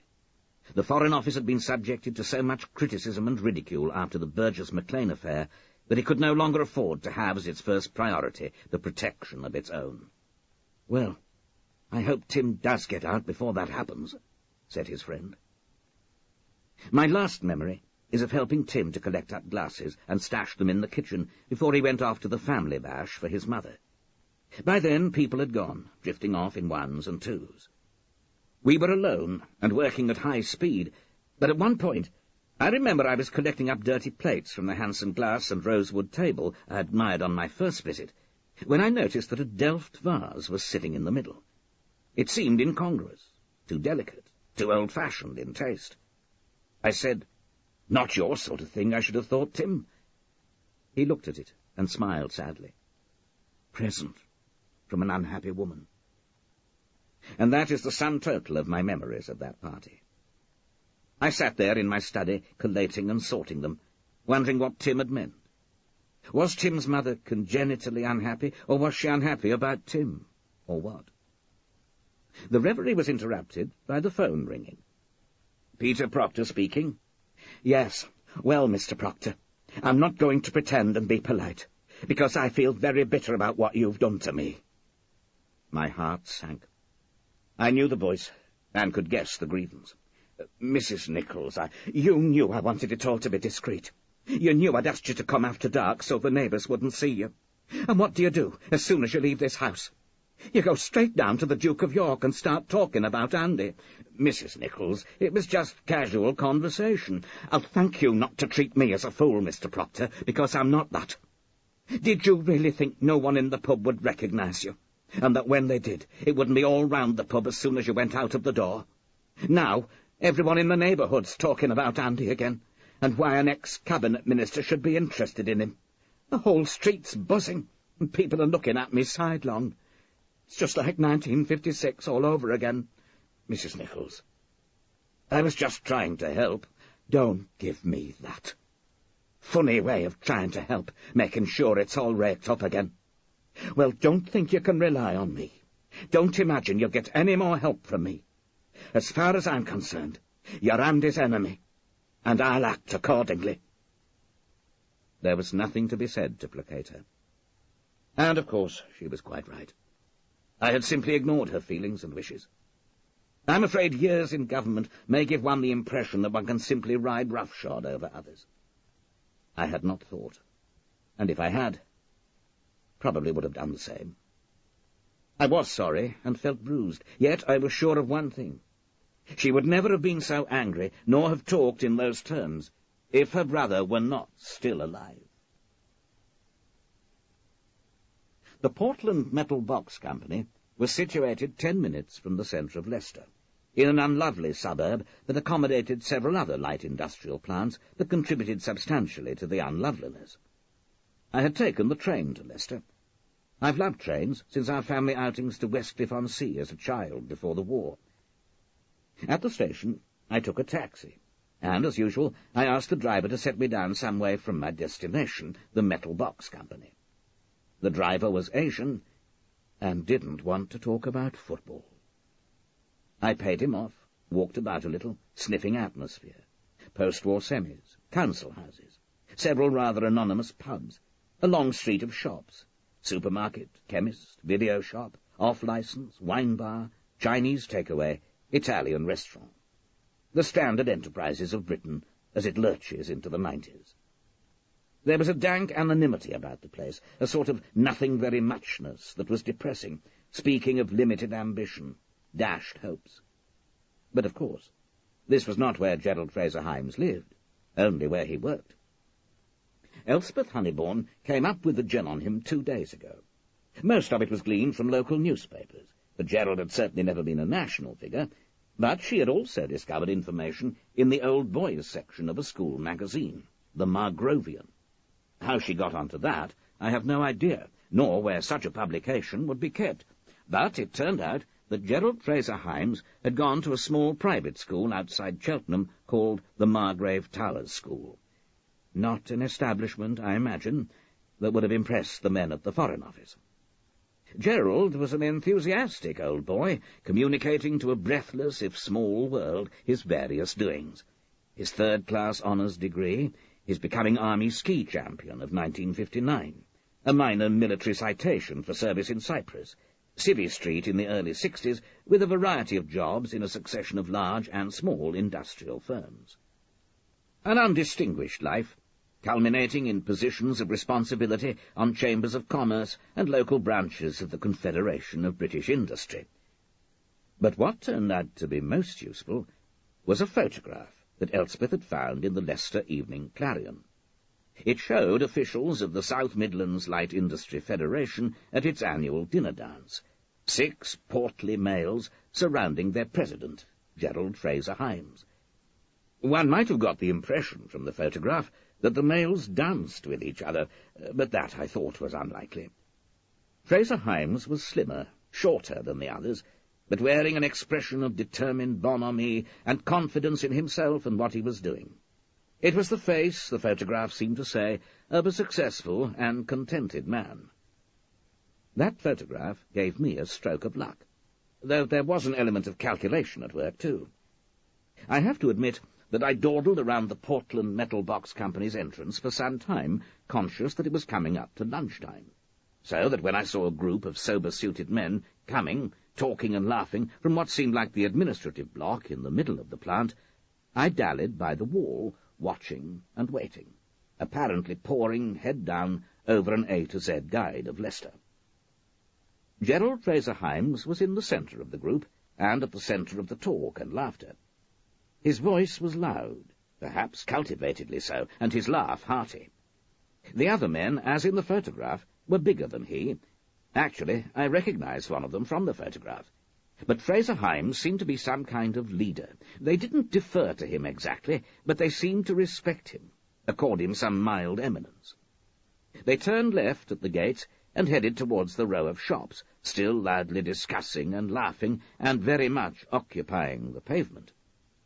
I had a bet with myself that they were off to the wine bar, but I was wrong. They turned into the little Italian restaurant, Da Paolo, where I could see through the glass door that they were ushered towards a reserved table. I waited a minute or two, and then followed them. The place was decorated with plastic vines and pictures of Tuscany. It aimed at intimacy, but achieved only nondescriptness. However, it had the advantage of being small enough for all the tables to be within earshot of Fraser Heinz's party. I indicated to the waiter a dark corner table, from which I could study the party with impunity. As I glanced through the menu, they were ordering 2 lagers, 2 pints of bitter, and a glass of white wine. Though I was not hungry, and seldom eat much at midday, I decided I had to stay at least as long as they did.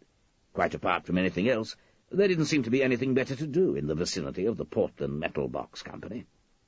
I ordered stracciatella and bistecca pizzaiola, with a half bottle of red wine. Then I took out the Spectator, put it on my side plate, and prepared to watch and listen. Fraser Heinz had a pint of bitter in front of him, and he ordered turkey breast bolognese with a mixed salad. From the description of the dish in the menu, this seemed to indicate a taste for rich food warring with a desire to stay slim.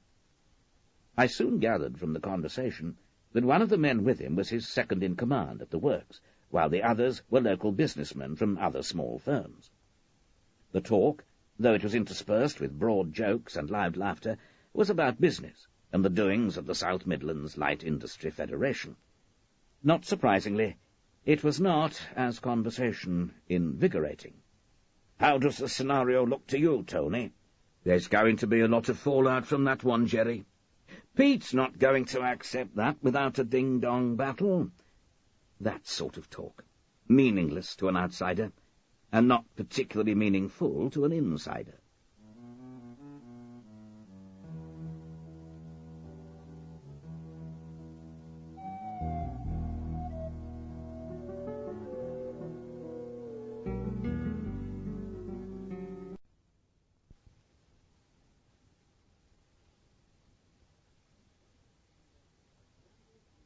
A Scandal in Belgravia by Robert Barard. Side 9. It was when I was starting on my beef pizzaiola that the talk at the next table became a little more personal. "Ah," said one of the bulky businessmen, Pete, Tony, or whoever, responding to some proposal of Gerald Fraser Heinz. "Now there could just be a bit of a problem there." He forked a piece of creamy veal and mushroom into his mouth, chewed it, and then bent his substantial frame over the plate, and addressed Gerald in a hushed, but still beautifully audible voice. "Now, Jerry, I don't know if you noticed at the dinner dance. A lot of people did. Notice? I probably didn't. I was pretty busy." Of course. Very well you organised it, too. Well, the general murmur was that there was something going on between Frank Warner and Harry Goldsmith's wife. Really? Nothing concrete, you know. Nobody caught them behind the door in the cloakroom. It was just a sort of a tension. Both of them very aware of each other. Know what I mean? Little glances you had to be damn sharp to catch. Anyway, that's the whisper. Right. So, if you put Frank in as secretary and Harry in as president, then if something were to blow up... Right. Absolutely. Point taken. So, what do you suggest? Hold back Harry's presidency till 92? That's the ticket. I'm sure you can think up a cover story, Jerry. 92, year of opportunity, that kind of thing. Then we could have Dave Barton as secretary. No danger of Dave straying from the straight hand. That wife of his wouldn't let him off the lead long enough, said another, wiping his mouth. Handsome woman, but you can pay a price for that sort of good looks. Oh, boy, marriage. You've got the right idea, Jerry, old boy. Right idea, Jim. Brief, knowing smile. Keeping out of it. And when's the next of these famous weekends, eh, Jerry? Weekend after next. London, here you come. Put out the flags in Soho. I'll just be taking in a show or two. Again, the same smile. Showgirl or two, more like. No, there's no doubt about it. You've got the right idea. He shook his head, preparing to impart a profound piece of wisdom. I tell you, in the old days, when your eldest son followed you into the business, then there was a point in marriage and a family. Not any longer. Your sons sneer at you, go off to university, where they expect you to support them, then off to some job in the city, screaming share prices at a computer screen, where they earn 50 times what you do, and patronise you when they do condescend to come home for the weekend. No, marriage and family have had it. Jerry here was ahead of his time. They went back to eating and drinking, and talking about Pete's sale figures and Harry's cash flow problems, and when this new Chancellor would get inflation under control and interest rates down. It was the sort of talk I'd heard 100 times in my lifetime. The only time they reverted to the personal was at the door, when Jerry and 3 of his lunchtime companions said their goodbyes. "If I don't see you before the weekend after next, Jerry, old boy, have one on me, eh?" The tubby man poked him in the ribs. "Or 2 or 3, if the fancy takes you. By heck, I envy you. Chance to be a fine thing, eh, Tony?" And uttering a series of these coded clichés, these verbal totems, they vanished into the dreary afternoon. Jerry taking off to the left with his second-in-command, the rest going the opposite direction. I ordered coffee to give Fraser Heinz time to settle back at the office. Then I paid my bill and followed him. There was no security to speak of at the gate of the works, and I walked through and went straight to the small, uninviting administrative block, the sort of not-really-trying architecture that characterized the whole area. When I asked the girl in the outer office if I might see Mr. Fraser Heinz, I handed her my card. She took it without interest. "Do you have an appointment?" "No." I thought he might see me without. The girl glanced up at me. My face seemed to ring more bells than the name on my card. She reached towards the telephone, then changed her mind and slipped out through a door at the side of the office. There was a ripple of whispering. Then I was conscious of being watched through a slit in the door. A moment or two later, the door swung open. "Mr. Proctor, this is an honor. I don't know what we owe it to, but you're very welcome." He was all smiles and handshake. His breath smelt of beer and peppermint, but his eyes were clear and sharp, and close to, I had the impression of someone who kept himself in good physical shape. He ushered me through to his office as if this were a proud moment in his professional life. Poor fish. Once there, it was difficult to know how to start. I couldn't convincingly say that I happened to be in the area. It wasn't an area one could happen to be in. And I wasn't going to pretend to be doing a survey of the fortunes of small companies and how they were coping with high interest rates. Luckily, there was no immediate need to put my cards on the table. Gerald Fraser Heinz had ordered coffee, and he filled in the interval as best he could by producing the sort of waffle that a retired politician meets wherever he goes. "Sad day when you resign from the government. Well, sacked, if you prefer." Moderating hand at the tiller. "Oh, of course, they still have my wholehearted support. This new business rate, on top of the poll tax, is losing you friends in droves around here. Member of the local association. Not as active as I'd like to be, but you know how it is. Filling in the time pleasantly enough, are you? Directorships, royal commissions, that sort of thing." He ran out of steam. But he'd given me an opening. A bit of this, a bit of that. But much of the time I'm writing my memoirs. Look forward to them. Liar. I'd better tell you why I'm here.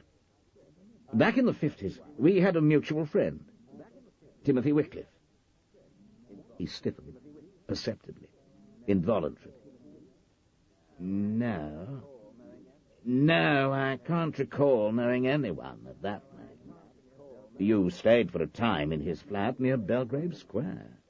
That's not the sort of place one would forget staying in. The tension in his body was palpable.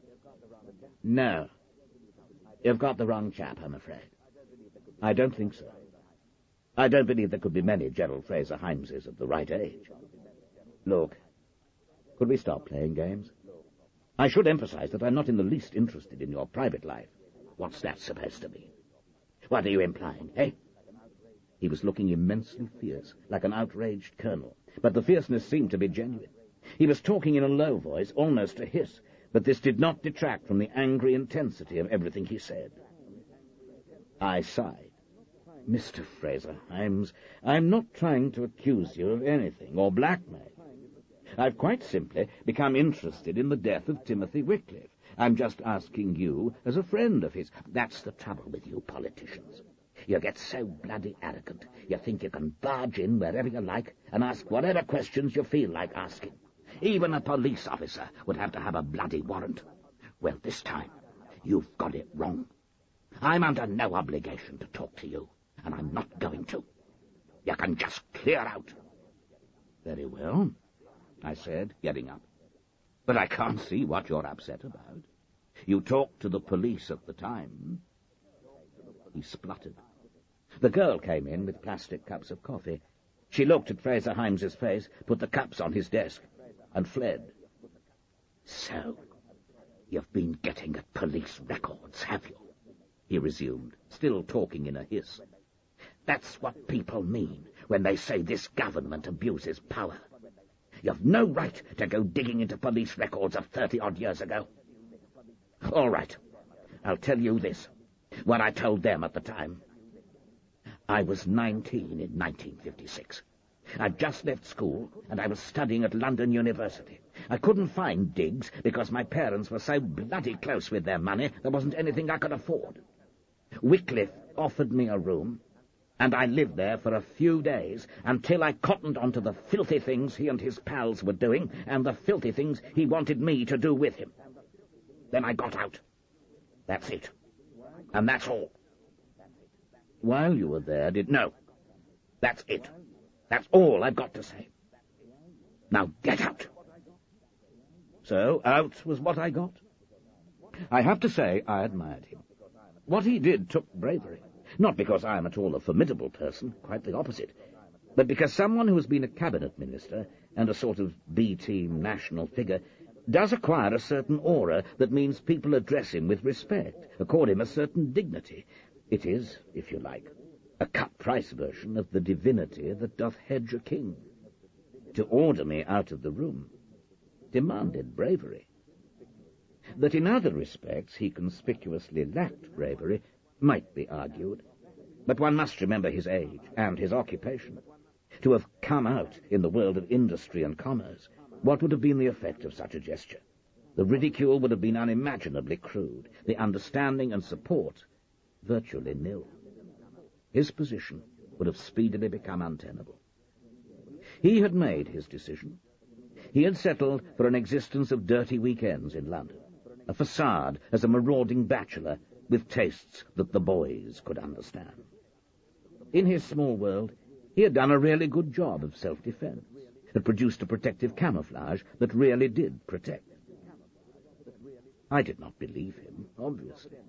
I did not believe Timothy would have offered any young man a room in his flat, even for a short time, without having made his own sexual orientation clear. It was overwhelmingly probable that Fraser Heinz was one of his boyfriends. Further than that, I would not go. It did not seem to me that the man's reaction was that of a murderer, even one whose crime lay way back in the past. It was, quite simply, too belligerent. The natural instinct would surely be to be apparently cooperative, with a great deal of misleading flim-flam and a lavish supply of red herrings. Though he lied as to fact, his reaction to my inquiries seemed basically an honest and spontaneous one. On the other hand, of course, I had caught him on the hop with a subject he must have thought had been buried decades ago. You note that I have begun to consider the people I talk to in the light of potential murderers. I don't think I've ever seen a town or city I disliked more than Los Angeles. I have seen Blackpool and Belgrade, Burnley, Oslo, and Bombay, but none of them is so horrible a non-place as Los Angeles. It is like being part of a nightmare future, and my instinct, after 10 minutes in the taxi, was to tell him to turn round and take me back to the airport. Not, I imagine, that changing direction is possible on those roads. You will say that I did not come prepared to like the place, but then who does? The reputation of the city has gone everywhere, and the reputation is the truth. The message had come from Reggie while I was in Leicester. Jeremy had been at work, and the message, as taken by Jaime, read, "Detective thing he found fobs." I interpreted this to mean that the private detective had found a man he thought might be Andy Forbes. I rang Reggie, got Helen, his wife, and she confirmed this, adding that they'd be delighted to see me any time I cared to turn up. I said I'd turn up just as soon as I could get a plane. Jeremy wasn't due back till late in the evening, So I wrote him a long and affectionate note in explanation, which I was sure he'd just skim through and crumple up. Then I simply packed a few things and rang for a taxi to take me to Heathrow. There are always seats on some plane or other that's going to the States. The man in the seat beside me on the plane to Chicago wanted to talk about how high interest rates were affecting industry. I told him I'd put all that sort of thing behind me now. I realized suddenly that that wasn't just an excuse. It was the literal truth about how I feel. All that was another life. We talked about his grandchildren instead. At Chicago, I overnighted at the airport hotel. If you opened the window, you got the most concentrated dose of diesel fumes I've ever experienced. And the next day, I caught the early flight to Los Angeles. Reggie and Helen live in a fairly nice part of Los Angeles. That is, if you could forget the town itself, the polluted atmosphere, the trip Reggie had to take to work every day, and the rubbish on the 1,001 television channels. I really fear for my grandchild. I don't know Helen well. I've seen her before only once since I flew over for the wedding. But I like what I know. She gave me a warm welcome, introduced me to Howard, who doesn't look in the least like a Howard, much more like a John or a Charles. And for much of the day, until Reggie came home from work, we all three played outside in the fresh air. Later that evening, over bourbon and water, a very comfortable drink which I could get a taste for, Reggie and I talked. He had had a recent letter from Christopher in the Sudan, and he filled me in there. I brought him up to date about Fiona as far as I could, and, of course, we talked about Jeremy. One thing I'll say about my son, he's a very good listener, very patient and understanding. I don't suppose he has much to do directly with insurance customers, but he's the sort of person one feels one can't lie to or conceal anything from. I said to him, "This Timothy Wickliffe business is becoming a bit of a mania, or perhaps a haunting would be a better word. I'm haunted by it. I feel I have to get it off my back before I can do anything else." Is there a book in it? Do you know, I wondered that. It sounds a bit heartless, a sort of blood-sucking, a blatant misuse of a friend's tragedy. On the other hand, I thought it might do good. But at the moment, I'm not sure I have any book in me, let alone that. Of course you have a book in you, Pops. You're the most intensely bookish person I know. That's not at all the same thing.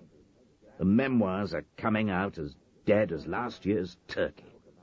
But perhaps a book about Wickliffe's death would be more interesting to write. You would be more involved. And let's face it, everyone loves an unsolved mystery, whereas no one loves a politician's memoirs. You're probably right, though it's often puzzled me how many copies some of them seem to sell. Still, I'm afraid mine will fall into the instantly remaindered category, unless I produce a lot of catty revelations about the PM, and that I'm determined not to do. Still running scared, even now she's gone? Not at all. It's a question of honor. But I must admit that the thought of a book about Timothy's death is much more attractive, at the moment, than plodding on with the memoirs. The private eye I hired is pretty sure he's got the right man. He swears he was extremely discreet, and there's no way the chap could have got the wind up. I suspect that's irrelevant now. Andy Forbes' sister took offence at my going into the local pub and asking questions. Quite rightly, I'm afraid. It was a stupid and insensitive thing to do. I'd guess that she's almost certain to have alerted him by now. You don't think he'll have taken flight? No. If I've got the man right, I don't think he will have. What name is he living under now? Frank Andrews. I thought it would be something like that. A simple reversal of initials, and a terribly ordinary name. All the information is in the file, Reggie said, handing it to me. When will you go? I think I'll go tomorrow. But maybe I'll go by train. Stay a night or two. Try not to rush it. I don't want to talk to him in a state of jet lag. Reggie went away and booked me a seat on Amtrak and a room in a hotel. Rather nice, really, to have got to the stage where one's children do things for one. In spite of my having been a cabinet minister, I'm sure Reggie feels I could barely survive in America on my own. The next day, He made sure he not only took me to the station, he practically put me on the train. It was, in fact, a beautifully clean and safe-making train, and I couldn't imagine what ghoulies and ghosties he felt he was protecting me from. The Ulysses S. Grant has a silly name, or perhaps I mean the President had a silly name. But otherwise, it had everything I like in a hotel, and never these days get.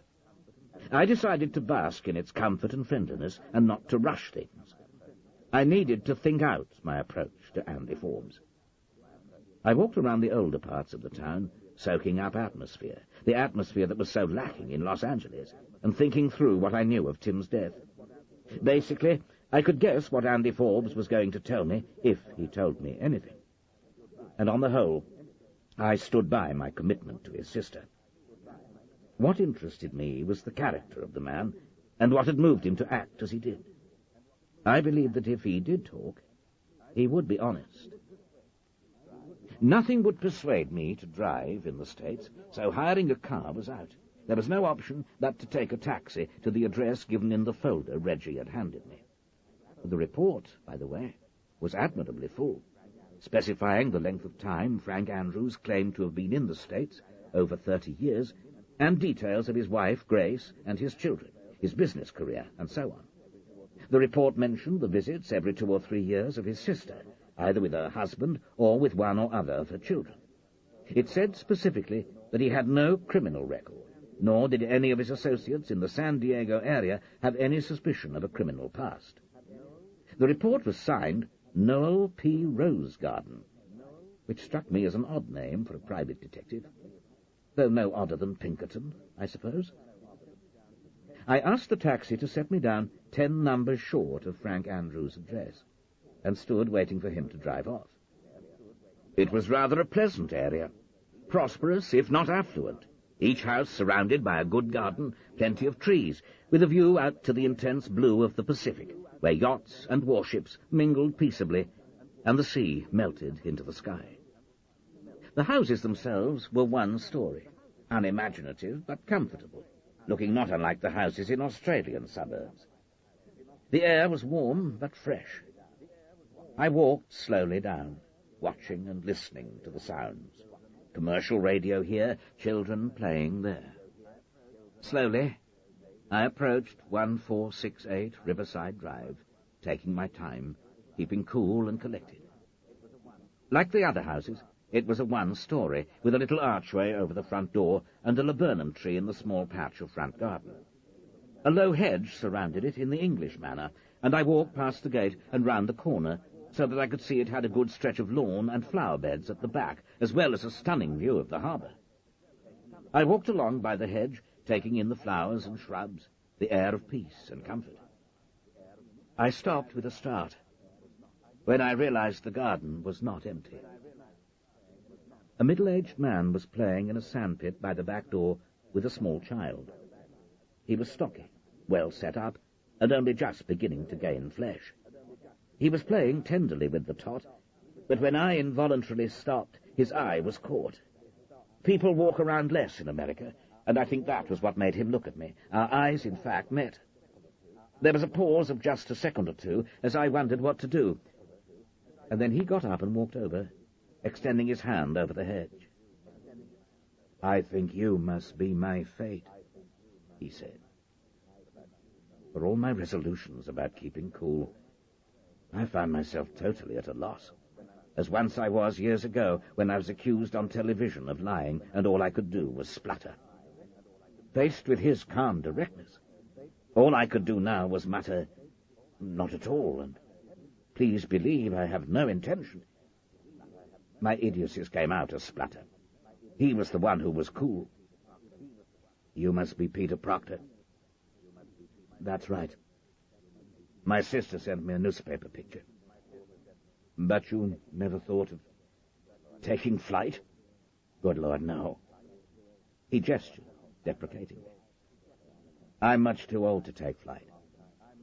I've lived with this a long time, and always at the back of my mind there was the feeling that one day, somehow, somebody was going to come up and confront me with it.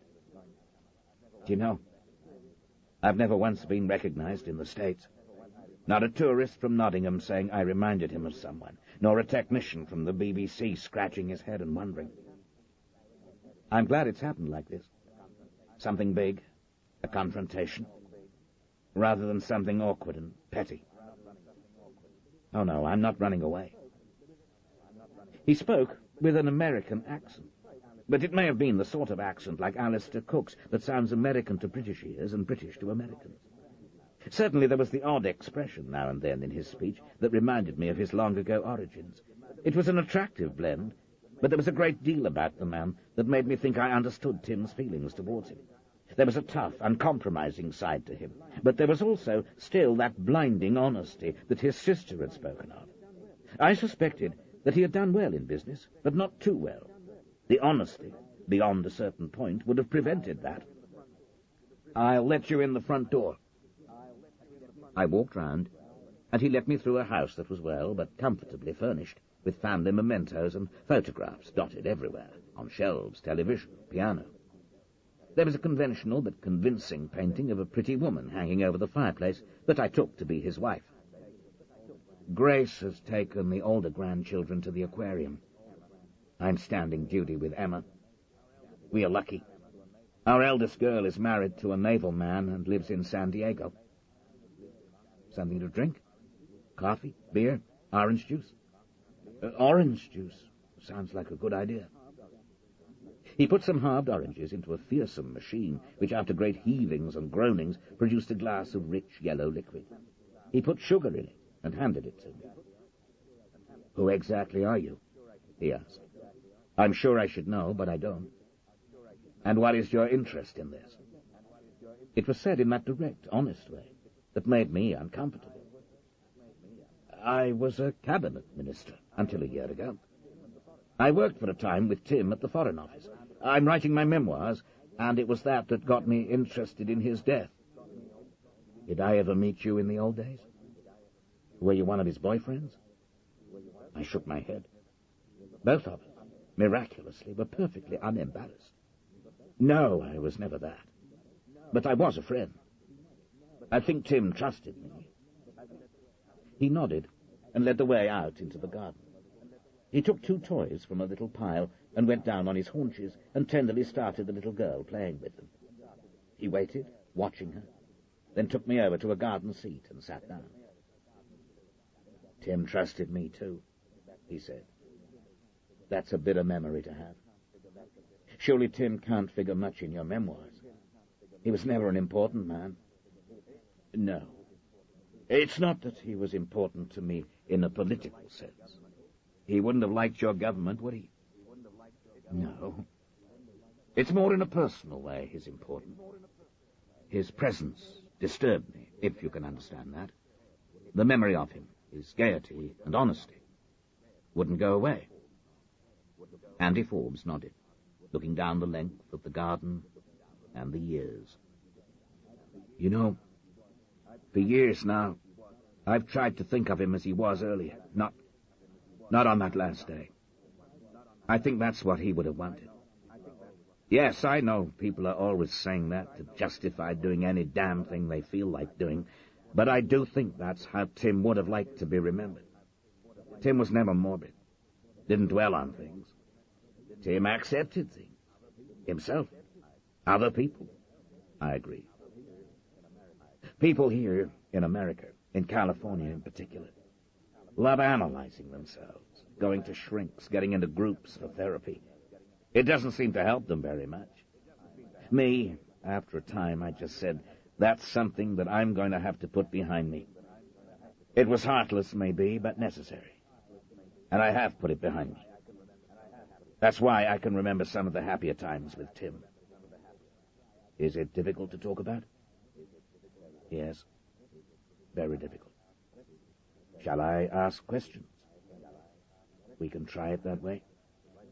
I don't know if you'll ask the right ones, the ones that might make you understand. Where did you meet? That's easy. A theater in Leicester Square. They were showing The Man Who Knew Too Much. Tim had seen the earlier version. He went to film clubs and that. I just went to the pictures. Anyway, we started talking. Was he chatting you up? No. Yes. That's difficult to say, really. He probably chose the seat next to me because he liked the look of me. He probably had bed at the back of his mind because it usually was. No disrespect to him. But he was also genuinely friendly, genuinely enjoying chatting with a stranger. Certainly as far as I was concerned, I was just chatting with a nice fellow.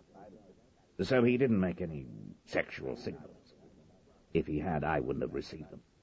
As far as that went, I was completely green. Yes. I was the same when I first knew Tim. So that was it.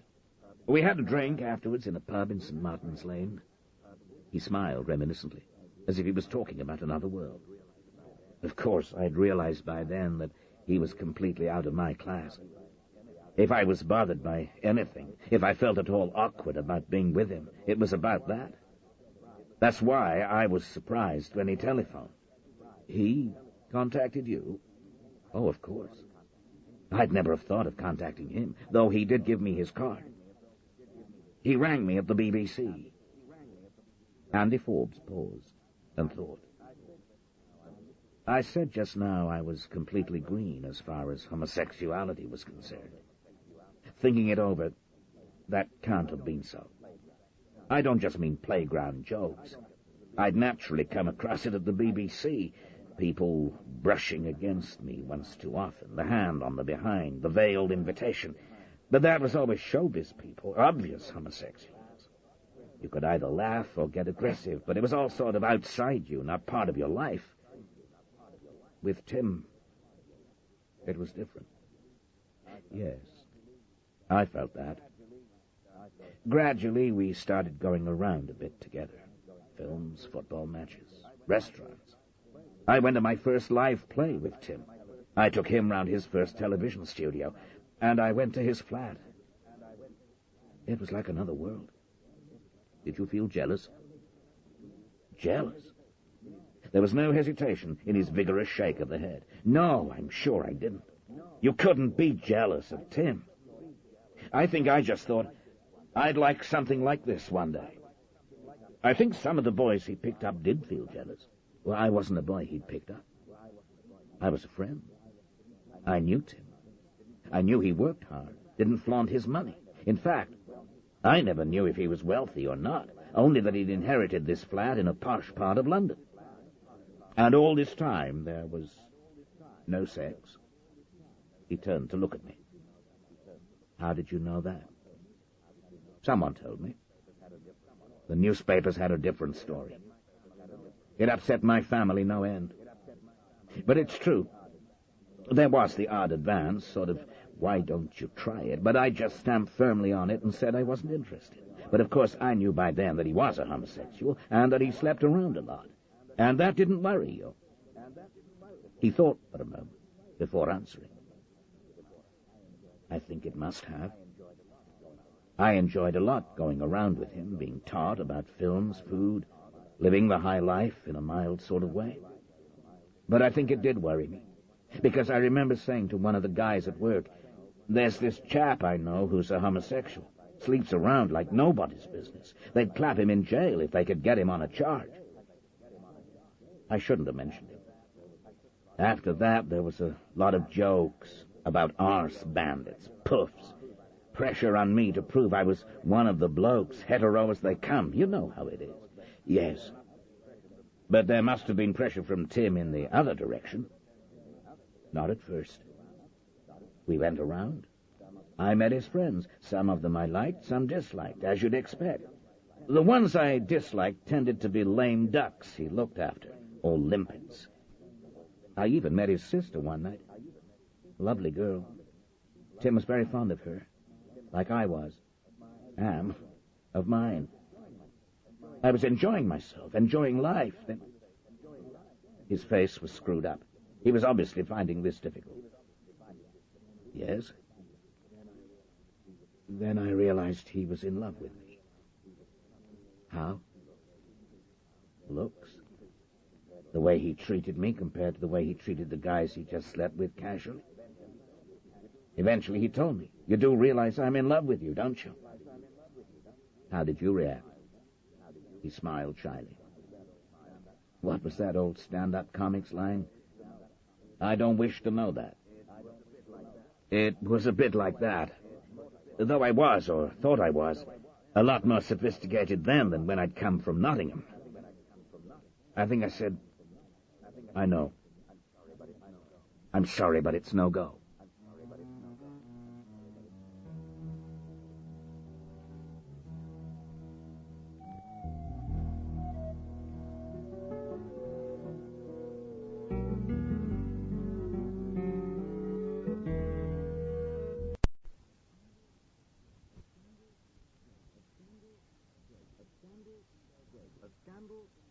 A Scandal in Belgravia by Robert Barard. Side 10. I asked Andy Forbes, "You didn't think about stopping seeing him?" "No. I suppose you find that surprising." "I think I stood him up a couple of times to cool it, but no. I liked him." He put his head in his hands. "Of course, I know now that's what I should have done. God knows I know it now. Everything would have been different. But then it hardly occurred to me." "When was this?" "When it came out into the open. Oh, about a month before it happened. Tim was very busy at work, I remember. And for a week or two that helped to cool it. But he was also very mixed up with a pal of his, a chap called Terry Connolly, with plans to set up some kind of, I don't know, club or organization to press for reform of the law on homosexuality. Yes, the Hatherley Trust. Sort of pressure group." "Oh, did it get set up?" "I didn't know. Anyway, I wasn't too happy about that. Seemed to bring it all too much out in the open for my liking. I wondered whether I wouldn't have to drop Tim if he did go and work for them. Anyway, cooling it didn't really work after a time. Tim was still working at full pressure. It was the lead-up to Suez, but any free time he had, he'd telephone me, get me to see him. I was sorry for him. He was like a kettle that was boiling away, and no one would take it off the stove.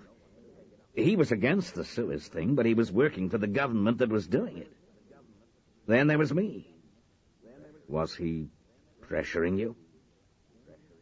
Yes. Yes, after a time, that's what he was doing. Pleading with me to try it. Saying I just couldn't understand it if I hadn't done it. That he knew I was fond of him, and that it was natural to go to bed with him, if only to please him. All of it was true in a way, or true for him. I was so sorry for him. I was really torn apart. That's how the situation was the day he died. He jumped up, his face gleaming with sweat. "I need a drink." He scooped up his grandchild from the sandpit and went into the house. I remained on the seat in the sun for a minute or two before following him. He was holding the child effortlessly on his shoulder and pouring himself a drink. "Want one?" I nodded. He poured from a bottle of bourbon and handed me the glass. The little girl on his shoulder started whimpering, made restless by his restlessness, and he put her on the floor. Then he fetched her a soft toy, gave it to her tenderly, and stood watching her for a bit. I wished I had a grandchild I was as familiar with and as good with. While she was playing away happily and crawling around the floor with her bear, he gestured towards two armchairs at the shady end of the sitting room.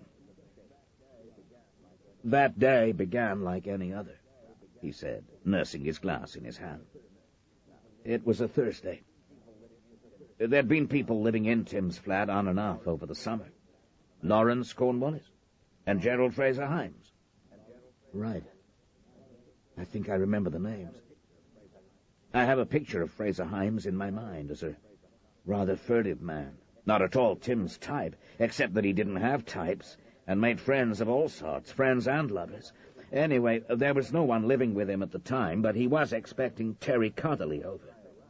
Soon after I arrived, mid-morning, Terry phoned to say his mother was ill and he wouldn't be coming, so we were alone for the day. How did Tim come to have a free day? He'd been working practically 24 hours a day for 2 weeks, including the previous weekend. Nearly everybody at the Foreign Office had been, he told me. Tim said he'd been given the day off because they didn't trust him, and they were planning something really underhand. but I think he was partly joking. So we went, as we often did, to Hyde Park. And we talked. What about? Oh, Suez, of course. Being given this day off made Tim think they didn't consider him reliable. Not just because he was against it. Lots of people in the FO were that. But because he was a homosexual. It didn't actually worry him very much. He was intending to resign, but he did want to talk about it. Oh, then we got off that subject and talked about this trust thing that Tim was going to work for. But all the time, I was conscious of pressure. On him or on you? On me? Well, both, really. Tim was under intense pressure. I'd never known him so tense, and walking with me in the park was a way of letting it escape, relaxing, refreshing himself. But pressure on me, too. He had me to himself, and he was going to use the opportunity. On the walk, it was mainly a matter of little physical things, taking my hand, putting his arm around my waist, all very brief, because, of course, though it was November, there were other people around, and also because he knew it embarrassed me. But it all amounted to pressure on me. I felt so sorry for him. And what did you do next? We went back to the flat. Tim cooked something light for lunch, scrambled eggs, omelette, something like that. The wireless was on, I remember. A record request show on the light program with a lot of soupy love songs. Tim was relaxing, becoming so happy in my company. I knew I did him good just by being around. I could feel myself slipping into going to bed with him. I don't think I really knew what. So far, there'd never been anything more than little things, the sort of things Tim had gone in for on the walk that day. If he'd tried anything more, I'd pushed him away, and that had been enough. I was very naive. I don't think I'd sorted out in my mind what I'd let him do and what I wouldn't. All I knew was I couldn't hold him off any longer like I had been doing. Did Tim realize this? I think so. He looked at me straight, with a sharp glint in his eyes. I was glad to see he could discuss the matter without going all shamefaced. He was a grown-up person now. Tim didn't always get people right, he said. He was too nice, too hopeful. But about bed, he was very sharp. He was terribly happy over lunch, radiated it. Then he cleaned the plates away. I went on sitting there. Suddenly I felt his hands on my shoulders and down the front of my body. I thought, this is it. And I let myself be taken into the bedroom and undressed. I don't think I ever saw Tim so happy. Andy Forbes took a big swig of his bourbon and stood up, walking around the room, playing for a moment with Emma. What bothered him, I suspected, was his own violence, not his sexual encounter with Tim. When he came back, he was calmer. You won't want a description of what happened next. At any rate, I'm not going to give you one. I don't think I know any longer what my feelings were, whether I liked it, whether I hated it. It's been blotted out by what happened later. I know we were in bed for 2 hours or more, and that Tim was ecstatic, even when he was just holding me. He told me, and I could see it, feel it. Eventually we got up, talked about other things, walked to Victoria Station to buy some cigarettes, did a lot of very trivial and normal things. We came home, listened to the news. There'd been a tremendous uproar in the House of Commons that day, and all this time, when I was apparently behaving normally, something was building up in me, and Tim didn't know it, didn't even sense it. What was it? Revulsion? No, not that. I don't think it was that. But it may have been a sort of resentment. I think it began when I lay there with him in bed. I thought, this is it. I've done it. I've crossed the river of no return. That's what it felt like. And the next thing I thought was, he pressured me into it. It wasn't my will, it was his. I think I did love Tim, in a way. But it wasn't that way. It was his personality, his style, his funniness. He was lovable. But I felt he'd used that, consciously. Used it to make me do something I didn't want to do. That's why I felt resentment. Did you feel cut off, in a way? He nodded vigorously. Yes, that's what I did feel. All the time we were making love, it was there, festering up inside me. This feeling that it was he who had made the choice for me and that now I was somehow a part. I began thinking of my family. You may think that's pretty pathetic in a man of, 24? But I'd always respected my mum and my dad, accepted what they believed in. I wasn't someone then who thought things through for himself. They were decent people. And I tried to imagine myself going home to them and saying, look, I'm homosexual, and I'm sleeping with this guy whose father's in the cabinet. It was just fantastic. Impossible. Yes, I know it's something a lot of people have done, especially these last years. But I couldn't have done it. Couldn't have told them. And if I couldn't tell them, what did that say about what I'd just been doing with Tim? All this is bloody naive, I know. Not at all, I said. It's probably how I'd have felt, too, at that age. Then, just before we had dinner, there was this phone call from Terry Cotterley. A new idea for this pressure group he and Tim were setting up. And I sat there listening to Tim talking, and I thought, this is me, this is my future. A special case, someone who people snigger about in pubs, someone who has to press for what he does to be made legal, a minority. It was as if at a stroke I'd been cut off, was adrift, someone a bit apart from everyone else, friends, family, because what he does is different.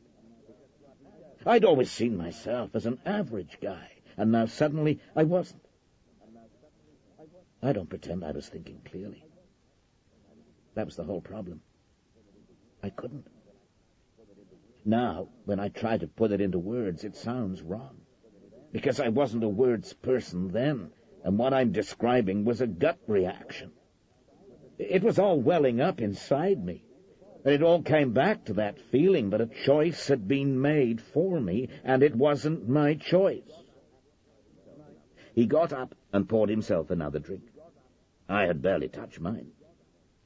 The next bit is even more difficult to explain. The fight? It wasn't a fight. He didn't resist. I beat him up. He came over and sat down again, looking bleakly back through a long time tunnel.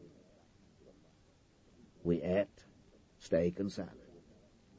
We washed up. I went and sat down in one of the armchairs.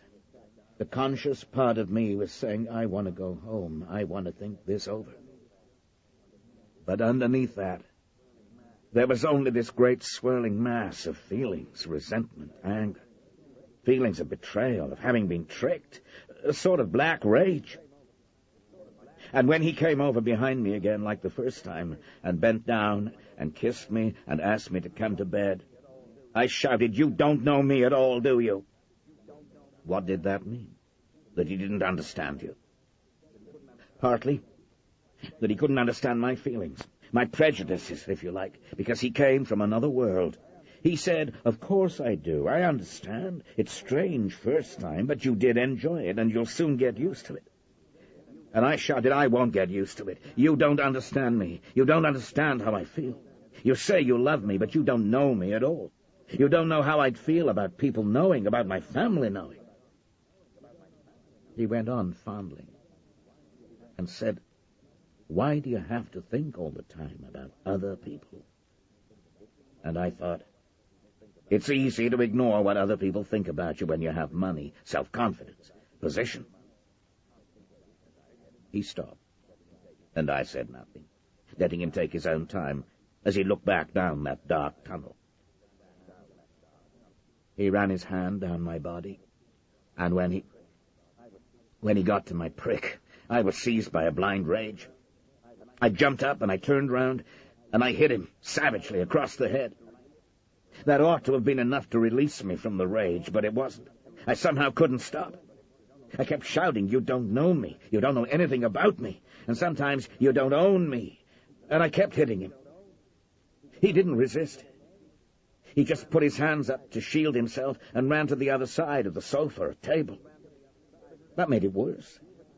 It was as if somehow he was saying he was better than me and had higher standards. I feel so ashamed I can hardly explain it even now. I caught him near the cabinet by the door, and I banged his head against it. A vase thing fell off it and smashed to the floor. I looked at him, and he was bleeding, and his legs were crumpling up. He looked at me as if to ask, why? And then he collapsed to the floor, stretched out face down. I looked down at him. The picture of him lying there bleeding is on my mind like a snapshot. It comes to me in the night, and I wake sweating. How did you feel then? I don't know. Not ashamed. Angry. With this self-righteous feeling that he'd asked for it. What did you do? That's the horrible thing. Nothing. I did nothing to help. I just turned tail and banged out of the door, down the stairs and out. And you never saw him again?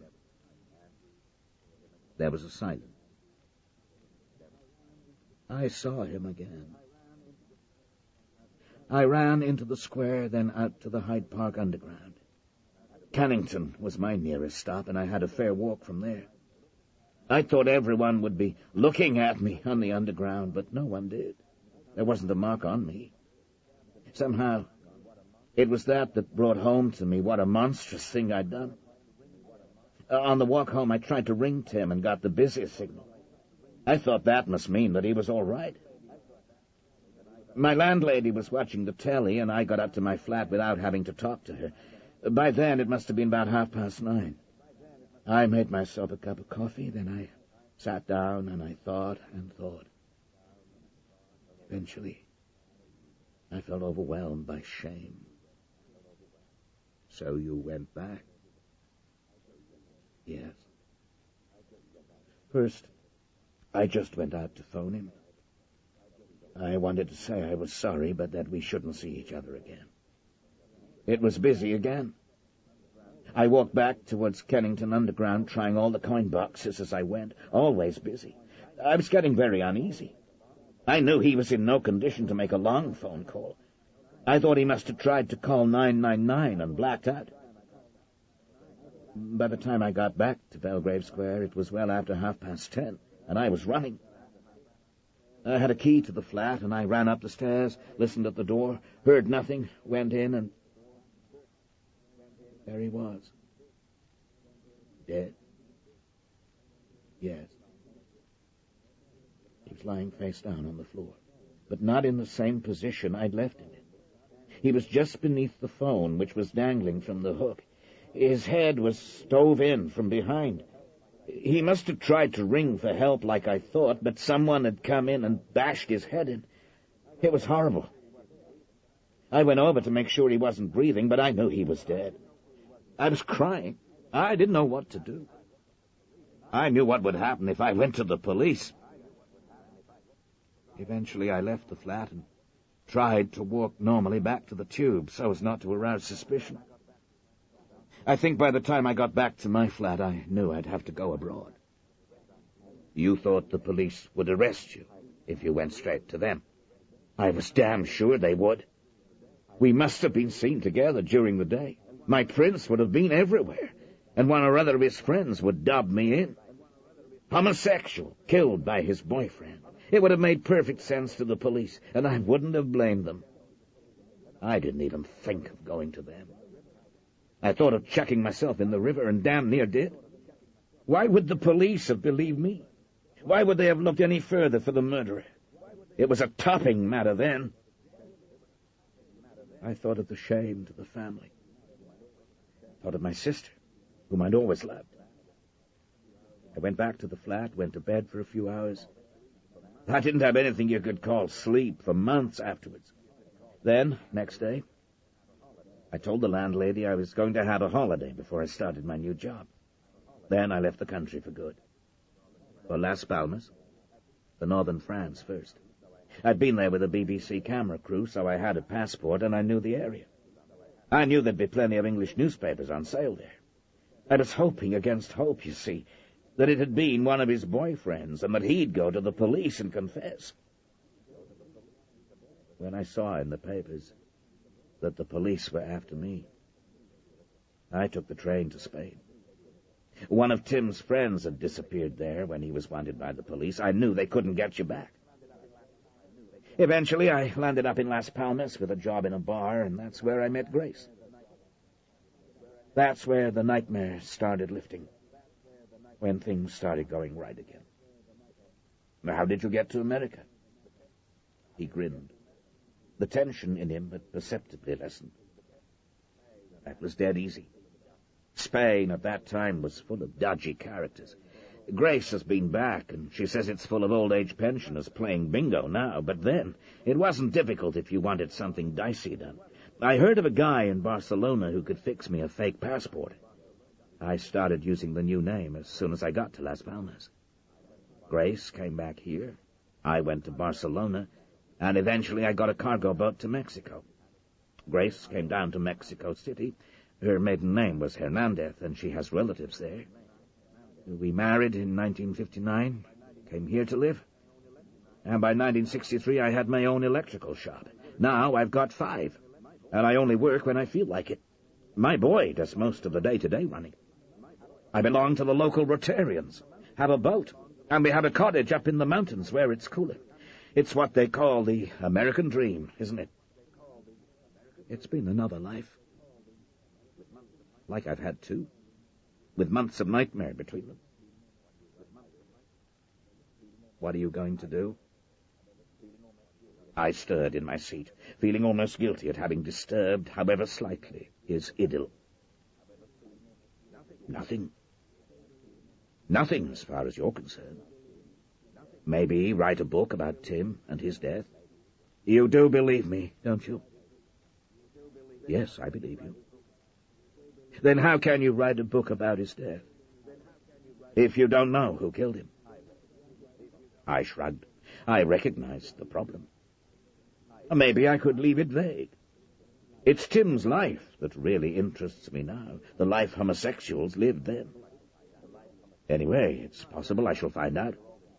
It's not very likely after all this time. He had got up and was standing by the window now, glass in hand, looking at his granddaughter.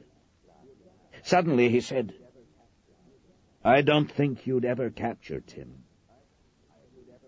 No, I agreed sadly. Not his special quality. His distinction. No. He had something that set him apart, made him unique. I didn't kill him, but sometimes it feels as if I did. I know I killed something that night. What do you mean? I think I mean that if Tim had lived, he would never have been the same afterwards. He not only loved me, he trusted me. He was sure he knew what kind of a person I was. He was wrong. I killed that trust, that belief in people. And that's why it's right that I should always feel guilty. I was just about to ask him a question when we were interrupted by sounds from the front door. As I got to my feet, 2 boisterous children ran in, followed by a handsome, buxom woman, grey-haired, smiling, dressed in the sort of smart but casual way a woman would choose who was taking young children to a funfair. "Sorry, Frank. Didn't know you had anyone here. I'd have reined them in a bit if I'd known. Grace, this is Peter Proctor, who's here from England on business." As I went to shake her hand, I caught a nod from Andy and a brief smile of contentment from his wife, 2 tiny signs from people clearly as close as it's possible to be. The nod told me that Grace had known about my threatened visit, and that she now knew that things were all right. The next few minutes were all bedlam. "Grandad, we went on the Big Dipper. Grandad, I won this doll. Grandad, I was sick. All the kinds of thing that children who've had fun at a fair say the world over. I wished again that I had grandchildren I could be as close to and relaxed with. Perhaps one day Fiona or Christopher would have children and live nearby. At moments of quiet, Grace Andrews pressed me to stay for lunch. I was tempted to. The scene was so warm, and she herself seemed so genuinely friendly and sympathetic. But I knew that between Andy and me there was always going to be a tension, for the only thing that had brought us together was, for him, a shameful, guilty memory. I didn't know how much they saw of their grandchildren, and I didn't want to cast a cloud over their day. I pleaded a previous engagement, and said goodbye to Grace with regret. Andy called me a taxi and saw me to the door.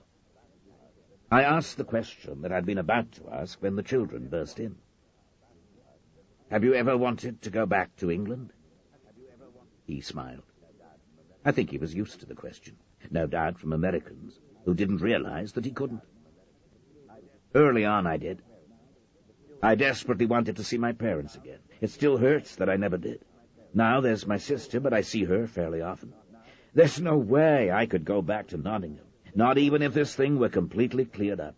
It would be an embarrassment all round. If my book named The Real Murderer, I began, but he shrugged. It's not an issue. What would I do? Go round all the old places I knew, see how they'd changed? I hear you're knee-deep in litter if you walk down Oxford Street these days. I believe it is bad. Only tourists go there. Well, that's what I'd be. A tourist. No, thanks. I'm not an Englishman any longer. Everything I want is here. But good luck all the same. Tim deserves the truth. I hope you find it out. I went out to the taxi, with the sound of children's laughter from the garden gladdening my ears. The 5 days I spent with Reggie and his family when I got back to Los Angeles, I thoroughly enjoyed. I played the grandfatherly role up to the hilt, while consenting to be led around the sights of that deplorable city. I allowed myself to be dragged to the opera on one of the evenings, and the clothes I saw then will remain with me for the rest of my life. I have to admit, though, disgraceful as it may sound, that one part of me, determinedly kept down, was itching to return home and take up the case again. Perhaps this would not have been so if there had been any prospect of Reggie and his family coming to live in Britain, and my having a real relationship with my misnamed grandson. But when I brought the matter up, Reggie just laughed. The only slight consolation was that there is a prospect of his moving to his company's offices in San Francisco. I've been to San Francisco, and know it would provide a better atmosphere for little Howard to grow up in. But either way, it seems to me that my acquaintanceship with him is going to be spasmodic. So I tried to make the most of those few days, and I have to admit to having a good time. But all the while, something in me was wondering whether anything had come up in Britain, whether Elspeth or Sutcliffe had left messages about important discoveries. I have no excuse. The idea of hastening home to investigate a 35-year-old murder is patently absurd. Yet I have to be honest and admit to twinges that I knew were an impatience to be back in London. I stopped over in New York and had dinner with a literary agent who was politely sceptical about the chances of my memoirs on the American market. He gave the impression throughout of wishing he were elsewhere. However, when, over pudding, I mentioned the possibility of a book on Timothy's murder, there were slight twitches of the antennae. There's an aristocratic connection, is there? Isn't Belgravia that classy area behind Buckingham Palace? Political dirt is always popular. Though heterosex would have been better than homosex, still. Really, it was quite sordid, or simply amusing. I can't decide which. But the nature of the agent's interest made me see the danger that I might write the right book for the wrong reason. That would indeed be the greatest treason. I got back to Heathrow in the evening and took a taxi to Barkiston Gardens. I had a splendid, gossipy reunion with Jeremy over the first really good food I'd eaten for some time. He let me go on endlessly about my grandchild, and when I trailed to a stop, I let him go on about city views of the state of the economy, a topic which is now infinitely tedious to me, and which I seem to have been hearing about all my life, whichever party is in power. I actually got the impression that Jeremy himself is beginning to be bored with it, which is a hopeful sign. People who make money the be-all and end-all of their lives are always punished for it by being exceptionally boring individuals whose company palls after 10 minutes and repels after half an hour. I hoped for better things from Jeremy.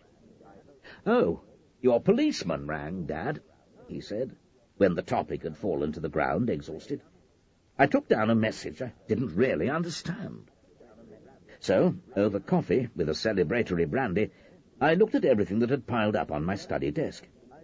Elspeth had put her material in 2 separate bundles, and the memoirs bundle, which I didn't look at, was very large, while the Timothy Wickliffe bundle was small, and seemed of meagre interest. Most of the letters were pretty dull, too, except for 2 of them. There was an official-looking communication, which amounted to a barely veiled threat from Gerald Fraser Heinz solicitors. If I brought up their client's name in any connection with Timothy Wickliffe or his death, their client would be compelled, and so on.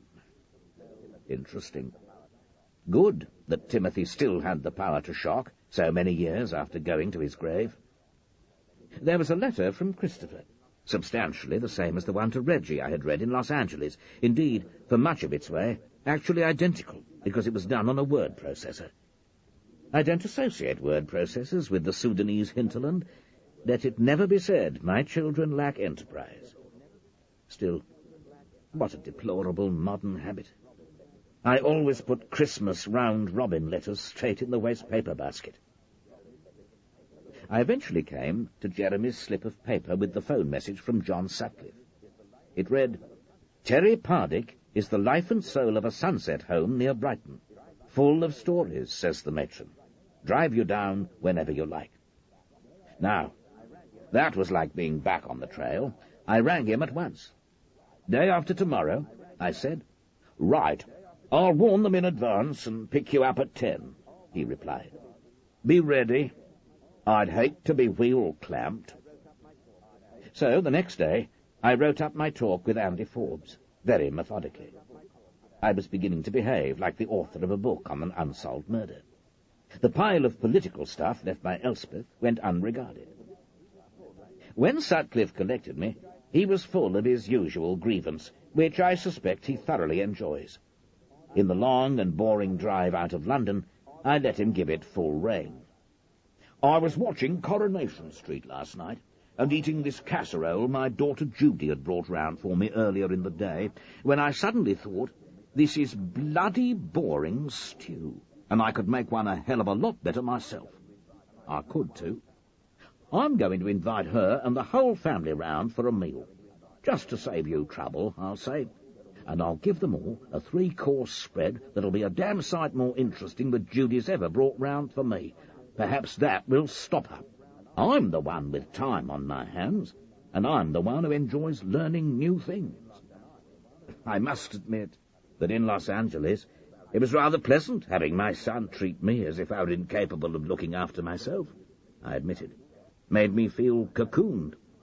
"That's because you don't have it all the time, and because you're used to being cocooned as a minister. I'm not.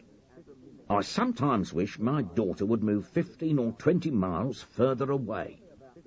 Now, tell me about this Andy Forbes."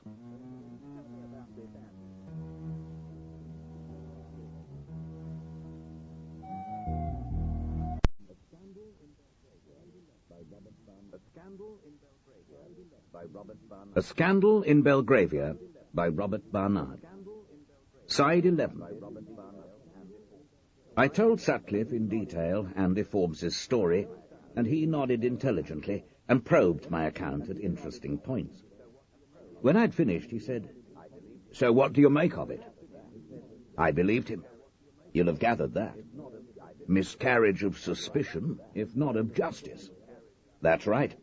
Though the suspicion was perfectly understandable and doesn't reflect badly on the police at the time. When I say I believed him, I should say, too, that I don't think he entirely understood himself and his motives. Not then, and not even now. I think there was a social element. Them, with the money and power, us ordinary working blokes, and he's reluctant to admit to it out of a sort of loyalty to Tim's memory. And then there's his feeling that a choice had been made for him. I think he must have enjoyed himself in bed with Timothy, loved him sexually more than he acknowledges. Otherwise, he could surely have viewed it as an episode rather than a turning point. I think these two things added to those black feelings that he said welled up inside him and contributed to the ferocity of the attack. But yes, I do think Andy Forbes is basically an honest person, and an open and generous one. And I do think he's telling the truth. So, what we are looking for, said Sutcliffe, is someone who came round later and found him like that. Yes. And finished him off.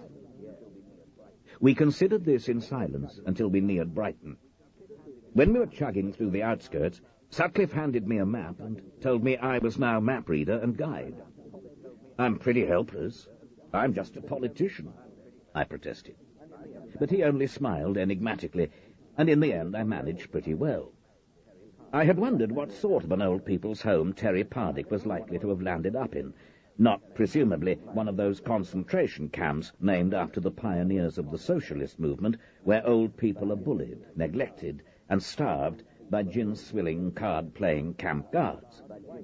In the event, it turned out to be a large white house in a leafy suburb, with a conservatory and an open porch that caught the sun and was obviously used for sitting out on fine days. One way or another, Terry Pardick seemed to have done pretty well for himself. It looked like comfort, if not luxury.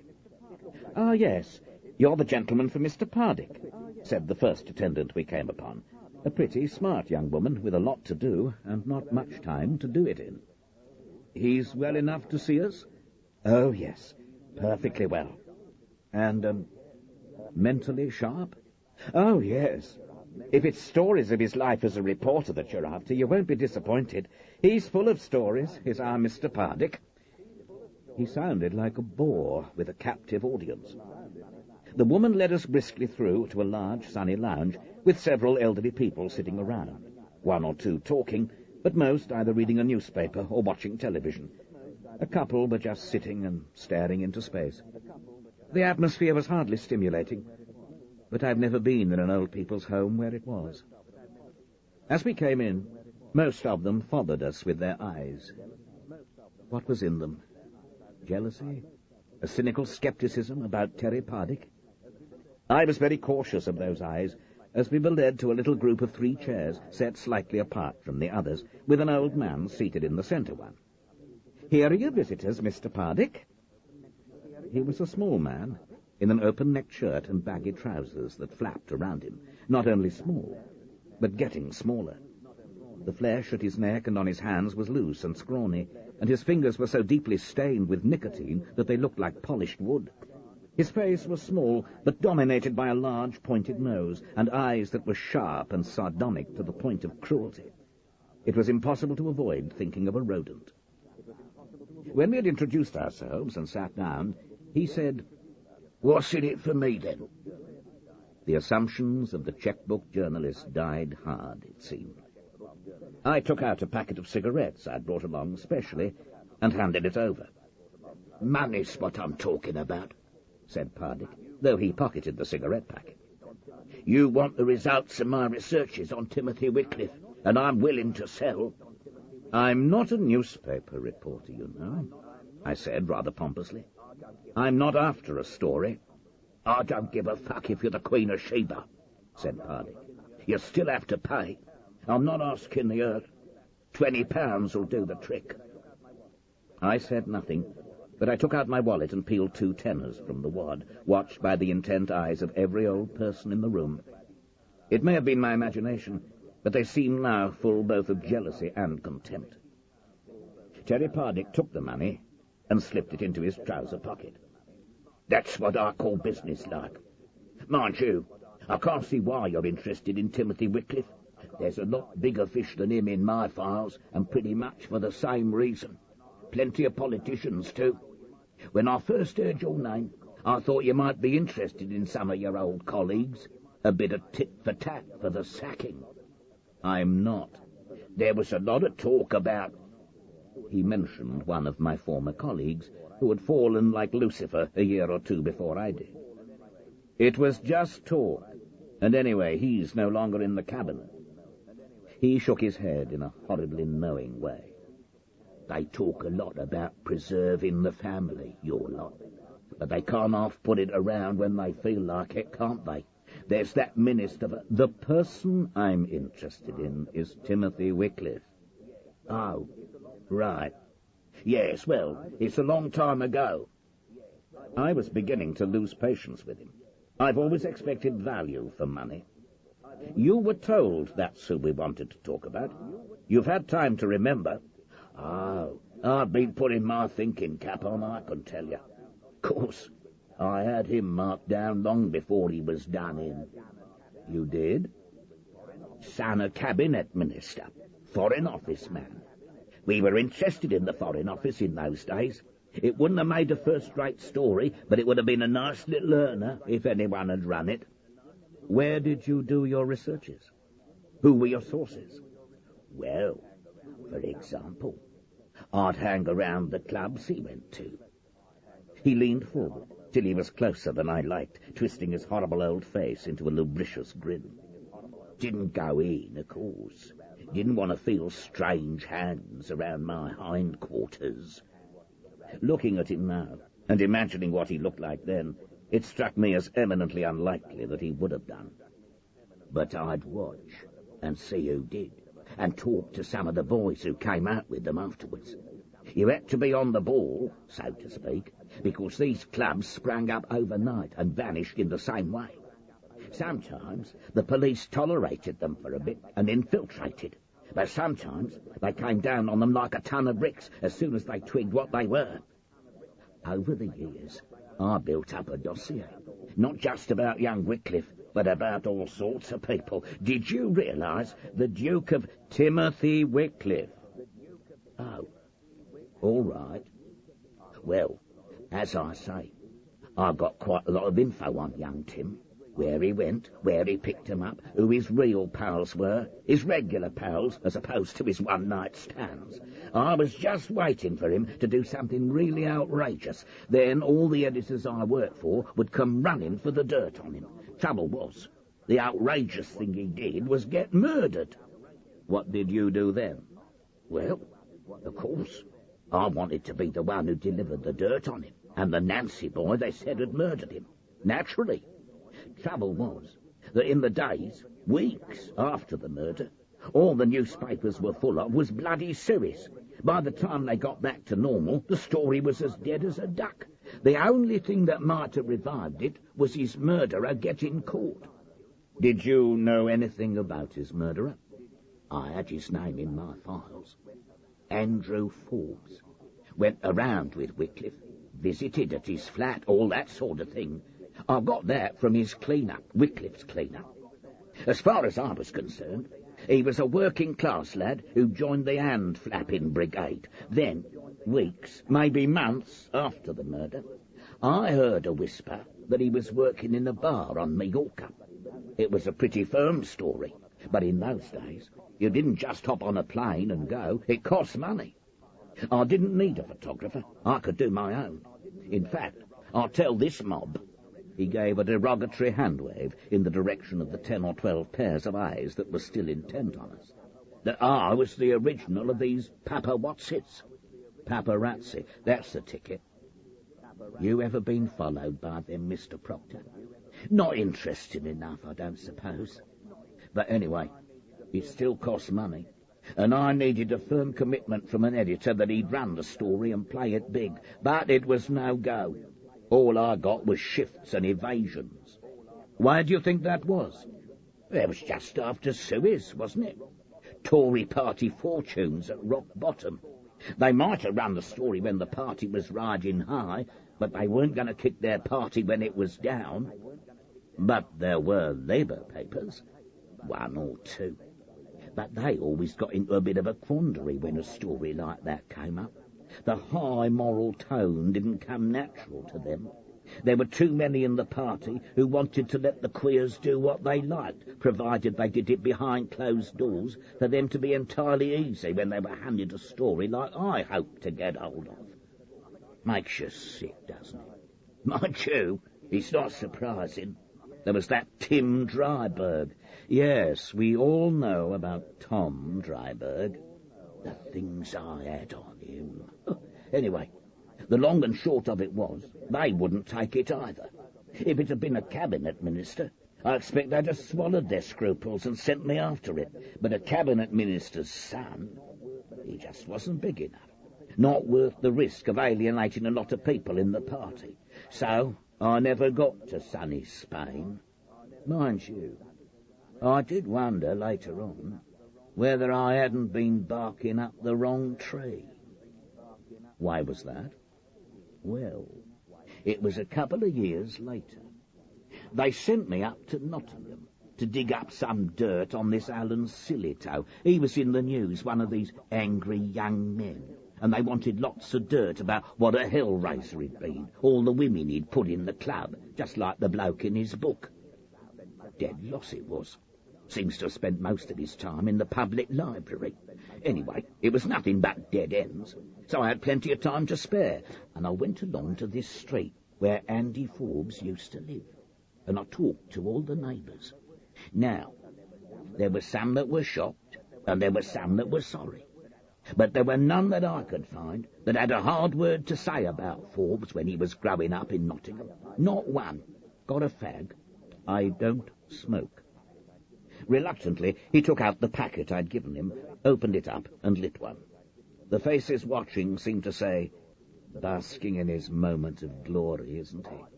Well, I thought that was odd, and eventually I knocked at his parents' home, and when his old man came to the door, I put my foot in it and made sure I got all my questions answered.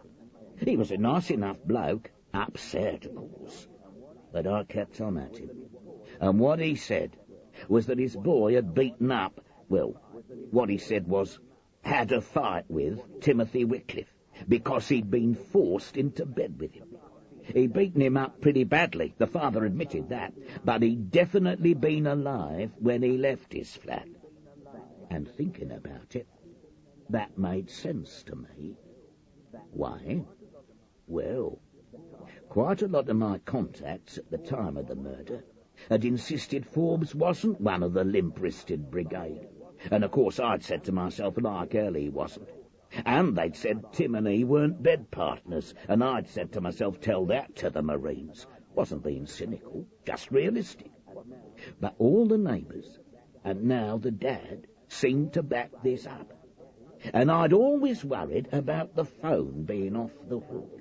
I just couldn't see your Nancy friend trying to telephone in the middle of the fight.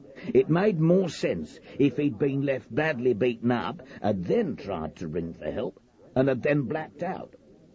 Yes, I agree.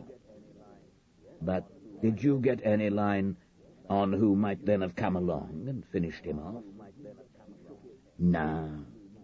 He shook his head regretfully. Could have been anyone, couldn't it? Any of his pals, for instance. Unbalanced, most of that lot. Get mad with jealousy. They're all either on a mad high or a mad low. Mind you, I didn't try very hard to find out. That was a story there was no hope of resurrecting. But you think someone just happened to come along and took advantage of Tim's situation? No, I don't. I think that would be too much of a coincidence. I think it was whoever he rang. But because I'll tell you this, one thing a homosexual who'd been attacked by his boyfriend would not do in 1956 is ring the police. And I don't believe he'd ring ambulance either. I think he rang someone for help, and that was the help he got. On the road back to London, Sutcliffe and I discussed and laughed about the man we had just talked to. One of the things I remember about my really important cases, said Sutcliffe, a reminiscent expression on his face, is that the men covering the case for Fleet Street, as it was then, Always turned out to be so much more dislikable than the criminal when we caught him. Terry is at the grubbier end of the spectrum for the sort of men I had to do with then. He is the pits, I agreed. And don't his attitudes really take you back? Maybe. I can see why you'd think that. But you've been cut off all those years you've been a minister. In fact, you could hear the same in any East End pub today. Pardick has that dirty-minded relish that you always get at the lower end of the tabloid press. And that press knows its audience. I suppose so. Depressing thought. And yet... I looked at him meaningfully to see if he agreed with me. What he said made sense, said Sutcliffe, nodding. He was on to the innocence of Andy Forbes, which I take it is the assumption that we're working on. So far as we know, no one else at the time had got there.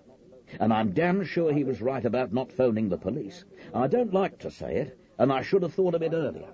But we were the last people any homosexual in the 50s would put himself in the hands of voluntarily. Absolutely. The point about not ringing for an ambulance is more dubious, though, isn't it? Not necessarily. The medical authorities could have felt duty-bound to inform the police about what had been a serious attack. He was also the sort of person who would have used private medicine anyway, isn't he?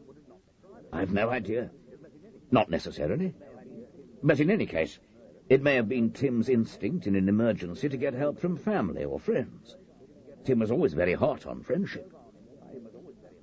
We drove on in silence for some time, and then I said, I need to find a way to talk to Tim's brother. We tossed this to and fro, wondering how best to manage it. But Sutcliffe's experience was mainly of turning up on a doorstep, flashing his ID, and then asking questions. Clearly something else was needed here. But I was hampered by knowing nothing about Tim's brother, beyond the fact, gleaned from Marjorie's way of speaking about him, that he is still alive. When I got back home, I tried to ring Marjorie, intending a bit of tactically vague questioning. But there was no reply. I sat thinking for a bit, and then got to work with Burke's Peerage and Who's Who.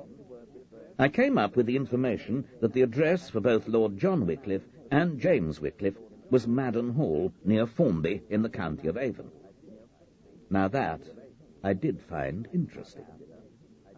Tonight, over dinner, I talked it over with Jeremy. He was in favour of my using my old ministerial clout to barge straight in on them and ask my questions. I think he would rather have liked to come along to this bearding of father and son. He's getting quite involved in the matter, though in a much more light-hearted way. I told him I felt that would be counterproductive. Jeremy thought there would have to be some sort of trick to get the son out of the way so that I could talk to Lord John. I had to agree that getting to talk to Tim's father alone might well present a problem. But I pointed out that even if James were got out of the way, there was still presumably the wife, who I gathered was the more formidable of the pair. Ways of getting both out of the way and leaving me in the house did not present themselves readily. "Who is James Wickliffe, anyway?" asked Jeremy. "I mean, what is he? What's his claim to fame?" "He's been Lord Lieutenant of Avon," I answered. "Otherwise he's described as farmer.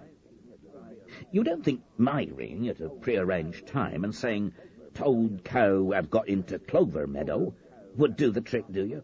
asked Jeremy, his mock rural accent gloriously bad. "No, I don't. I think he must have scraped into Who's Who by a combination of his birth, his Lord Lieutenancy, and his being a very big farmer indeed. So I don't see him being the sort who drags on his wellies and stumps out after stray cows, let alone one who takes his lady wife along with him. But thanks for the thought. As for the accent, don't ring us." So tonight I'm left pondering, without any firm plan, but with the strongest possible desire to get to see Tim's other surviving relatives. 3 days after I wrote the above, yesterday, I went down to Formby.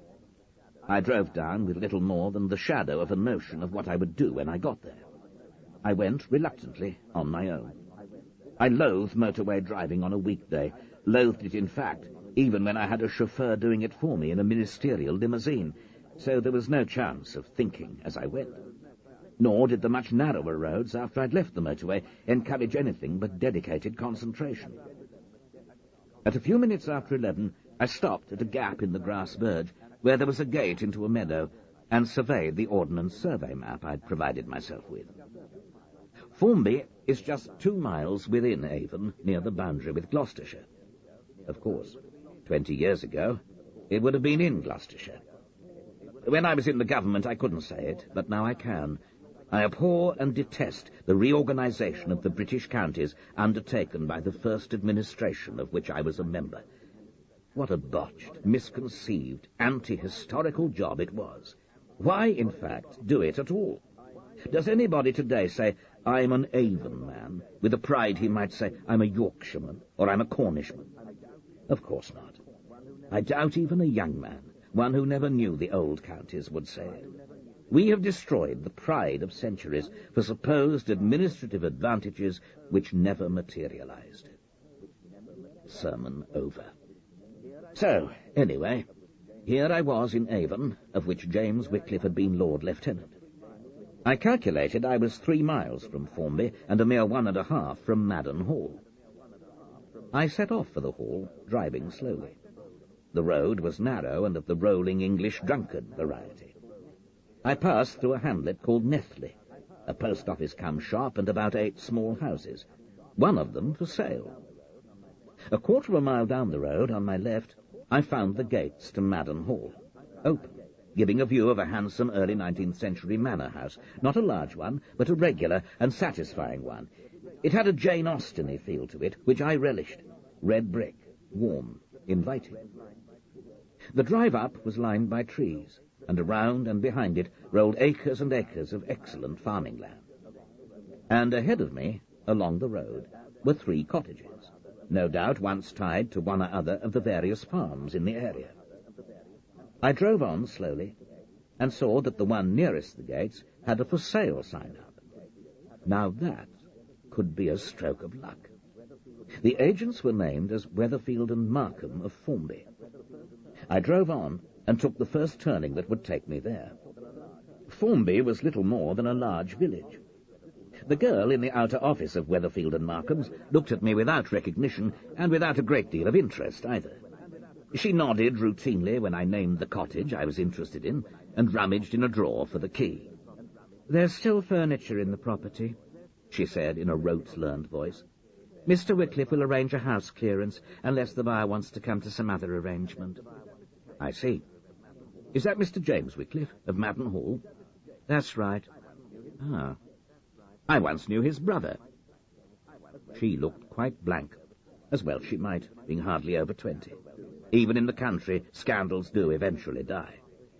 "Any questions or offers should come through us," she intoned, in the sort of voice better suited to making tuppence-off announcements in supermarkets. "Of course. I wouldn't dream of troubling Mr. Wickliffe," I lied. I told her I would have lunch before I went to view the cottage, and asked where I might go. She said, "There's the plough," rather in the manner of someone behind the counter of a Soviet food store reciting the one sort of sausage they had in stock. So, the plough it was, and it seemed warm and comfortable enough, with a real fire going and a few early lunchtime drinkers. It would probably have been safer to order a sandwich, but, to get on the landlord's good side, I ordered steak and kidney pie, with chips, naturally, and a pint of his best bitter. "I'm on my way to look over a cottage out near Nethley." "Oh, boy. Would that be old Mr. Derham's as was?" "I'm not sure. Belongs to Mr. James Wickliffe, I gather." "That'll be it. It's all Mr. James's now, or it is in effect. Very nice gentleman, is Mr. James." There seemed to be an as opposed to implied here, so I crinkled up my forehead as if in thought and said, "I have a feeling my late wife knew his wife." "Ah," said the landlord, and tapped his nose. "Different kettle of fish entirely is Mrs. James, more than a touch of the tartar. A fair woman, mind you, but likes her own way. You take my advice if you buy the cottage. You keep on the right side of her." Haven't I seen you before somewhere? Not round here. You could have seen me on the television. Ah, that'd be it. It's always on in the back of the bar. I only see it with half an eye. That's much the best way to see it. He showed a rare and commendable lack of curiosity about what I did when I appeared on the box. I could have been a glove puppeteer for all he cared. I took my plate of steak and kidney and chips to a table in a corner and read a paper while I forked it in. It was about what one would expect in a pub which had no competition in the provision of lunches in its village. I got the landlord to put an extra half-pint in my glass, but he was too busy to talk. Then I was ready to drive back to Madden Hall. I parked outside the cottage and made the ritual tour of inspection. It was conservatively furnished, a little dark, as cottages always are, but well equipped, and, until recently, I guessed, lovingly cared for. The garden, too, had been weeded and tidied not so long before. I wondered idly whether a country cottage might not be a good idea. I could write here, come for weekends, potter around in the garden. I wondered whether Jeremy would come. Probably. But I'd always be thinking he'd prefer to be in London, with friends of his own age. The inspection over, I locked the place up, reversed the car up the road, then turned into the gates of Madden Hall and drove up the handsome tree-lined approach to the house. Childe Roland to the dark tower came, though the only ghost that might be watching my approach was the ghost of Timothy Wickliffe. I paused for a moment as I got out of the car and surveyed the well-kept lawns, the few but meticulously weeded flower beds, and the lush acreage stretching into the distance, dotted with farms and with barns, hen-runs, and piggeries. Then I walked up to the entrance and rang the bell. Yes? It was a daily woman who opened the door, aproned, with a duster in her hand. My name is Proctor, and I was wondering if Mr. or Mrs. What is it, Mary? The voice was well-bred, confident, unimaginative. I looked past the daily woman at the figure who now came into the oak-lined entrance hall. Unmistakably, this was Mrs. Wickliffe. She was tall, with an indisputable air of command. There was no ostentation about her. She was simply dressed in a jumper and skirt of the kind that Anne often sported, and she wore no jewellery. Swine before pearls had presumably been the Wickliffe business motto. She had square shoulders and an erect stance, and she was, without question, a woman who expected and exacted deference. Mrs. Wickliffe, I said, smiling deferentially. I had had much practice. I don't think we've met, but I'm Proctor. Peter Proctor. Well, this is a surprise, and an honour, of course. Do come in. As I stepped over the threshold, I breathed a sigh of relief. Marjorie Knopfmeyer had not passed on my interest in Timothy Wickliffe. Otherwise, this woman, I felt sure, would be neither surprised nor welcoming. First hurdle over. I've just been looking at your cottage that's for sale, I explained. The girl at Weatherfield and Markham's told me it was yours, and I thought I should come over and pay my respects. Lord John, as he then was a minister when I first entered the Commons. Well, I'm most pleased you're interested in the cottage, and so will James be. The tone was distinctly warm, even genial. Do come through. Holiday home? That's right. Not just that, though. Place for getting down to my memoirs. James? Surprise guest. Peter Proctor. She had ushered me into a long, airy living room, pleasantly furnished with family pieces and rather dull pictures. James Wickliffe got up from the sofa, shook my hand with an expression of surprise, and we went through the ritual of greetings and explanations. He was a heavy, slightly florid man, with the kindly air of a person who knows he is not a great brain. He gave the impression of being someone who had never been his own master, and didn't much regret it. He had a dog at his feet, and he looked the type who would always have a dog somewhere in the vicinity. We were just going to have coffee, said Mrs. Wickliffe. I'm Caroline, by the way. You'll have some with us, won't you? Excuse me, I won't be too long. We don't have any staff to speak of any longer. Well, said James Wickliffe, settling down again into his sofa. This is a pleasant variation to the day's routine. Damn pleased you're interested in the cottage. Even if you're not, it was civil of you to drop in. Mind you, we don't have all that much to do with politics these days. Me neither. I'm a dead letter, like your father. I was telling your wife that he was a minister when I first went into the Commons.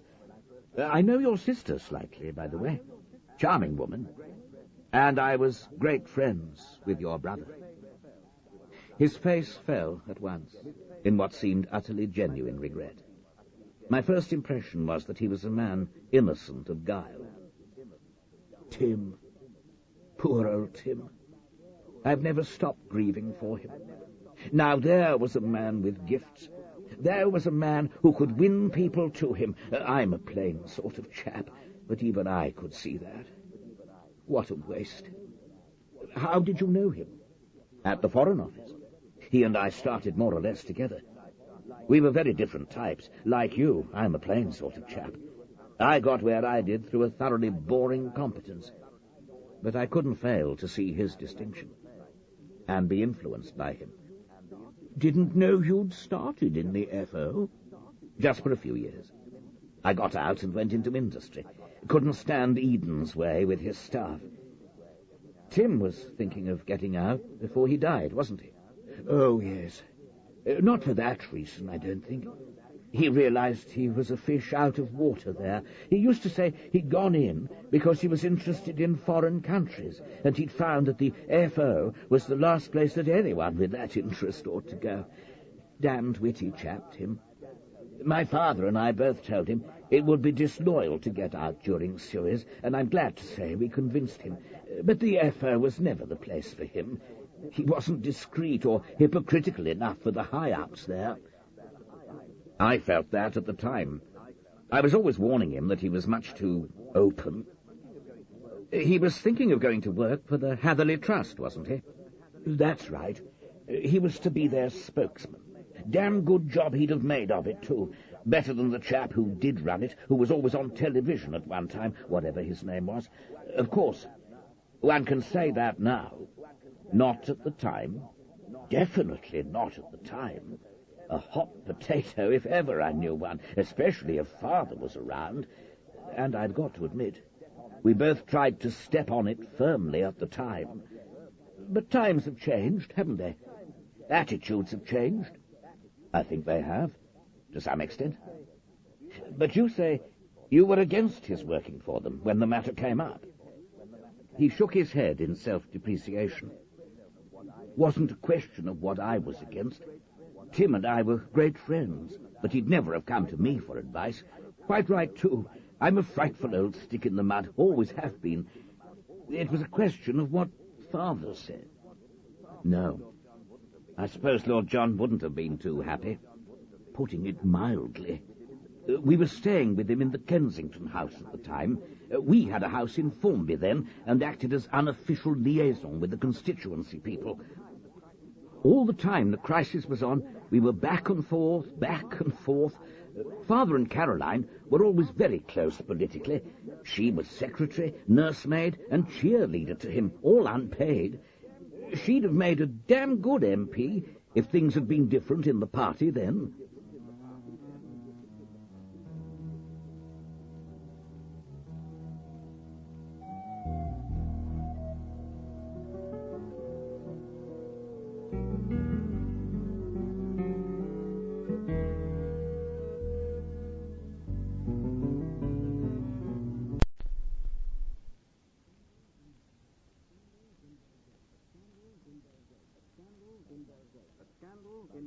A Scandal in Belgravia by Robert Barard. Side 12. Anyway, said James, I remember we were just congratulating ourselves on having persuaded Tim he shouldn't resign till after it was all over, when he dropped into a phone call to me just what he intended to do when he did resign. I'm not too bright, but I felt a bit uneasy about it. When I told Father, he hit the roof. What happened? Well, the trouble was, Tim didn't think Father was the person to give him advice either. I'm not altogether surprised. He seldom talked about him. They weren't close, were they? No, Tim was quite right. He was a free spirit, and he had to make his own decisions. But you couldn't expect Father to see it like that. There was a blistering telephone conversation the night before he died. The atmosphere in the house was positively crackling. Caroline and I were in the sitting room, and I tell you, we shivered. We couldn't hear what was said, but we could hear Father shouting. He could be tremendous at moments like that, terrifying. But of course, in the long run, it wouldn't have done any good. Tim would have gone his own way. Who would have gone his own way? Caroline Wickliffe had come in with a coffee pot and cups on a tray, and began setting out cups before us and pouring. Tim would, dear. We were talking about Tim. There was an immediate frosting in the atmosphere. What an unfortunate topic of conversation, when we have the good fortune to have a cabinet minister visit us. X, I said. I knew your brother-in-law well, Mrs. Wickliffe. As far as I'm concerned, the least said about Tim, the better, she said, her mouth in a hard, straight line. Damn it, Caroline, I loved Tim, protested her husband. I'm not going to have him talked about as if he should be swept away under the carpet. I was fond of Tim myself, said Caroline coldly. At least, when he wasn't being outrageous. I'd be the first to admit that he was wonderfully clever at talking me around. But in view of some of his activities, I don't think he's a suitable topic for social chit-chat. For God's sake, Caroline, your father was an admiral. Do you think that sort of thing isn't a matter of everyday occurrence in the Navy?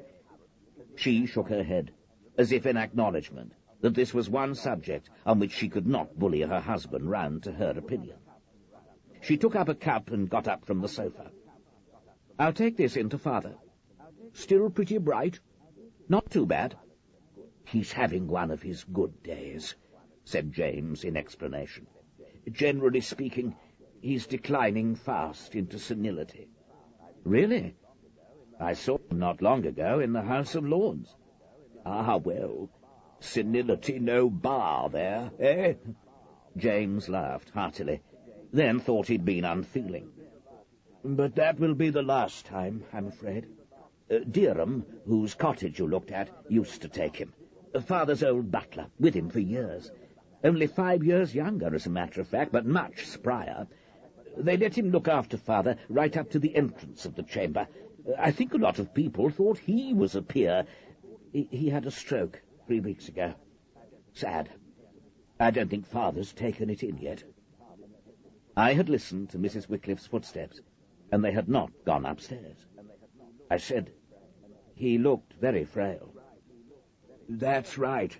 He has one of the drawing rooms down here as his room. He eats and sleeps there nowadays. It's a big burden on Caroline, though we get help now and then. Mind you, in some ways, it's a relief. Oh? Well, he's not looking over our shoulders the whole time. When he lost his seat in 1966, it was the end of the world for him. He was absolutely adrift, poor old man. He put all his energies into the running of this place, acquired more farms, spread himself, reformed work practices. The trouble was, he wasn't really very good at running a large farming business. Penny pinching, said Caroline, coming back and taking up her coffee. Sorry to say it about the old man, but that's the size of it. Penny pinching just doesn't do in farming, and it puts the local people's backs up. But Father never was awfully good with people, was he, Caro? He got his life peerage in 1973, Lord Edmonton. Nobody thinks of him as that there, and he often even forgets it himself. Still, it gave him a toehold on political life again. About that time, he made over Madden and all the estate to us, to avoid death duties. Always resented taxes, poor old Father. So we ran the place, but we always had him looking over our shoulders. Meanwhile, he stayed on here, practically alone with Derham, who lived in the cottage and was pretty much the last of the staff. A funny situation. They spent all day here together, quarrelling and getting on each other's nerves, but somehow needing each other. Rather like one of those modern plays, said Caroline surprisingly. We always encouraged him to be active in the Lords, to get him out of our hair. Caroline's a marvellous administrator, and I suppose I supply the human touch. Amiable old buffer. Anyway, eventually we had to move in. Derham couldn't look after him on his own anymore, let alone the place, which was going to rack and ruin. So we've been with him for some years now. But we've always felt him looking disapprovingly at practically everything we've done, at least until recently. You have a son to take over? Grandson. Son was in on computers at an early stage. Has Caro's brain, luckily. No interest in the place at all. But Ben, fortunately, has loved it from the moment he opened his eyes and started taking notice. He's here now, learning about the place from the field work upwards. Lovely to have him here. I've never understood, said Caroline, how it helps to learn the business of running a large estate to go out into the fields and hoe turnips. A course in accountancy would be more use, but I suppose he'll do that eventually. Ah, well, I'm old-fashioned, thank goodness. If that's what Ben wants, let him do it. He's a help with Father, too. I'd like to pay my respects to Lord John, Lord Edmonton. Before I go, I said. I don't think so, said Caroline quickly. Then she flushed at her rudeness. I'm sorry, but I always feel it's not kind to old people. It makes an exhibition of them. I mean, when they're a shadow of their former selves. Nonsense, Caroline. You know Father's tickled pink by anything connected with politics. He'll be immensely flattered that he's still remembered. No, I don't think it would be a good idea at all. Her head swung around. What on earth is that? Her eye had been caught by something through the window. She got up, and James and I rose from our seats with her. Parked just behind my own Volvo was a rather dirty old van with D. O'Connor, milkman, on the side. In the back was a large shape covered with a tarpaulin, and getting out of the driver's seat was Marjorie Knopfmeyer.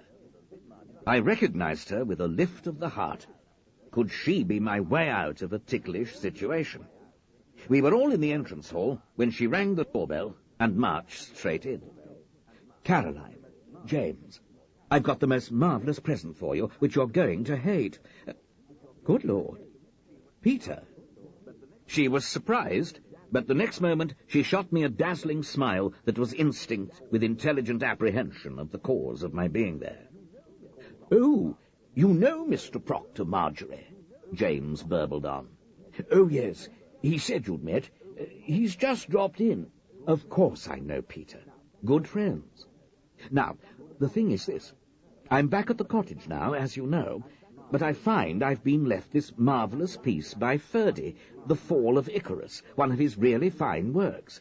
He sold it to a very rich lady, one of our Gloucester neighbours, and since she had no near relatives, she left it back to me in her will.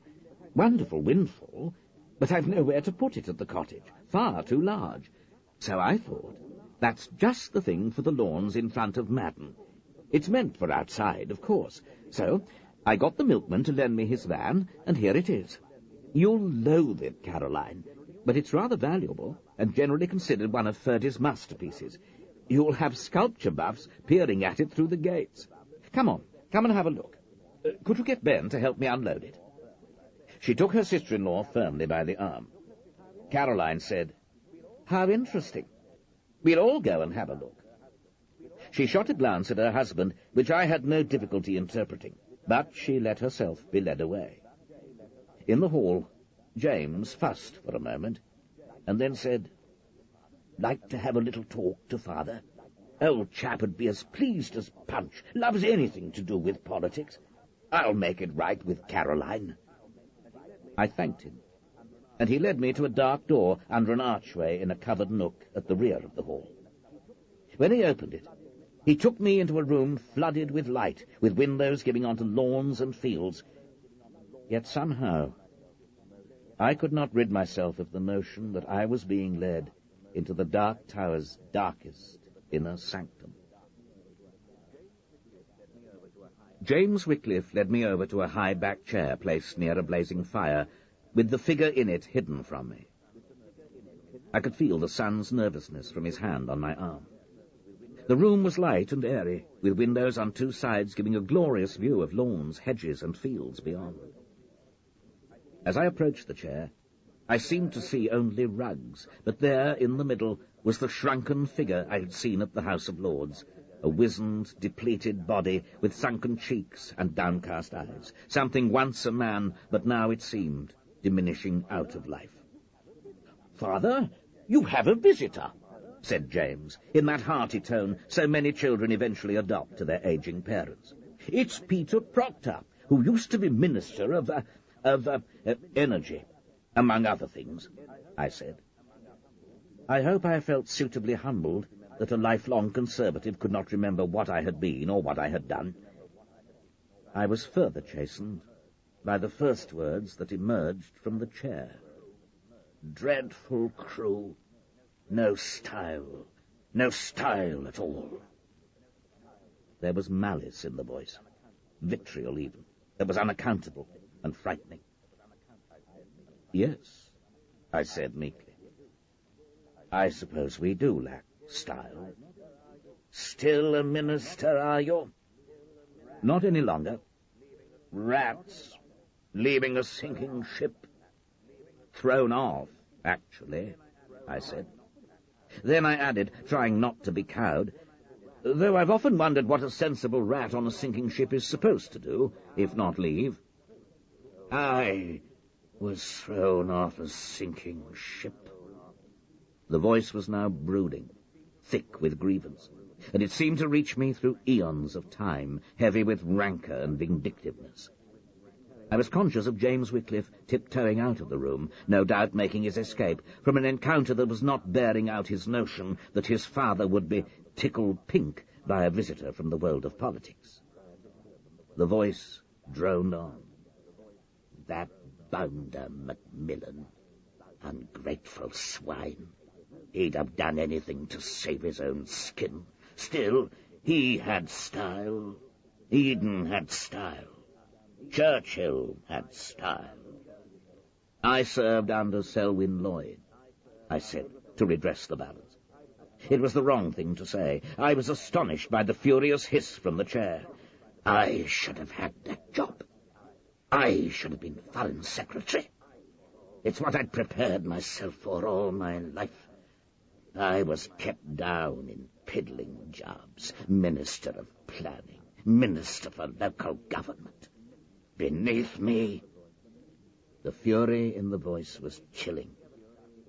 But then he seemed altogether to cast a chill on the warm, sunny room. The head withdrew itself within the blankets for a moment. The voice was more normal when he said, "You were in the Foreign Office?"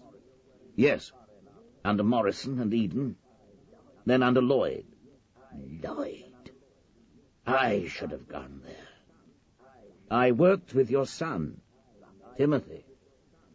"Rotten apple. No loyalty."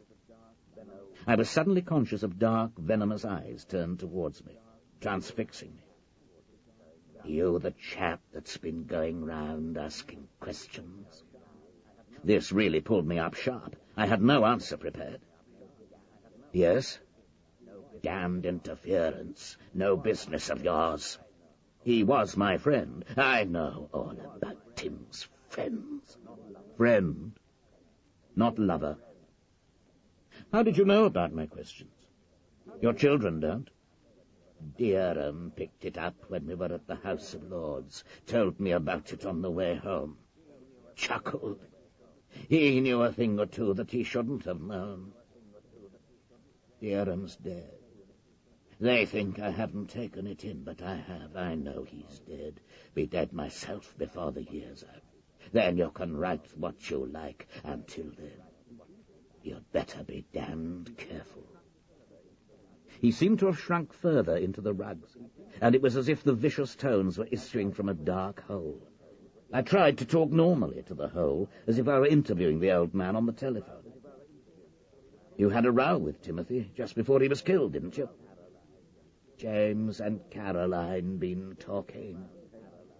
He pulled himself round painfully and looked at me. For the first time I saw full face and felt the vicious power of his eyes. I seemed to be shriveled by a rage and a resentment that had been preserved intact over the decades. They said nothing to the police. They are mediocrities, but loyal ones. Caroline has all her wits about her. You had a row about the job Tim was going to take, didn't you? Yes. You thought it would be bad publicity for you. Should have thought that was damned obvious. Every time he made a statement to the press, spoke on the wireless or television, if they'd let him on there, which I doubt, because they had different standards then, it would have been said, Mr. Timothy Wickliffe, son of the present Minister of Planning, son of the local government minister. It would have been ruinous. He should never have thought of it. The boy had no sense of loyalty. It was something Tim felt strongly about, something he thought was very important, more important than my career. That says something about his judgment, doesn't it? I didn't notice the laws had much effect on the way he lived his life, or most of his friends either. But he was willing to jeopardize everything because of his piffling little campaign for queers. Jeopardize your career, you mean? That's what I said. He was my son. It should have been important to him.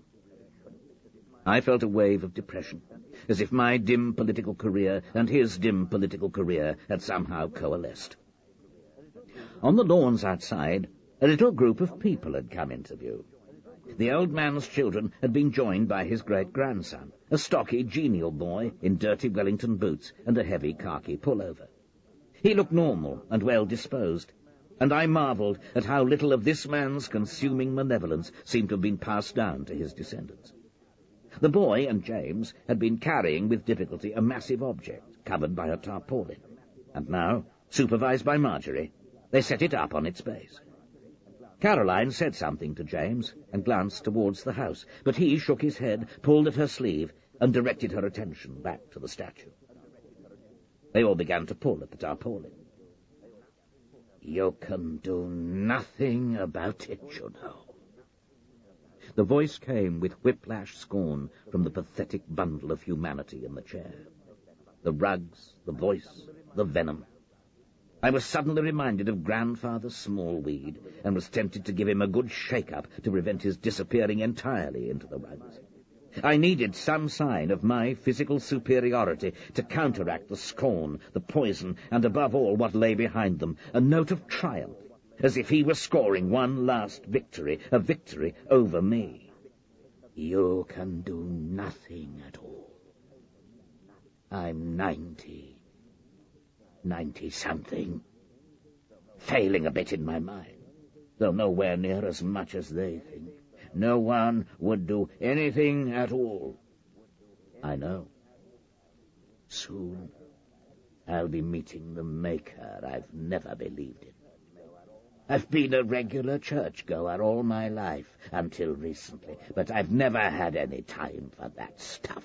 Such nonsense. Like a child clutching onto any old hand for security. We come from nothing, and we go to nothing. I don't give a damn for your questions.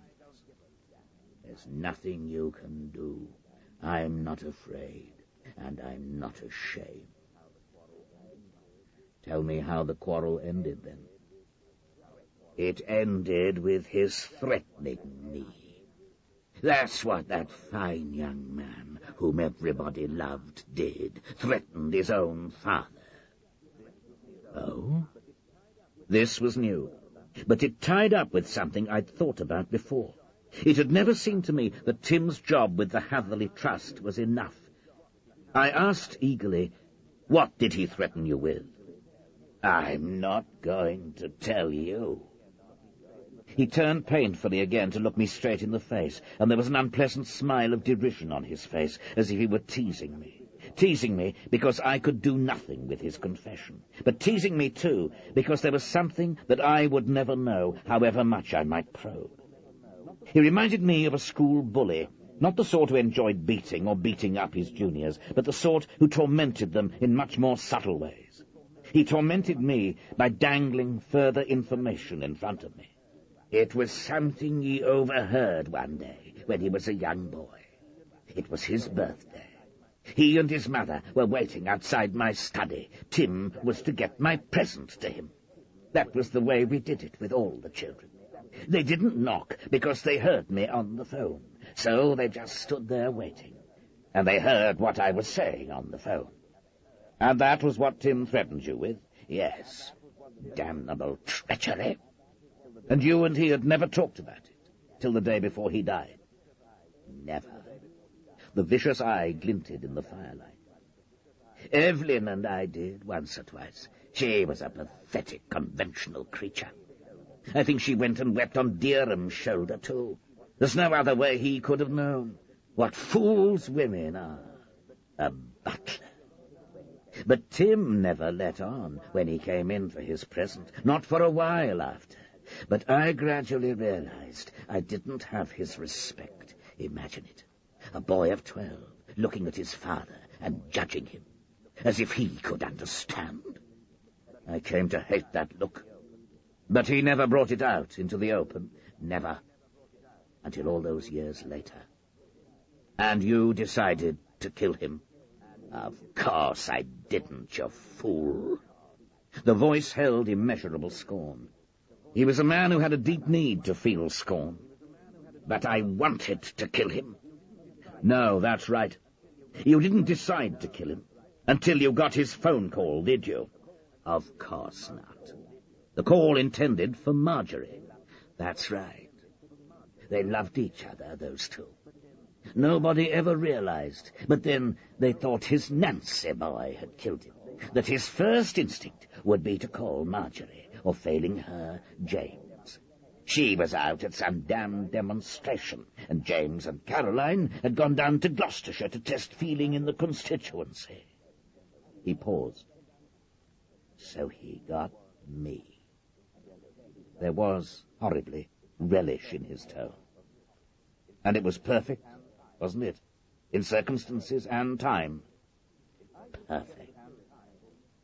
I used to get the Suez angle wrong, I said, keeping my voice normal, free of anger. I used to think the coincidence that it happened during Suez was the reason I and everybody else remembered so little about it. That was to get it the wrong way round.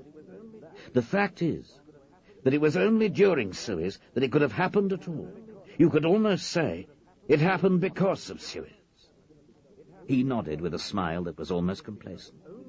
I went on. Because only during Suez could it be done practically without publicity. Any other time, and the popular newspapers would have blazoned it on the front pages. Minister's son killed by male lover. Another homosexual scandal in the Foreign Office. As it was, it became a tiny item tucked away on an inside page. He was a fool. The old man rasped it out. How he loved calling people fools. He should have said nothing when he heard me answer. He knew he had threatened me the day before, forfeited the right to consider himself my son. Instead of which he said, I'm hurt, I need help. My heart leapt up in me. I said, what's happened? Who's hurt you? And he said, a friend. Then he blacked out. A friend. Pathetic little pervert. I knew at once what had happened. He had made up my mind for me. Outside on the lawn, they had got the tarpaulin off the statue. A human figure, seemingly a child of the air, but hurtling through it to his destruction. From his arms hung tattered fragments of wings, remnants of his aspirations and hopes. It was a figure of dazzling vitality, of movement and of terror.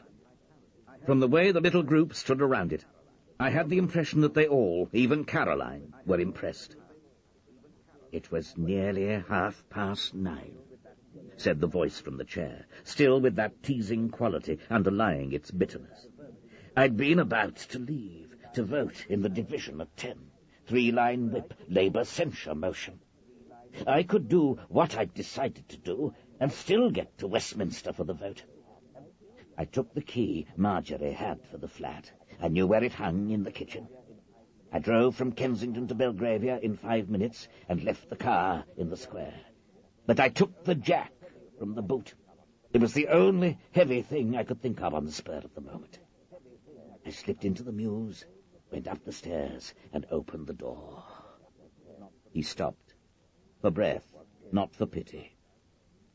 Was Tim still passed out? No. He was lying there on the floor, sobbing. I've never in my life seen anything so unmanly. A grown man crying because he'd had a fight with his boyfriend, an out-of-work electrician. To think I'd spawned that. I'd put the jack down on the landing outside.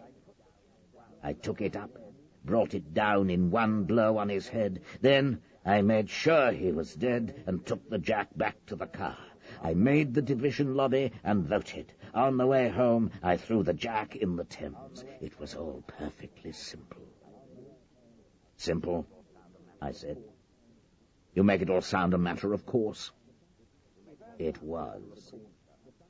If Andrew Forbes had been charged, would you have confessed? The sunken face smiled scornfully. Don't be childish. You felt no remorse at all? None whatsoever. He was both challenging me and telling the truth. Challenging my bourgeois code, yet being truthful about his lack of one.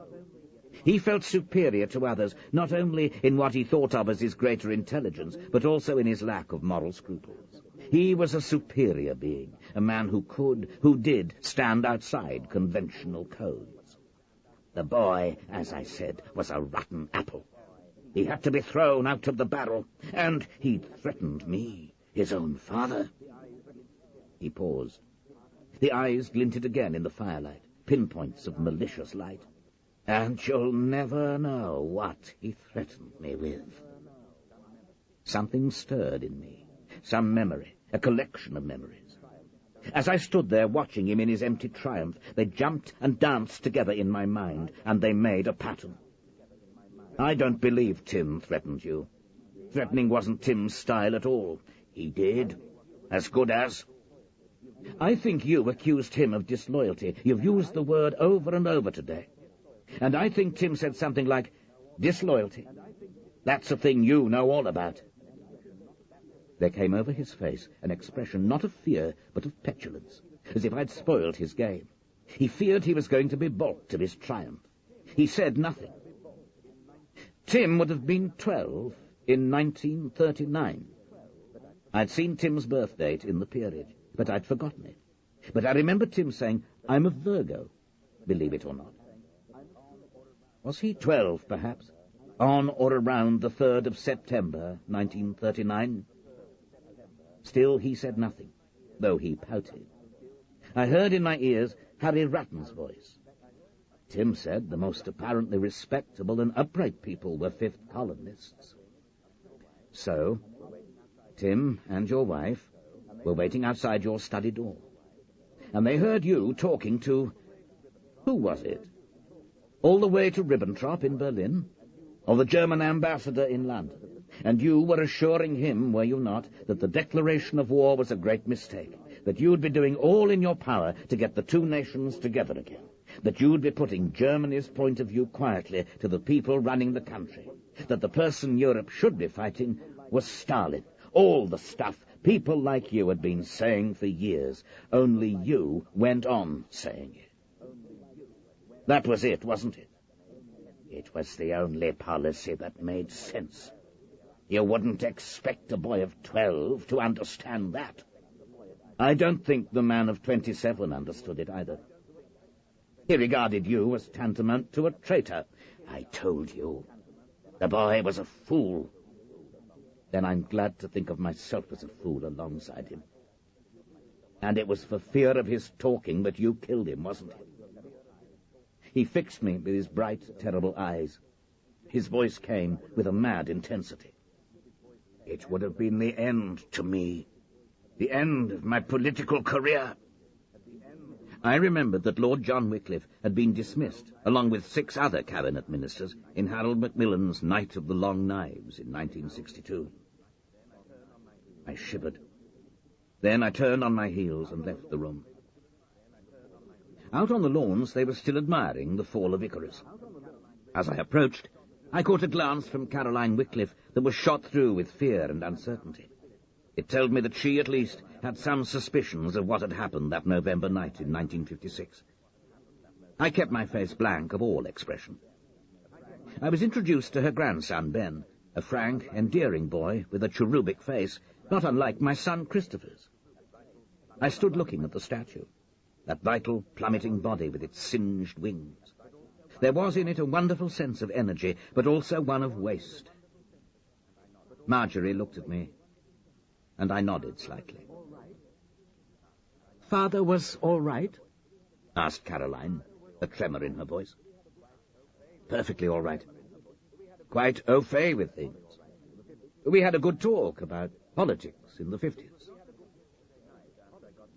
It was not until yesterday night, after I got back from Avon, that I could bring Jeremy up to date." "And there was no shame when he talked about it?" he asked. "None whatsoever. If anything, satisfaction." "You'll write that book, won't you?" "Yes, I think I will. The man will be dead before the year's out, and he knows it. I think you should. But the Wickliffes will fight you every inch of the way." "I'm sure they will. The James Wickliffes, anyway. But Caroline Wickliffe has suspected and kept quiet about it. I don't have a great deal of sympathy with her. It will set the record straight. I think I owe it to Tim. And to Andy Forbes.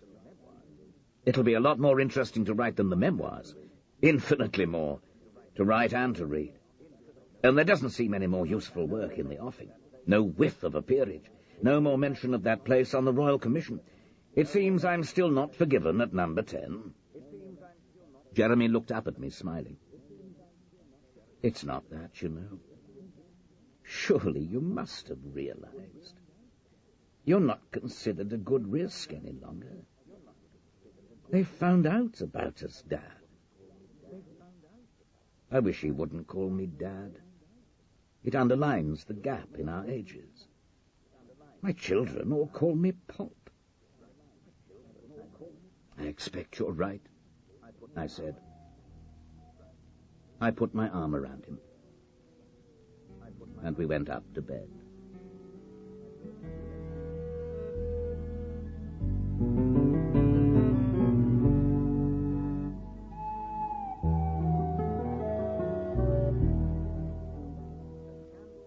You've been listening to A Scandal in Belgravia by Robert Barnard, read by Michael Tudor Barnes.